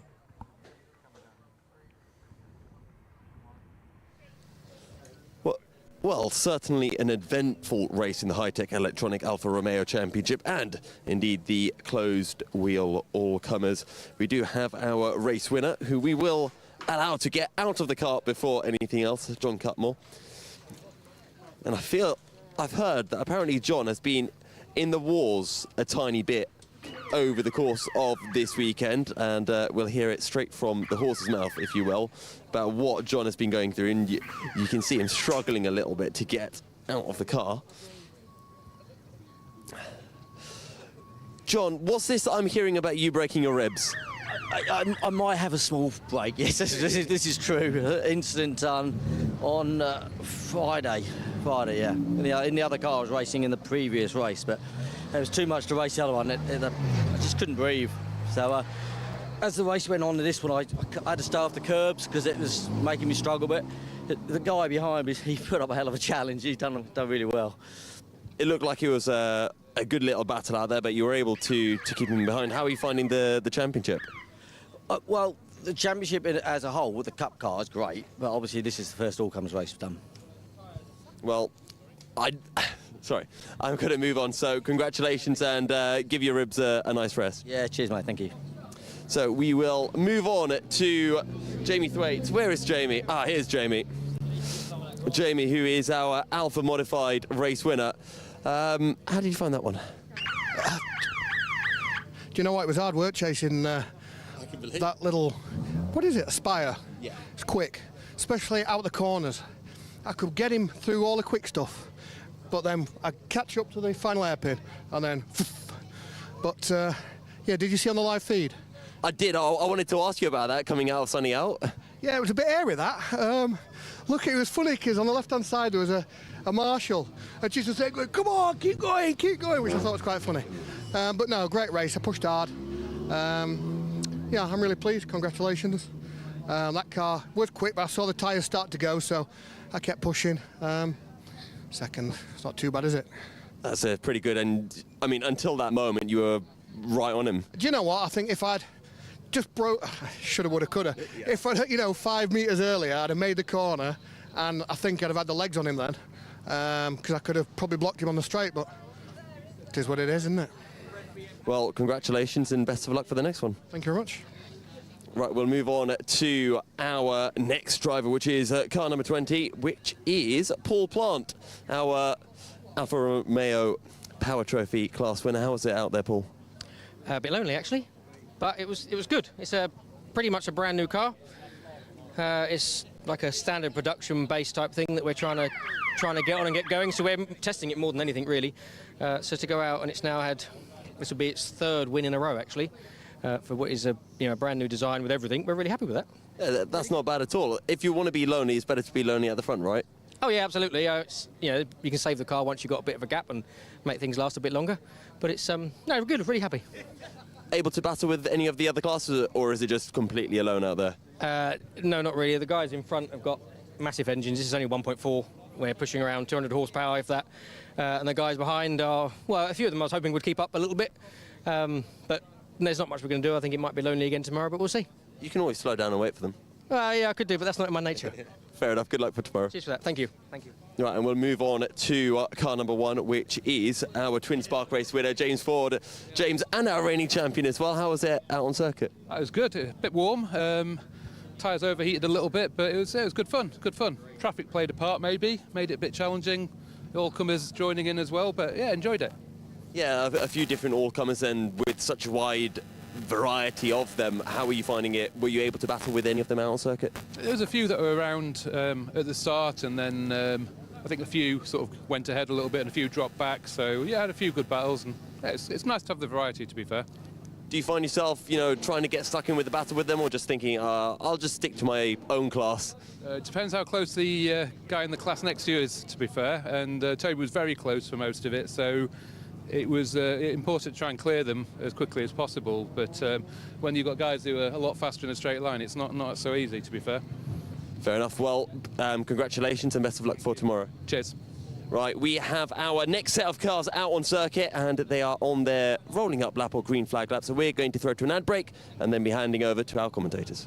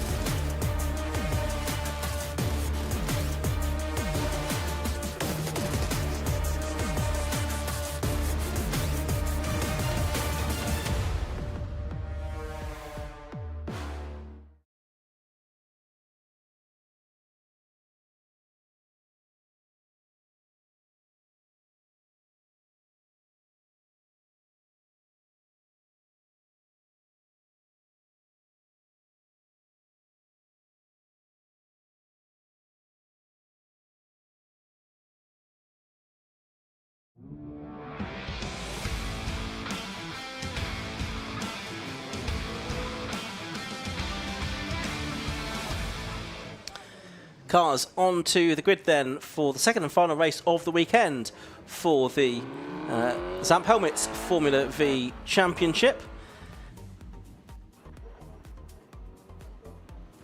Here's the grid then for the first race, for the final race for the Formula V's. It's Matt Harbert, number 33, on pole position once again. The grid set by the second fastest times from qualifying.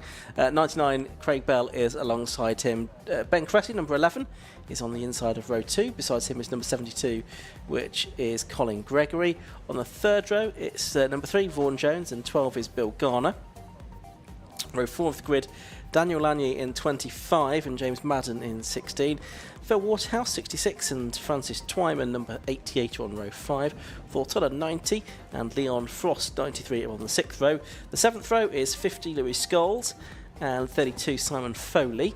Then it's Rick Lanier, 24, and 36, Bradley Tarleton on the 8th row. James Sokol in 42, and Matt Topham, 47, on row 9.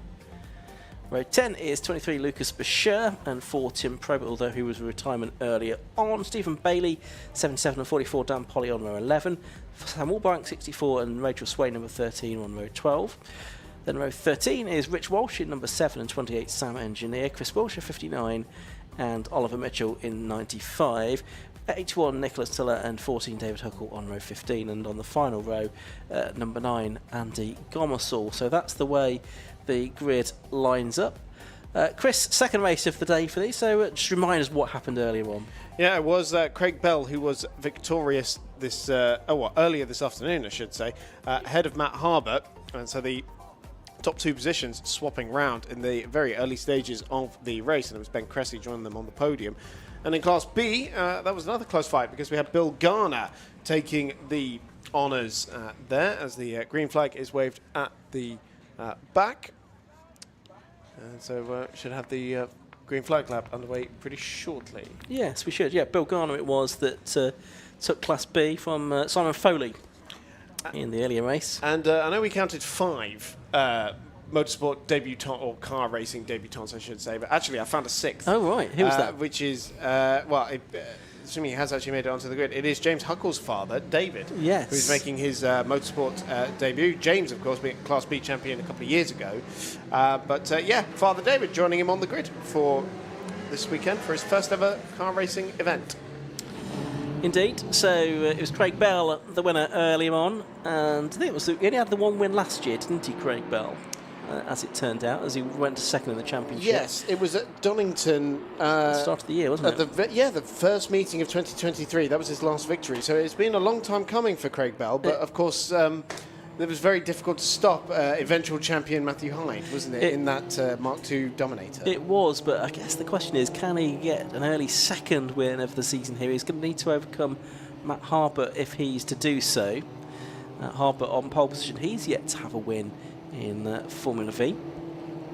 He's there in his AHS Dominator in the Harbert Building sponsored car, man from Markfield in Leicestershire. He was second earlier on today, Ben Cressy completing the podium in the earlier race. Aboard Ben Maloudy's 2017 title-winning Storm. So we definitely know there is some good pace in there and some good pace in Penn as well, because he was 4th in the championship last year and matched his best ever race result of 3rd place in this morning's race. So, earlier this afternoon, I should say. I almost did that earlier. But, yes, potentially can improve on that, depending on what happens ahead of him. And indeed behind him. Had a few non-finishers early on, didn't we? We lost Bradley Carlton, Tim Probert, James Madden and Sam Engineer during the course of the race. Rachel Swain and Andy Gomersall failed to take the start. So we had 25 finishers. We'll see if any of those drivers that failed to finish early on are back out for race 2. Second round of the season, of course. They will go to Silverstone National Circuit next month for their second event of the season. 7 double headers. They also go to Sletton, Cadwell, Brands, Alton and Donington between now and the end of the year. It's a hugely exciting championship, isn't it? And the most cost-effective route into single-seater racing in the UK for over 50 years, all based around the VW Beetle engine and gearbox as well, and a championship that provides great racing as well. And I'm looking forward to seeing who comes out on top in this Matt Harbert and Craig Bell second bout. Indeed so. Of course, it's a championship that's yielded some major stars. Ashley Sutton Ash Sutton made his car racing debut in Formula V, gave Martin Farmer a run for his money a good few seasons ago. He's gone on to become a multiple British touring car champion, of course. One of the best racers in the country, really, isn't he, at Yeah. the national level? Yeah, I think he drove a Storm that year. Yeah, moved on to MSA Formula, didn't he? Which is now the British F4. Yeah, and then into Tin Tops. Yes, Clio's. Clio's. What a great championship that was. It was. Anyway, we've got our own Clio Championship with the 750 Motor Club. Gets underway next weekend at Brands Hatch. You'll be able to see that on Alpha Live. But 5-second board is shown. Race about to get underway for 15 minutes. And the lights go out now. And it's a good start from Harbert. He gets away better than Craig Bell. Of course, it's a staggered grid being single-seated. There's one car rather slow away towards the back of the field. We'll see what happens with that, but it's Harbert leading Craig Bell as they head into the first corner. It was that Colin Gregory that was up into third position possibly as well. We'll pick up on that in a moment. In the 72 car, Vaughan Jones certainly is in fourth place, and it looks like Ben Cressy down to fifth possibly at the start of this race. There's the 8 car, the yellow car you can see going through, which is Ross Price, who started from the back of the grid, having missed qualifying as Craig Bell gets the lead at Tower Corner, but he outbrakes himself and he's off the road. He's into the Farmers Field. Disaster for Craig Bell. Well, that is the exact opposite of what happened in race 1, and he's stuck in there by the looks of it. He took the lead with the outside move at Tower Bend in race 1, but it's gone completely wrong for him in race number 2, and that, by the looks of it, has put Colin Gregory up into second place with Vaughan Jones in third and then Ben Cressy in fourth. Yeah, Marshall, as I can see, rushing over to help Craig Bell, who's still in the Farmers Field, which I suspect is not going to be easy to get out of today. Vaughan Jones, meanwhile, is making a move for second position around the outside of the first part of the complex. He goes up to P2, and going with him there was Ben Cressy as well. So it's Colin Gregory losing 2 places. He's down to fourth place. It's Bill Garner in fifth, and then in sixth, we'll pick it up in a moment. It's the 88 car, Francis Twyman. Yeah, so Colin Gregory was having a little look up the inside of the hairpin on Ben Cressy to try and retake that third place. But if anything, it's actually left him exposed to Bill Garner, the Class B leader, although he doesn't quite have the legs on the straight to try and match him. And then, yes, Francis Twyman completing this little group of cars, currently battling for second position. Ben Cressy fancies that second position now as he's tight on the inside of Hawthorne. But of course, he's not going to go side by side in the chicane with Vaughan Jones, so he has to back out of it and see if he can get a run down the straight. Ben Cressy dipping 2 wheels on the grass there, almost like a momentary lapse in concentration. Well, and of course, they were heading into a yellow flag zone as well, so I wonder if he realised, actually, I need to lose a bit of momentum here to make sure I don't inadvertently go past the car of Vaughan Jones. But look at this lead from Matt Harbert, 4 seconds it was at the end of the first lap. Of course, safety car now coming out as well. That's just appeared on our screens as well. So we're going to have the safety car, I think possibly to allow the recovery of Craig Bell's car. We've not seen the safety car out on circuit yet. I'm sure the drivers may not have seen the yellow flags either just yet. That's the 24 car of Rick Lanier, the ex-Matt Hyde car. He was having a go at Matt Topham there. And he's still having a go at Matt Topham and successfully passing Matt Topham. So, yeah, somebody needs to get the message across. Yeah, like that. Yeah, they are now seeing safety car boards, yellow flags, flashing lights, the full Monty, and so no excuse now, certainly, for any more indiscretions. But we can see the snatch vehicle has headed out of Parc Ferme, where it is based, and it is going to run all the way around to Tower Bend, I think, to try to hoik Craig Bell's come out of the way. So it's going to be a moment or two before it gets there. It's basically one end of the circuit to the other, isn't it? And the problem is there's not any vehicles around that end of the circuit to try and pick something up, and it is buried right in the field, isn't it? And it'll be so wet, of course. Even with the sun out in the breeze today, it'll be very wet out there. Well, I do think he did try and get it going because it sort of lurched forward a little bit, and then it was just not going anywhere. I think he was determined to. So safety car, I think, is going to try and hang back while the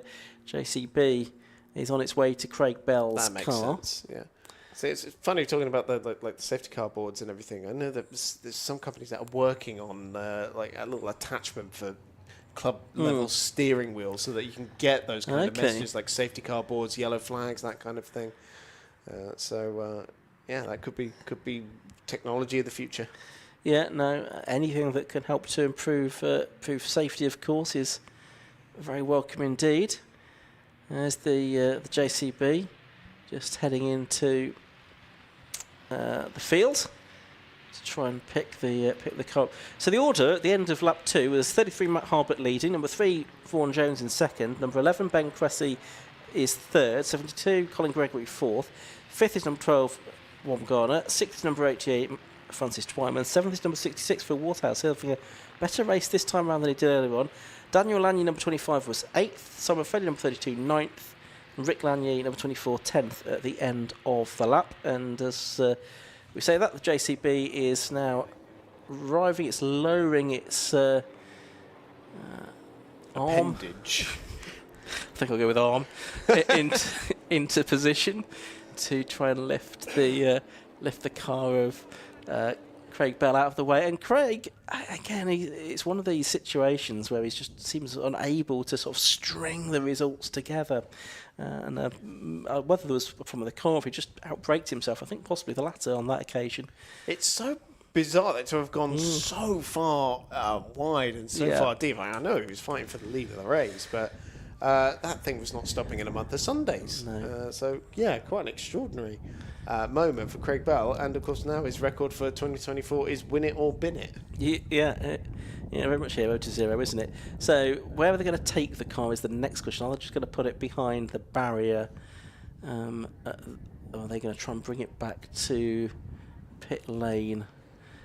We'll see. Craig Bell just sort of holding the left wheel just to try and keep it from swaying wildly in the breeze. Of course, it's rear engine, of course, isn't it? So naturally they want to dip back, don't they? So keep that bit of extra weight on the front just so that it doesn't sway too much. Right, and they have got that behind the barrier fairly efficiently, actually. So we'll have, I think, one more lap behind the safety car, and then we'll get some more racing in.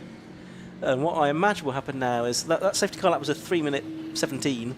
Well, I imagine this one might be slightly quicker now that race control passed the message on to the safety car crew. And the fastest lap of the race being done by Leon Frost, 3:14. Sensational speed.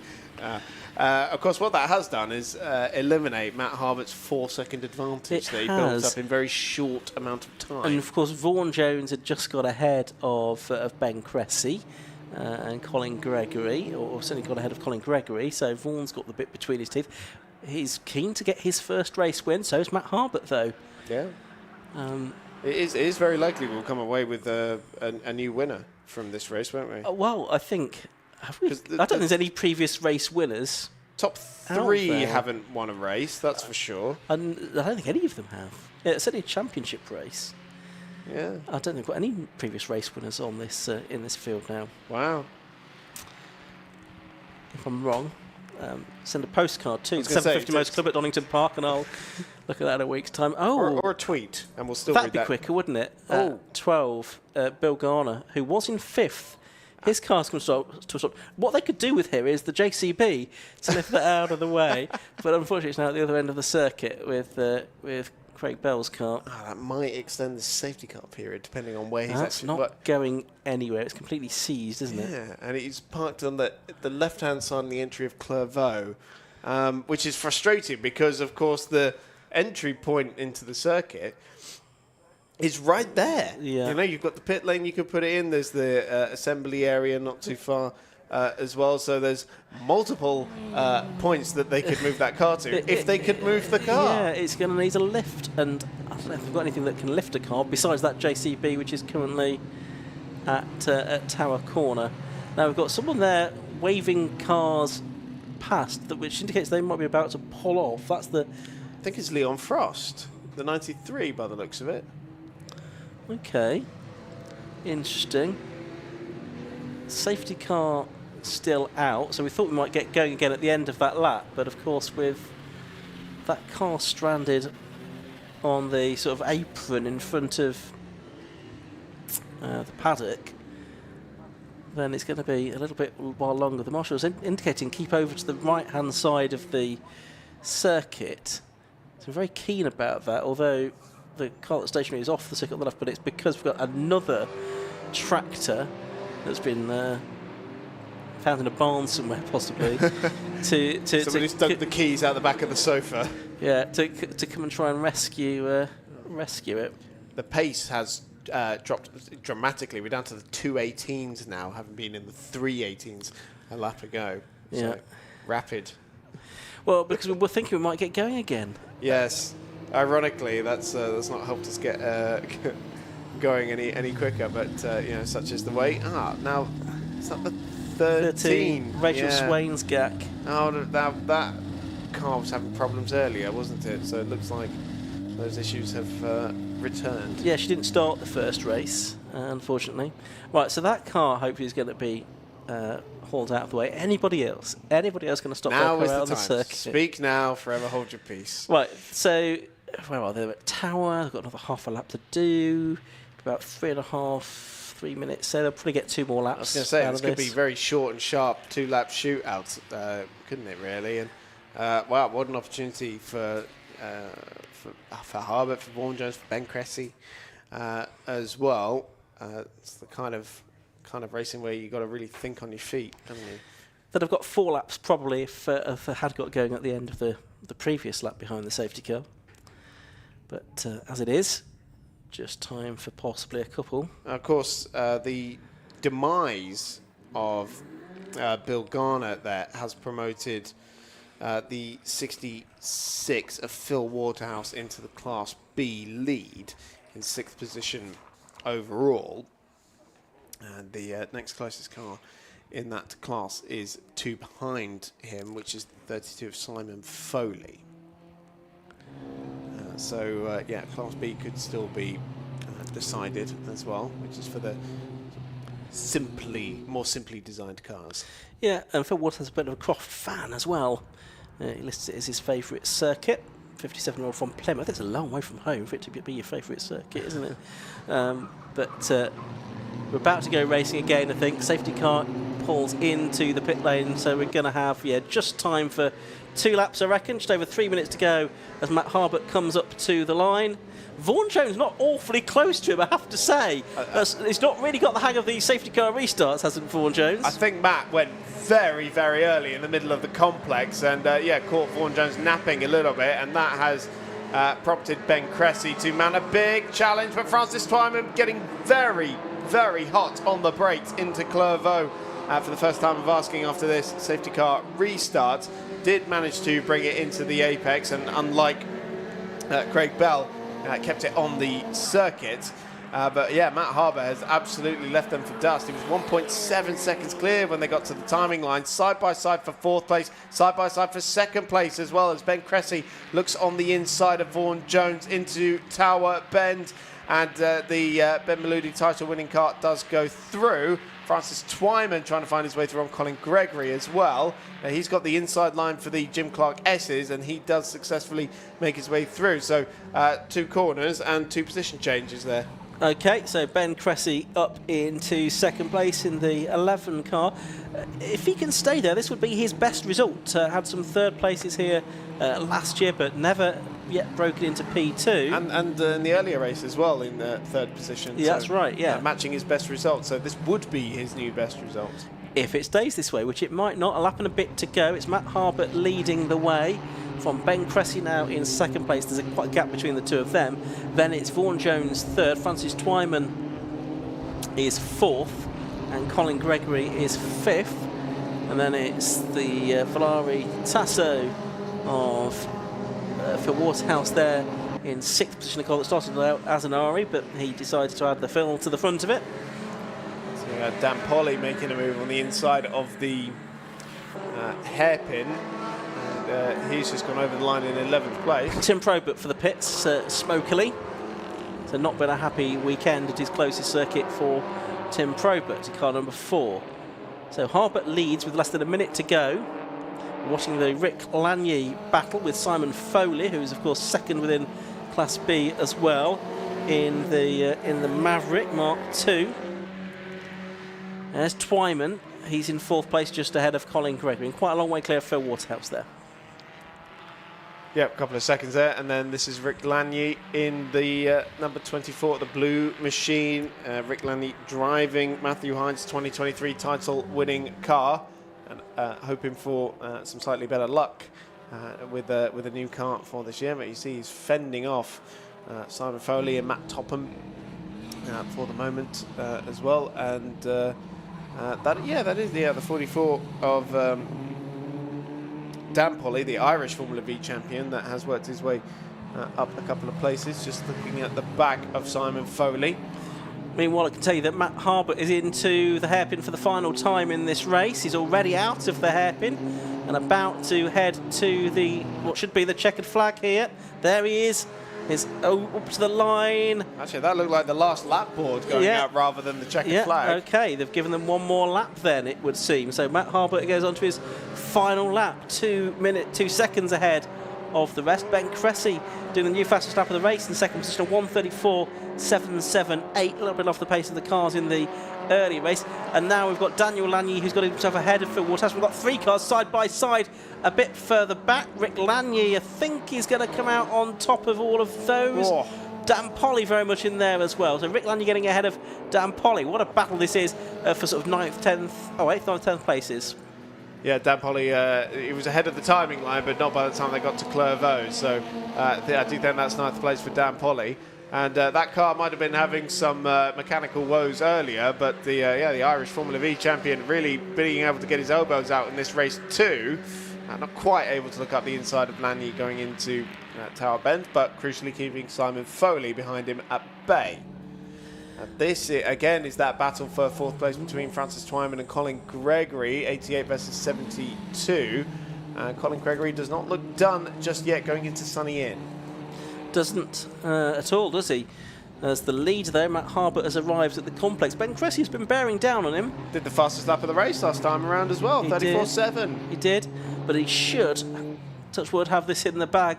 Matt Harbert looking for his first win in Formula V as Rachel Swain comes back into the pit lane. We are going to get the checkered flag this time, I think. There it is, it's prepared, and it waves now, and Matt Harbert wins round 2 of the Zamp Helmets Formula V Championship from Ben Cressy, both getting their best results, 1.8 seconds between them at the end. Vaughan Jones is in 3rd place. Francis Twyman, a great 4th place for him. Colin Gregory 5th, and Daniel Lanier 6th, so quite a few drivers then getting their best ever results in this race. Further back, there's a battle going on. This is further down the order. It involves Steve Bailey, number 77. He's heading a group of about 4 cars over the line as well. That was for 12th position. I can tell you that 6th was Daniel Lanier, ahead of Phil Waterhouse, Rick Lanier, Simon Foley and Matt Topham as well. Well, that was an entertaining little race. We only had about sort of 4.5 racing laps in it, Chris, and quite a long safety car period, but it was entertaining what racing there was. Yeah, I'm looking forward to seeing how Ben Cressy celebrates 2nd place, given how excited he was to have finished 3rd this morning. And God forbid he ever gets a win. I mean, what will happen then? I think Matt was fairly excited about 2nd place as well this morning, wasn't he? So yeah, I think Yusuf might have to calm him down a little bit, to be honest, and get him sort of live stream ready. Let's have a look at the results of the race then. I think we can probably bring those to you now. Matt Harbert, the winner after 8 laps. In car 33 from number 11, Ben Cressy. The gap between them was 1.863 seconds at the end. 3rd, number 3, Vaughan Jones. 4th was 88, Francis Twyman. 5th, 72, Colin Gregory. 6th, 25, Daniel Lanier. 7th was 66, Phil Waterhouse. 8th, 24, Rick Lanier, I should say. 9th, 32, Simon Foley. 10th, number 47, Matt Topham.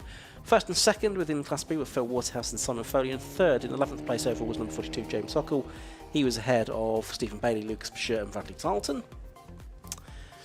It was Thortilla, Ross Price from the back of the grid, Sam Wilbank, Louis Skulls, Leon Frost and Oliver Mitchell rounding out the top 20. Ahead of Chris Bush and Nick Tiller, David Huckle. Dan Polly we lost on the last lap, did we? When we had issues for likes of Rachel Swain, Tim Probert, Bill Garner, and of course Craig Bell out there at Tower on the opening lap of the race. Oh, what a shame for Dan Polly. Right on the last lap as well. Yeah, we were saying there were issues with the car earlier, but wow. It was finally getting a chance to get his elbows out. It's a real shame. It was indeed, because he was up there inside the top 10, wasn't he? Yeah. Okay, just one more race to go this evening. That's going to be for the Massimo Tyres 5 Club Racing Championship. They will be heading onto the circuit momentarily for a race which has no green flag lap. And before that, hopefully we're going to hear from some very happy drivers in the Formula V paddock. Yeah. First time winner, best result for Ben Cressy. And Vaughan Jones, another podium for him as well. We've got 23 and a bit minutes until we have to shut down. So, yeah, should have time for a 15-minute MX5 Cup race. Yeah, what could go wrong? It looks like all of the cars now pretty much down into the pit lane at the end. So we're going to head down to Yusuf Bin Sahel. He's in the pit lane and ready to talk to our top 3 drivers. Well, it certainly was a sprint race in the Zamp Helmet Formula V Championship. An early red flag into what was probably less than a 5-minute sprint. Now, when I spoke to Matt at the end of race 1, he said something about being more aggressive down into Tower. But I'm guessing when you saw Craig Bell go off, you were probably a bit glad that you didn't. Yeah, it was a bit like deja vu. It was the exact same move, exact same circumstances. Craig knows that I've been struggling to get my tyres up to temperature all weekend, so I think he was a bit too keen to try and pounce. But yeah, he outbraked himself, and then we held position. Wasn't the most exciting race, but a lot of safety cars, but obviously quite a bit of pressure trying to get the restart right. Yeah, so I think we got it right. Yeah, so over the moon, first win. So yeah. Well, congrats on that first win as well. I should have led with that. Starting off the championship, leading the championship as well. Now I'm guessing it's just head down and try to maintain the lead. Yeah, we'll buckle on now, get ready for Silverstone. So we'll get packed in the trailer and got to drive back. But yeah, brilliant. But big thanks to everyone supporting us, because it's I know it's only amateur motorsport, but a lot of time and effort and money and time and aggro goes into it. So to get this is just fantastic. So it's brilliant. Really happy. Thank you. Well, congrats on the championship lead and your first ever race win. Thank you very much. Cheers. Right, speaking of first, we have another first from a driver who definitely likes Croft quite a fair bit. I love this circuit, yeah. This is definitely becoming my favourite circuit. It's just so fast, and when you've got the car set out right and you can throw it in and it sticks, there's no better feeling. Should we see if we can get the whole calendar just Croft? Yeah. Can you try and sort it out for next year? We could give it a go, but you'd have to work for second. You managed to get a move done with a few laps to go in that very short sprint to the end. Yep, I was kicking myself off the start. I fluffed the start and lost a few positions. And then was trying to make them up. There was a couple of yellow flags that sort of stopped me, so I think I was third when the safety car came in after Craig retired. I kind of thought I might have the legs on Vaughan a little bit, so went for it, and then I thought it's not over till it's over, so I thought I'd see if I can close the gap on Matt as well. But yeah, he's very quick, very experienced driver, and yeah, second place, best result for me though, so extremely happy. Well, congrats on the second. Also, I've got to apologise to Vaughan because I don't have enough time to get him for an interview. We've got our next grid, the final race of the day, gridding up. So a quick ad break, and then in we go for the last time.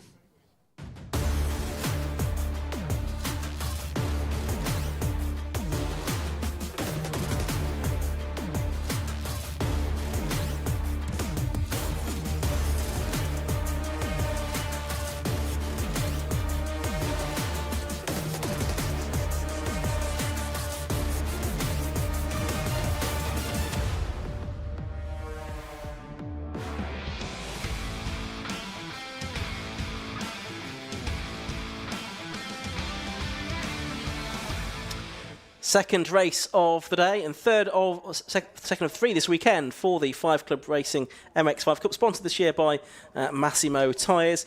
We've got Ben Short on pole position in number 71. We've got Jordan Johnson alongside him on the front of the grid. Row 2 is going to be number 9, Ian Tomlinson, and 17, Oak Richardson. Row 3, 44, Matt Hallam, 25, David Williams. Row 4 is 70, Michael Pearson, 21, Matt Pennefather Neal.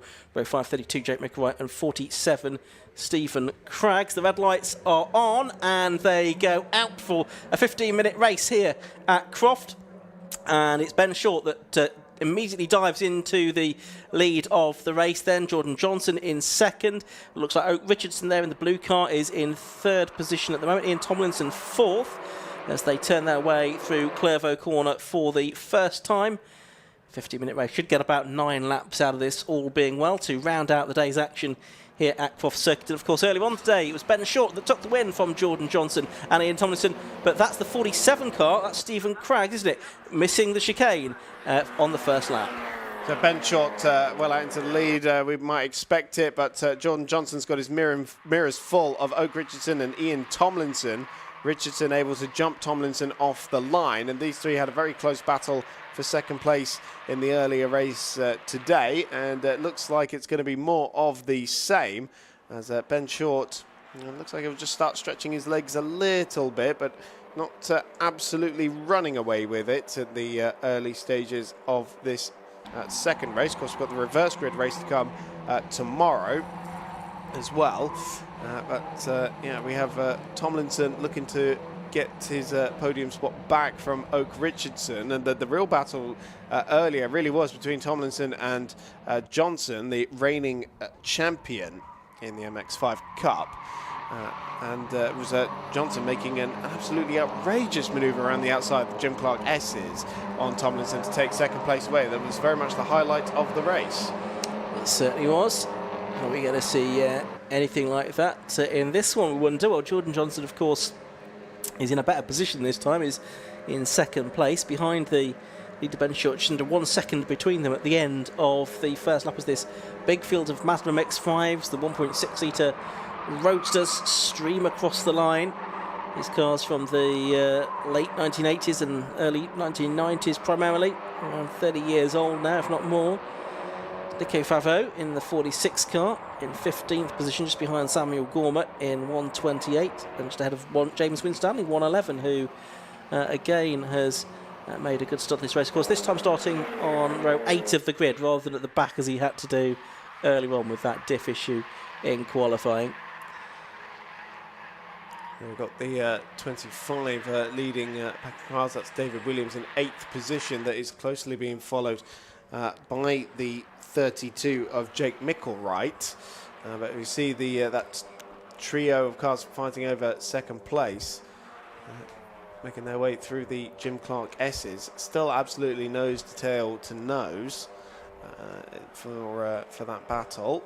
Let's see if Ben Short manages to extend his advantage a little bit more on this lap, because he absolutely romped away with it in the earlier race. And there's Matthew Hallam in 5th position, ahead of Michael Pearce.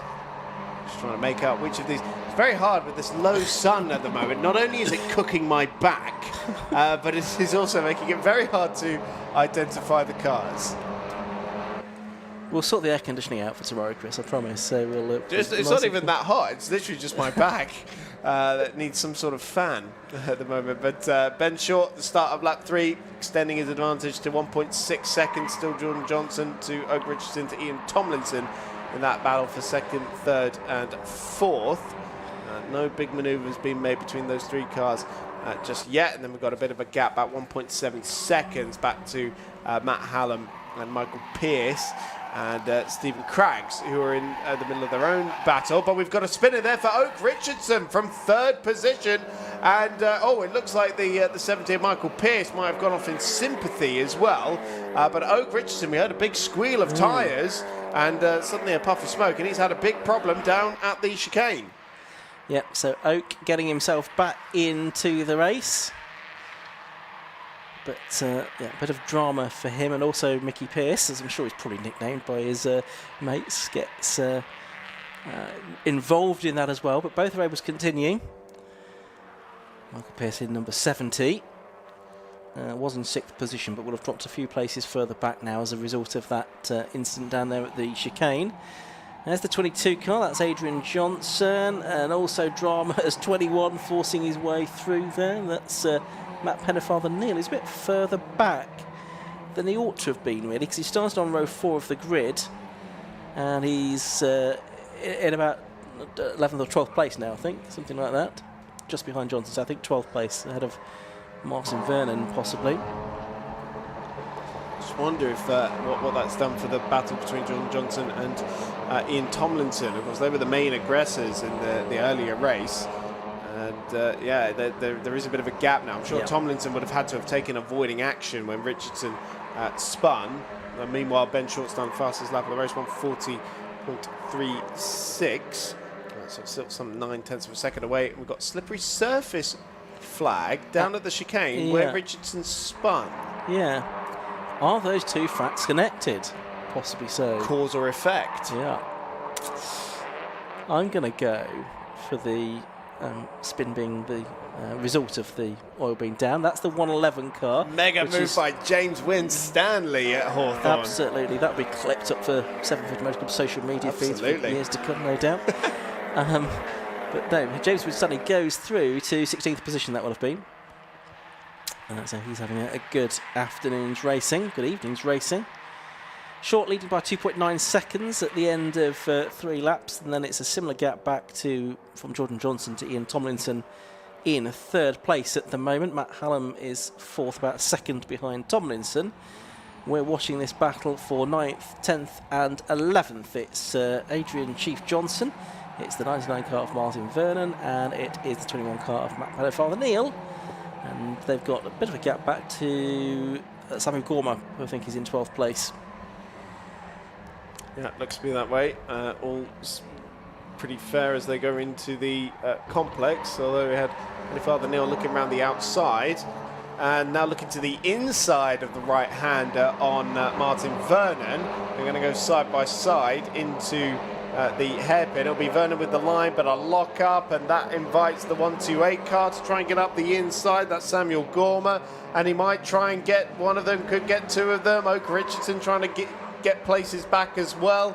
Got an absolute pack of cars heading down the front straight at the moment, and somehow in all of that, very few positions actually ended up changing. But now on the inside, the 21 of Pettifather Neal, and Oak Richardson meeting the gravel there on the exit of Clairvaux against the 128. That's Gorma, but slaps him back on the inside of the chicane and picks up a spot. I think that is 12th position he should have just got himself back up into. Yeah, it's probably, he would hope, going to be a result that he will drop at the end of the season. The drivers can drop their 3 worst scores at the end of the year. It's the individual races, isn't it? It's not just like a whole meeting's worth, isn't it? Yep, so it's the individual race that they can drop 3 of those during the course of the year. So if you maybe can't do all of the events, that can work out for you.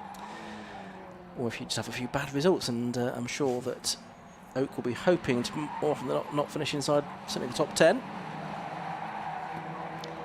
So 3 seconds now is Ben Short's advantage, and a bit of a squabble here between Gorman and Pearce. Of course, Pearce also had a moment at the chicane, gets a nudge from behind from Shea Pearce. So they have a little bit of a bumper-to-bumper action in the lower ends of the field. But yeah, of course, Michael Pearce also on the recovery drive after that moment at the chicane with Oak Richardson. And they're having a bit of a score. Gorman really got it sideways on the exit of the hairpin. And he's about to go over the line in 14th place now. Oak Richardson looking to the inside of Martin Vernon, and that is a very slow-moving Adrian Johnson for some reason. Yeah, maybe a mistake with the gear selection or something like that. The way he just dropped a couple of places, then seems to be back up to speed again now. Slightly odd little moment, but no lasting harm done, other than the loss of a couple of places. He'll live to fight another day, that's for sure. He does. Of course, Sudden Jordan well up the order in 2nd place, and 4 seconds or so behind Ben Short. Let's see if Oak Richardson can get a run here at Martin Vernon. It'll be to put him on the fringes of the top 10. Problems for the 95 of Andy Barley, unfortunately. And now this is his return to Mark 1 MX5 racing, although he did make a wildcard appearance in the championship at the end of last year, didn't he? He did, yeah, and went well in the earlier race too, actually, but obviously not well with the Mint Alloys sponsored car. which is in no way a representation of the brand itself. Must No, be. absolutely not. So now James Winstanley is looking at the back of Michael Pearce, and that must be for a place in the top 15 in that red 111 car. A dive up the inside. You can see he was definitely later on the brakes because we can see it from the brake lights, and he is going to make that move work as he has got just as in his nose just in front. If this were a drag to the finish line, it would be very tight indeed, but he has managed to do it. And I will say, don't often see moves on the inside of that hairpin work because of just the nature of that hairpin. But yeah, good job, James. Well, that's another clip for the social media. Absolutely, a veritable highlights reel. So up into 15th place he has gone. 4 minutes of the race left to go. We're not seeing much of what's going on at the front because, frankly, Ben Shaw is 5.2 seconds clear of Jordan Johnson. Ian Tomlinson's another 2.6 seconds behind him, so it's not very close, really, out front. Much more interesting battles going on further down the field. I mean, look at it. There's about 8 or 9 cars together in one shot there. What's not to like about the lower reaches of the Mazda MX-5 field? Certainly. It's very enjoyable to watch. Oh, no! Is that more problems for Oak Richardson? Yeah. Going off at just before Barncroft, wasn't it? Out of the Jim Clark S's. It's a very odd, unusual place. So he must have just sensed a problem with the car. Oh, and a moment there for Matt Pennefather-Neal as well. Yeah, gathered it up very nicely, but a little bit of rally crossing there. And Martin Vernon fancies the outside of the complex. But very difficult to try and make a move there work. They can try the outside to then turn into the inside, the second part of the complex, but that didn't quite pay off.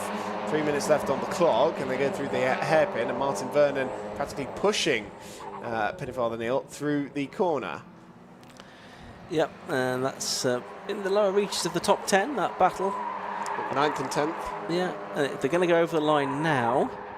We've got 1, 2, 3, 4, 5, 6, 7, 8, 9 cars in the train behind them as well, something like that. Big group of cars. There's Nico Favo getting ahead of Adrian Johnson now up into 11th. And who's just behind? Is that... Yeah, it's the 128 car, isn't it, of Gorma. So Johnson's definitely back up to speed after what we theorised might have been a gear selection moment at Clairvaux earlier on. Race leader Ben Short into traffic. But a 5.7 second cushion. This is getting very busy into Tower Bend with 3 wide. Gorma is squeezed into the middle of it, and Favo ends up facing the grass. And, well, one driver didn't seem to be too pleased with that because they had their hand up out of the cockpit. Such was their spur. Yellow flags being waved at the exit of the Jim Clark S's because of Oak Richardson's car, which I imagine is still in a less than ideal spot. Yeah. And then green flags waving by the time they get to Barcroft. Yes, the car's out of view of our cameras, isn't it? But a little bit exposed maybe, nevertheless, to the drivers heading up towards Sunny, I suppose. So a minute or so left to go. Short leading by 6.5 seconds now from Johnson and Tomlinson. We did catch a glimpse of Short a moment ago, but we've gone back to this battle a bit further back with Adrian Johnson at the head of this group of cars, and James Winstanley also getting himself involved again, just behind Gorma. We're going to come up to the line. I think we're possibly already on the last lap, are we? We've had 8, yep. So I think this is the last lap, the last lap. Yeah, last lap board is out. So Ben Short's got a second win potentially wrapped up in the bag. There's Jordan Johnson. There's the back marker car, which is Stuart Dowson, number 63. Just passed by Ian Tomlinson in 3rd place. Ben Short doing what he does best, and that is wringing the neck of a Mark 1 Mazda MX-5, isn't it? And it almost doesn't even matter what guise it's in as well, because there was the BS Motorsport Club Enduro version of the MX-5, which was turbocharged, which he was able to go fairly gun-ho in as well. No, he's certainly a driver who can really push on when he wants to. He can adapt his style to suit the situation. Here's an example of that. Just showing off at this point, isn't he, really? Yeah. Through the hairpin, he's going to come for the final time. So he won by 2.5 seconds earlier on. It's going to be a much larger winning margin this time. Showboating on his way out of the hairpin. Ben Short comes up to the line. He takes the checkered flag and wins round 2 of the Massimo Tyres 5 Club MX5 Cup. Second place, quite some time later, is going to be Jordan Johnson, and third is going to be Ian Tomlinson. We're watching this battle between Sam Gorman and James Winstanley, who's going to try and attack his into the complex for the final time. This is for 12th place. They've got Adrian Johnson just ahead of them as well. So 11th, 12th, 13th we've got here. And 14th being Michael Pearce after his incident earlier on. Winstanley tried to go around the outside, though he might have left the door open on the inside, though, for Michael Pearce. Let's have a look as they're going to come up to the line. I think Winstanley's going to hold on, yes he is, to 13th place. And an excellent drive that from Ben Short to take victory. Some good battles all the way down the order as well. And fantastically close again for 9th position, as Pennyfather Neil and Matt Vernon were separated by only 18 thousandths of a second in their battle for 9th. So fantastic stuff once again. Oh, actually, no, that's just changed, actually. Literally, right after I said it, it's changed on the timing order. Yeah, Pennyfather Neil's still ahead, but it's showing as an absolute dead heat now. Oh, okay. .000 is what I'm seeing on there. Yeah, I'm seeing that as well. Let's have a look at the results on screen. 71 Ben Short it is that took the win. 9 laps completed for him. In number 71, he was 7.746 seconds clear of number 1, Jordan Johnson in second place. Third was number 9, Ian Tomlinson. Fourth was number 44, Matthew Hallam. Fifth, 47, Stephen Craggs. Sixth was 25, David Williams. Seventh, 32, Jake Mickelwright. Eighth, 72, Matthew Short. Ninth, number 99, Martin Vernon. 10th, 21, Matthew Pennyfather Neil. 11th, 22, Adrian Johnson. 12th, 128, Sam Gormer. 13th, 111, James Winstanley. 14th, 70, Michael Pearce. Then Nico Favo, Stephen Robinson, Mary Barnard, Andrew Robinson, Paul Barnard, and Steve Quenby rounding out the top 20. And then we have just a couple more finishers. Philip Barrett, Neil Burrows, and then we get into the retirements. So that's all of the racing here today at Croft. We'll hand down to Yusuf in just a moment, but we will remind you that we're back tomorrow at 12 o'clock. There's qualifying for the Tiki World Club Enduro Championship, followed by 7 more races, including the 150-minute race for the Tiki World Club Enduro Championship. But there's low cost, classic stock catch, Sports 1000, more MX5s, and Alphas and all comers. That's all coming up tomorrow. Good day in prospect, Chris. Absolutely, especially after the earlier classic stock catch race. I'm looking forward for another bout between Stuart Place and Pip Hammond. I'm looking forward to you teaming up with Paul Thorpe to commentate on that. That's going to be. You might need to turn the volume down just for that one. Just change your pre settings on there. No, I do love how energetic Paul can be, but yeah, no, it's a fantastic bill of championships for this weekend, isn't it? Okay, well, I think that's just about it from Chris and me up in the box. Thanks to all of the marshals for all of their very hard work today, and of course all of the other officials of the 750 Motor Club. But the marshals in particular, we couldn't do it without them. So let's head down to Yusuf Bin Sail for the final time today to speak to the top 3 in the Mazda race. Our final race of the day and our final winner of the day, Ben Short, making it 2 out of 2. Not a bad way to start the season. No, not bad at all. We're still learning this new tyre, and lads made a couple of changes at BS Motorsport to make the tyre last the whole way through the race. In fact, it was seemed to be as strong on the last lap as it was at the start. So yeah, car's perfect, really, absolutely perfect. Well, improving on improvements, really. You're off to Silverstone for the next round, so feeling confident for that? Yeah, it's Thruxton, I think. Oh, sorry, Thruxton. There we go. Thruxton, yeah, that's our local track. So we got hopefully, lots of friends and guests coming, and we've got a really busy awning for that meeting. So I'm looking forward to that, and it'll only be a 20-minute drive home. So that'd be cool. Not a bad one. You can get a few track days in beforehand as well. Yeah, we've already been doing that. Well, congratulations again on the double win, and we'll see you at Thruxton. Yeah, brilliant, and thank you for all the marshals for your efforts today, and well done to these guys. Cheers, thank you. Right, we'll move on to our second place driver, Jordan Johnson. Jordan, second again. Do you think that you're pretty much at the pace, or is there a little bit more to find in the garage? There's definitely a little bit more to find, yeah. Just little mistakes. If you lose the toe in these cars, it's very hard to make it back up, especially with somebody like Ben, who himself doesn't really make many mistakes. So, yeah, I don't quite know. I think Oak slipped on the oil because we could have potentially had a nice little battle again there, but that sort of ended it all. And, yeah, we were just driving around on our own from then, so it was a bit boring, really. Well, you mentioned the slipstream. Thruxton next. Slipstream's definitely a bit important over there. Yeah, it's going to be a bit of a mad one with the MX-5s. It'll be bumper to bumper, and yeah, not an inch given, I'd imagine. So, yeah, looking forward to it. Well, 2 seconds. Congratulations, and we'll see you for Thruxton. Thank you very much.